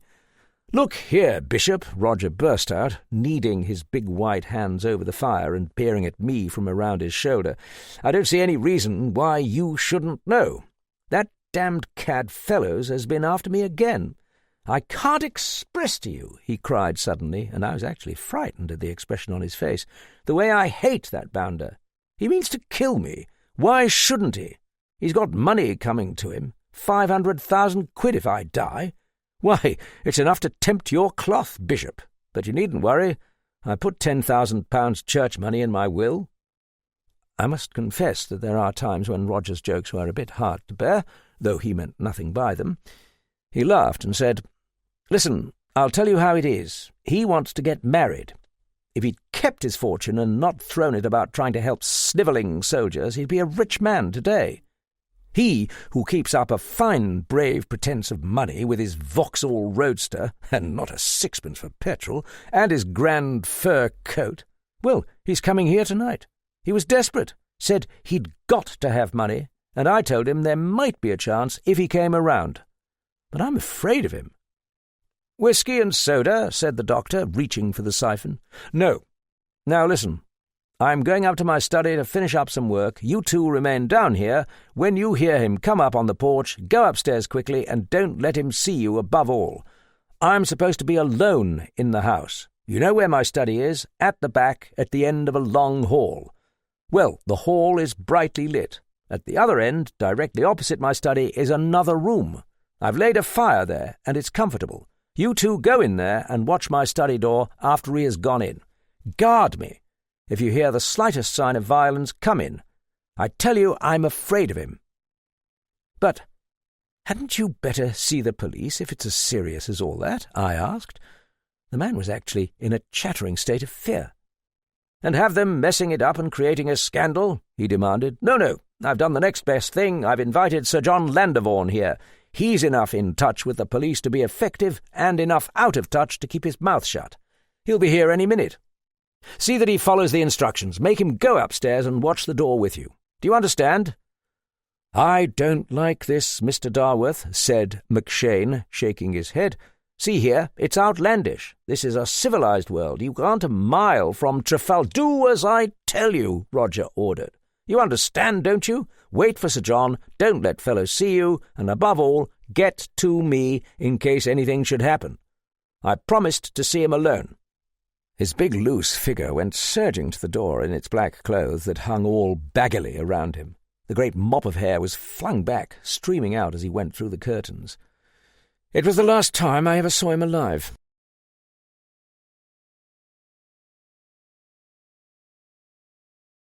Chapter 3. Bishop Wolfe paused and looked round at his companions, smoothing his hair.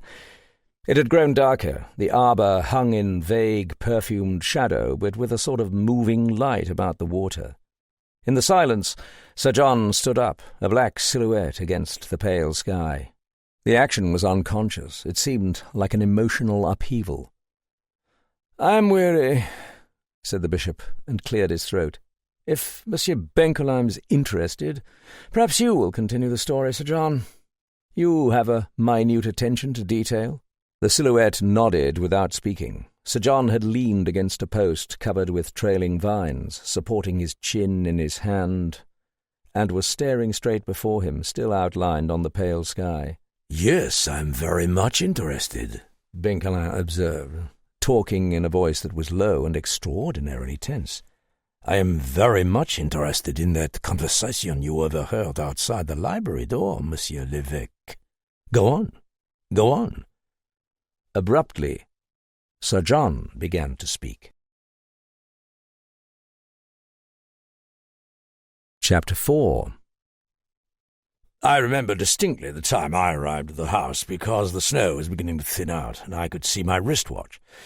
It was 10 minutes after 9. The glass-eyed butler admitted me. When I went to the library, Darworth had just gone out, and Bishop Wolfe and the doctor were talking beside the fire. I was almost chilled by that house, not physically, but with a form of brooding repulsion that made me almost afraid to touch the hangings, as though I might get leprosy. And the doctor impressed me unpleasantly, not like the genial, bald-headed man Bishop Wolfe has described. He seemed always on the alert, sly, if you can understand, with pale blue eyes behind his glasses, and one strand of hair sticking over his big forehead. He kept going over and looking out the windows, and for some reason asking, "Is it still snowing?" I learned of the grotesque situation, after which the doctor turned to me. "It's nearly 9:30, he said. "That's the time young Fellows is due to arrive. You'd better go to the room opposite the study. I'll stay here. Now don't argue. I can see what sort of mood he's in." We left him waving his arms by the fire. I confess the thing was so absurd that it seemed we had all gone out of our wits. Somehow we expected a tragedy. You would have thought that we might just have stayed with Darworth, but we didn't. Just as the bishop and I got into the hall, we heard footsteps on the porch. Like a couple of children, we hurried back, blundering through a dark hall, around a turn or so, falling over furniture, until we emerged in the hall Darworth had mentioned. It ran along the back of the house, fairly well lighted, just a narrow corridor with a door at each end. One door was closed. The other, opening into the room where we were to remain, was ajar. We went inside. A gloomy place with heavy Victorian furniture and ghastly flowered wallpaper. A gas jet was burning over the fireplace. We stood behind the door, looking out through the crack and down at that blank door opposite. We could see it plainly because another gas jet beside it threw a dull yellow light directly on the panels. The door was ugly, sinister. Its brown boards and white knob stood out with terrible distinctness. Then outside we heard the front door slam and voices in the hall. One voice was high and agitated. The other, which apparently belonged to Mok Yen, was low and baffling. I felt foolish, like a child looking through a board fence, but Bishop Wolfe was gripping my arm. Suddenly the light was blocked. A man had come into the hall, swung with his back to us, and he was going down toward the brown door. He was tall. He wore a bowler hat and a great fur coat, and a trail of shadows slanted out after him. Gad, I can see him yet, striding down that faded carpet under the yellow light, pausing at the door where the gas jet made a shining bowl of his hat and slid down over the sleek fur coat. As he lifted his hand to knock on the door, I could see a diamond gleaming on one finger. It was Fellows, all right. The fur coat he always wore, and the diamond ring. A voice from behind the door said, "Come in." As he went in and the door closed after him, I heard Bishop Wolfe gasp. It was horrible, as though one saw a dead man whose face was invisible come in out of the snow like an avenger. Then silence. We waited. God knows how long we waited, in a strained posture, with our eyes on the door, which fixed one's gaze like a bright lamp. There was utter silence in the hall, except for the singing of the gas jet and the occasional sound of voices from Darworth's study. Then it came out with the sound of ripping cloth, like a ghost voice. It cried, "Don't! Don't!" Darworth's voice. Down the hall we went pell-mell. Nobody had come out. I turned the knob and threw the door open, at the same instant that I heard running footsteps behind me and the doctor's voice crying from the hall, "What is it?" That cold study was before us like a stage tableau. The dirty paper, the rows of books, a spirit cabinet, a mass of musical instruments all lying in a heap. The one window was wide open, and a wind whirled through it, tossing the curtains. An oil lamp with a green shade burned on the table. In a chair in the middle of the room sat Darworth, his head back, so that we saw only the long neck and a part of his face. His hands and legs were handcuffed to the chair, in which he was still writhing spasmodically, and in his chest was stuck a long knife. While we stood there motionless, we could hear the jingle of the handcuffs as he twisted his hands, but I swear nobody was in the room. There wasn't any place to hide. While Dr. McShane ran toward him, the bishop turned to me. "He's gone out by the window," Wolfe said. "Hurry, look." I ran over to the window. When I put my head out, it was bright moonlight. The storm had cleared some time since, and the snow lay unbroken all over the tiny yard, which was fenced with a high wall. That was it. The snow had absolutely no footprint or any sort of mark. I looked up. I looked along the wall. It was a perfectly smooth expanse of close-set brick for 20 yards around, at the sides and up. There were no windows. A fly could not have clung on that wall. Yet nobody had walked over the snow. I stood there gaping in the moonlight at the impossible nature of it. We had watched the only door, and it was impossible to leave the room by the only window. Neither had been locked, yet the murderer could not have left the room. He could not have left, but he was not there. When I came back into the room, Darworth had stopped writhing. He had been trying to speak, but that ceased also. He sat back with his red hair hanging down toward the floor, the manacles shining on his wrists and legs, and his mouth wide open. That was all. "Where is Fellows?" I heard Bishop Wolfe say. "He couldn't have left here so quickly." "Dead," the doctor was muttering and chuckling. "Dead. Got him just in the heart. Put that window down, will you, Sir John Landerbourne? It's cold in here." The bishop, who looked white and shaken, leaned against the table. "Better get the police," he faltered. "Well, well," the doctor was saying to himself in a surprised tone. "It's not 10 o'clock. It's not 10 o'clock.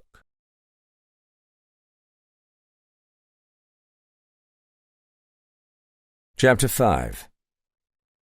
None of the three had noticed that the arbour was quite dark. Benkelin tossed his cigar in a glowing arc into the stream. They could feel him leaning forward as he spoke tensely. They could almost feel that he was seizing the sides of his chair. Go on," he ordered. "They piled up the evidence, I suppose. Tell me about it." "The steps," went on Sir John, "were easy. Mok Yen testified to having seen Fellows come in the front door just before we saw him in the hall. He said that Fellows seemed agitated. Well, we searched the room. There was no secret way for him to have left. Dr. McShane did not see him when he came in the front door, but he heard his voice, unmistakably that of Fellows. The crude details of the affair were as bad as those of an American thriller. Fellows had stabbed Darworth with a carving knife. The knife was identified by Fellows' manservant at the trial as coming from a dinner set in Fellows' apartment. He had evidently handcuffed Darworth and stabbed him with premeditated care. But the devil of it lay in how Fellows had left the room. Did he confess? No. Again, a strange thing. He was arrested the next day and swore that he had been nowhere near Darworth's house all evening. The night of the murder, he said, he had been in his rooms in Half Moon Street until 8:30. At that time, according to his testimony, he received a phone call from Miss Cynthia Melford, the lady to whom he is engaged, asking him to come to her apartment, which is some distance away, that he would find the door open, and to go in and make himself at home until she returned. She would not be absent long, the alleged message ran, and she had something important to tell him. Fellows says he went there, though he admits that neither hall boy nor doorman saw him go in. He says he stayed there until 11:15, when Miss Melford returned. Well, she was questioned before she knew what was wrong, and told the investigator she had sent no message, being surprised to see Fellows when she returned from the theatre. Then, when she heard of the crime, she recalled her statement and said that she certainly had sent the message. But the puzzling thing was why, in the face of so much evidence, Fellows insisted that his story was true. What about his appointment with Darworth? Fellows said he had none. You can see that the evidence against him was overwhelming. Well, temporized Benkelin, how did he get out of the room? If he stuck to his story of innocence, said Bishop Wolfe coldly, he could hardly be expected to explain that.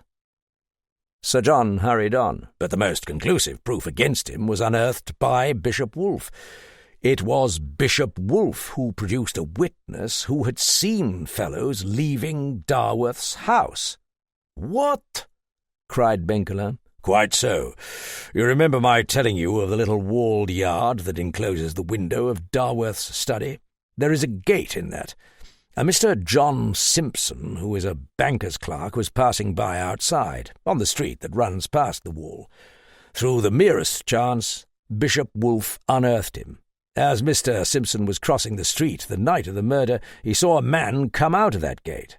There is an arc lamp near, and by its light he could see a man in a fur coat and bowler hat slip out and go running down beside the wall.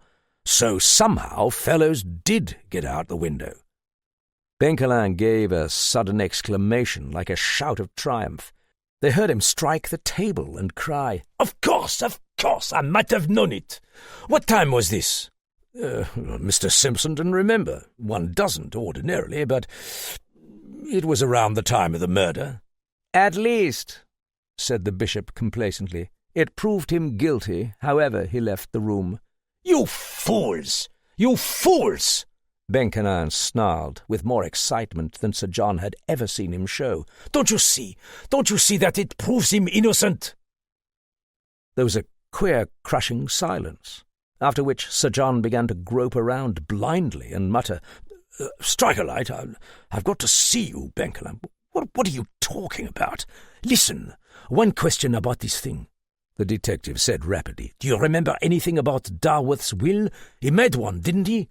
"It was an odd kind of will," said the baronet. "Darworth's would be. He left his house and a life annuity to Dr. McShane, £1,000 to the butler, and some other charities. The church, too, I believe. Now, for God's sake, you don't really doubt that Fellows killed him, do you?" Darkness lent a tinge of unreality to the conversation. It was like a ghost conclave, except that the little Frenchman's voice was much too vibrant. He snapped, "You have your car here, haven't you, Sir John?" "The Daimler." "How long would it take you to drive to London?" "Starting when?" "Now." "By fast driving, I could do it in 6 or 7 hours." "Then get the car out. Get it out, I tell you. We're going to London tonight. You have influence. Telegraph Blackfriars to stay that execution as long as they can. Get in touch with the Board of Aldermen. Use my name, quick, for the love of God. If I can see McShane before tomorrow morning, we may save Fellows." "You're insane," the bishop said. "I refuse to be a party." They stood up, opposite each other, clergyman and detective, each vaguely visible, but the hatred that sprang between them lit each face like fire. "Bishop Wolfe," Benkelin said quietly, "Pilate was more merciful than you." Then he went out into the blue-shadowed lawn, striding up the terrace, with Sir John after him.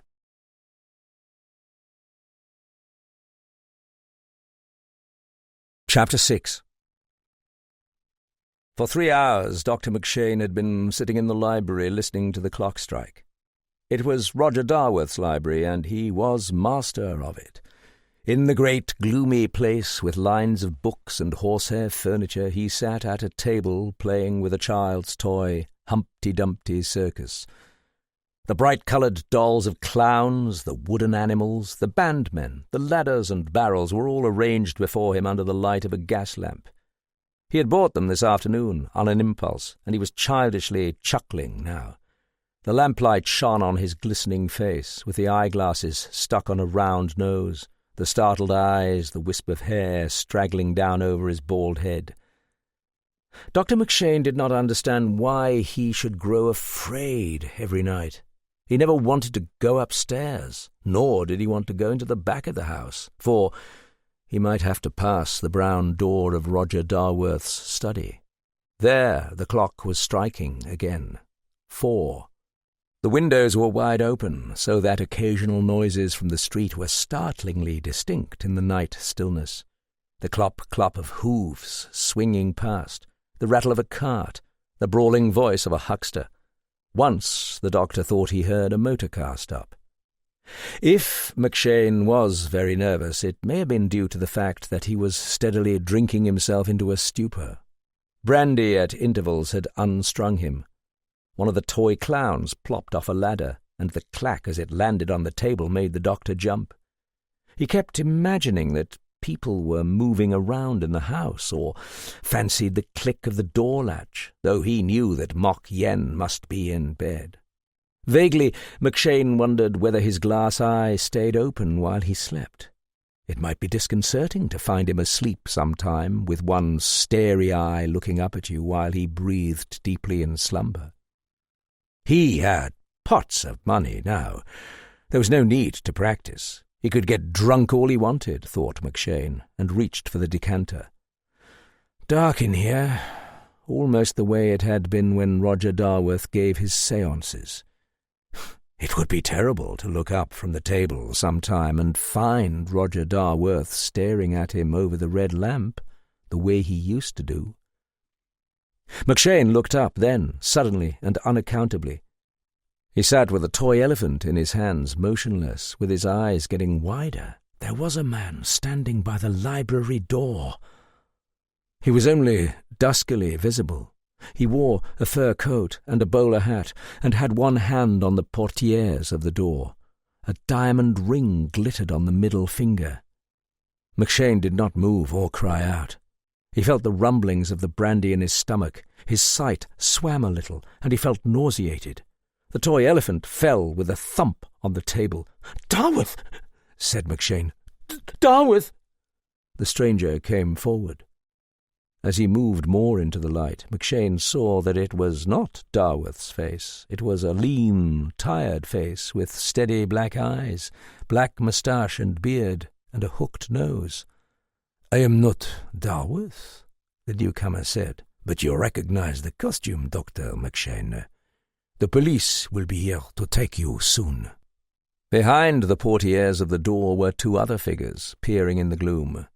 Over the shoulder of the man in the fur coat they saw McShane totter up, behind the grotesque pageant of the toy circus.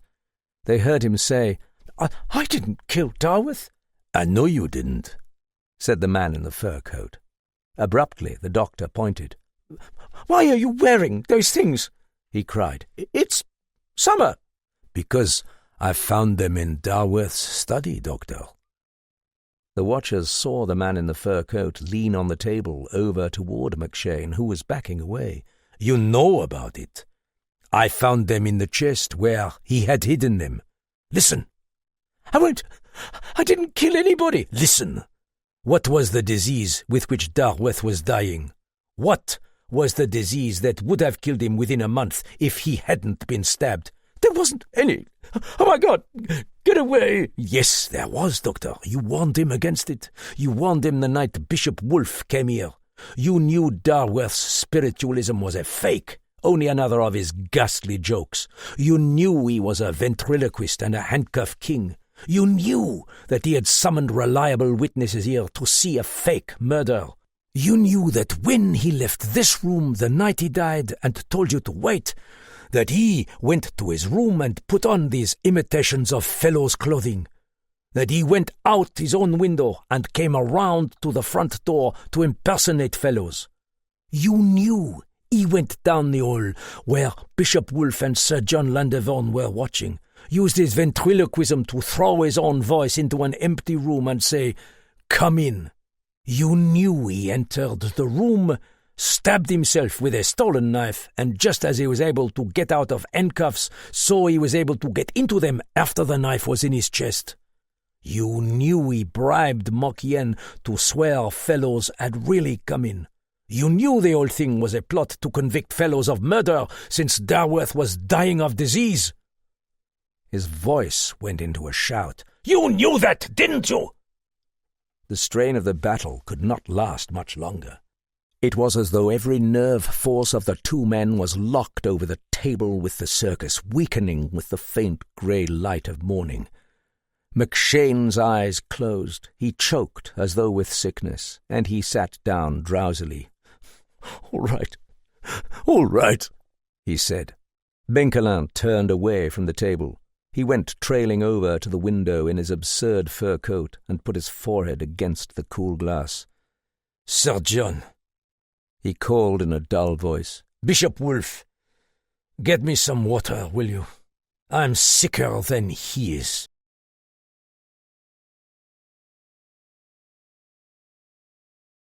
Chapter 7. Sir John Landevon came running into the room. The old baronet looked haggard after a night of driving. "Where's the telephone? McShane?" he demanded. "Where's the telephone? If we can get the prison... Quick, where is it?" McShane looked up with a lopsided grin and cackled. "I won't tell you. Are you insane? Look here, wake up. A man is to be executed this morning. Don't you understand that? I won't tell you." Benkelin was still standing motionless with his head against the glass. Sir John looked around helplessly at the drunken smile in the chair and the grinning clowns on the table. "Here it is," clamoured Bishop Wolfe with eagerness, putting his head in at the door. "I found it in the hall. You can call them, can't you?" When Sir John had gone hurrying out, Bishop Wolfe went over to Benkelin. McShane was pouring out another drink. The cleric, lit by the grey dawn and the dull gaslight, blinked his red-rimmed eyes, stroked his light hair, and said apologetically, I really don't see how you knew all this, sir. Benkelin put up the window, breathing the warm wind that blew in. He turned his old, tired, mocking eyes. Why, you didn't recognize that the man who was seen leaving by the gate was not Fellows at all, but Darworth in his costume? He said. The witness said it was still snowing, didn't he? And at the time of the murder, it wasn't snowing, so it was before the murder. It was the time when Darworth left his house to return in the character of Fellows. Please go away. I know you're tired, prompted the bishop in a flurry, but Darworth must have known there would be no snowstorm to efface the footprints of a man leaving by the window after he killed himself. That, said Benkelin grimly, was what he forgot. He thought with the window open it would seem that Fellows had left that way and that the snow would take away footprints, but it stopped snowing before the suicide. Why, we must have seen that he couldn't get out that way. You didn't, Bishop Wolfe, said the Frenchman, looking at him with steadiness. Oh, my friend, isn't it so obvious? Isn't it so ridiculously plain a plot? All the mummery when Darworth could easily have saved himself from Fellows if he thought the latter meant to kill him. Planting an audience who were not allowed to see him? A murderer? Handcuffing Darworth without the latter's making a sound when there were men within 20 yards? How could Fellows have done it? Why would Fellows have invented a story so impossible as to be absurd unless it were true? Darworth was resolved that if he was to die anyway, Fellows should never live to enjoy the money that was coming to him. He could hardly enjoy the money, Bishop Wolfe, if he was hanging at a rope's end. God! It's so cheap and stagey. But how did you know about his being a handcuffed king? Persisted Wolfe. Benkelin smiled faintly and said with drowsiness, I'm a policeman, monsieur. My business is handcuffs, and I have seen Darworth give one of his séances. The sun was coming up, over the blank rows of houses, filling the areaways. A milk wagon clattered past. One sleepy housemaid threw up a window with a bang, and the warm light had something in it that held the heart, as though all the world had stopped its breathing. McShane rattled his glass and mumbled a few words. Then Sir John Landervaughan appeared in the doorway. His face was perfectly blank. We're too late, he said. He was hanged 10 minutes ago. They haven't cut him down yet. I don't see that I'm to blame, returned Bishop Wolfe nervously. I merely did my duty to justice in trying to run down— Shut up, Sir John ordered in a toneless voice. He went aimlessly over to the table and began picking at the scattered toys and tried to balance a wooden lion on a toy chair. Suddenly he drew a long breath, adding, Well, he's dead. A drowsy, deadening hush of summer, ruffled by light winds, was on the street and in the room. Benkelin took off the coat. I'm sorry I could not have got here sooner, he observed. Then Sir John began speaking in jerky bursts. They said he died very well.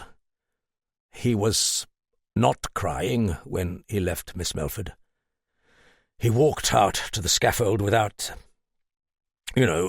stumbling or fainting. They had his coffin there.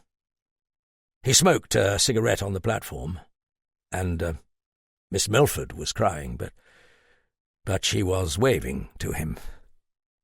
He smiled. Where the hell is the rest of that brandy? Mumbled Dr. McShane, thrashing around him. Apparently the phone call that sent him to her house that night came from Darworth, went on Sir John, and his mimicry. The conversation you overheard, Bishop, was about Darworth's health. Miss Melford will be around here soon, they've told her. We shall have to face that girl, Bishop. The bishop raised his earnest eyes, one arm up as though he were in the pulpit, the other hand on the lapel of his black coat. "It is God's will," he said piously. "The ways of the Lord are dark, and his servants can only follow humbly. This thing, which seems so tragic, is but another manifestation of divine intervention for good. We must pray for Fellow's soul." Benkelin did not laugh. He did not feel like laughing. But he made a sound that was something like passionate fury, and his hand dropped from the window, and he turned. "Oh, Bishop," he said, "when will you learn? When will you learn?" You have been listening to The Lost Gallows. It was written by John Dickson Carr and read by John Telfer. This has been a Soundings Audiobooks presentation. If you have enjoyed this production, please call us on 01164 971 233 or visit our website www.thereadinghouse.co.uk.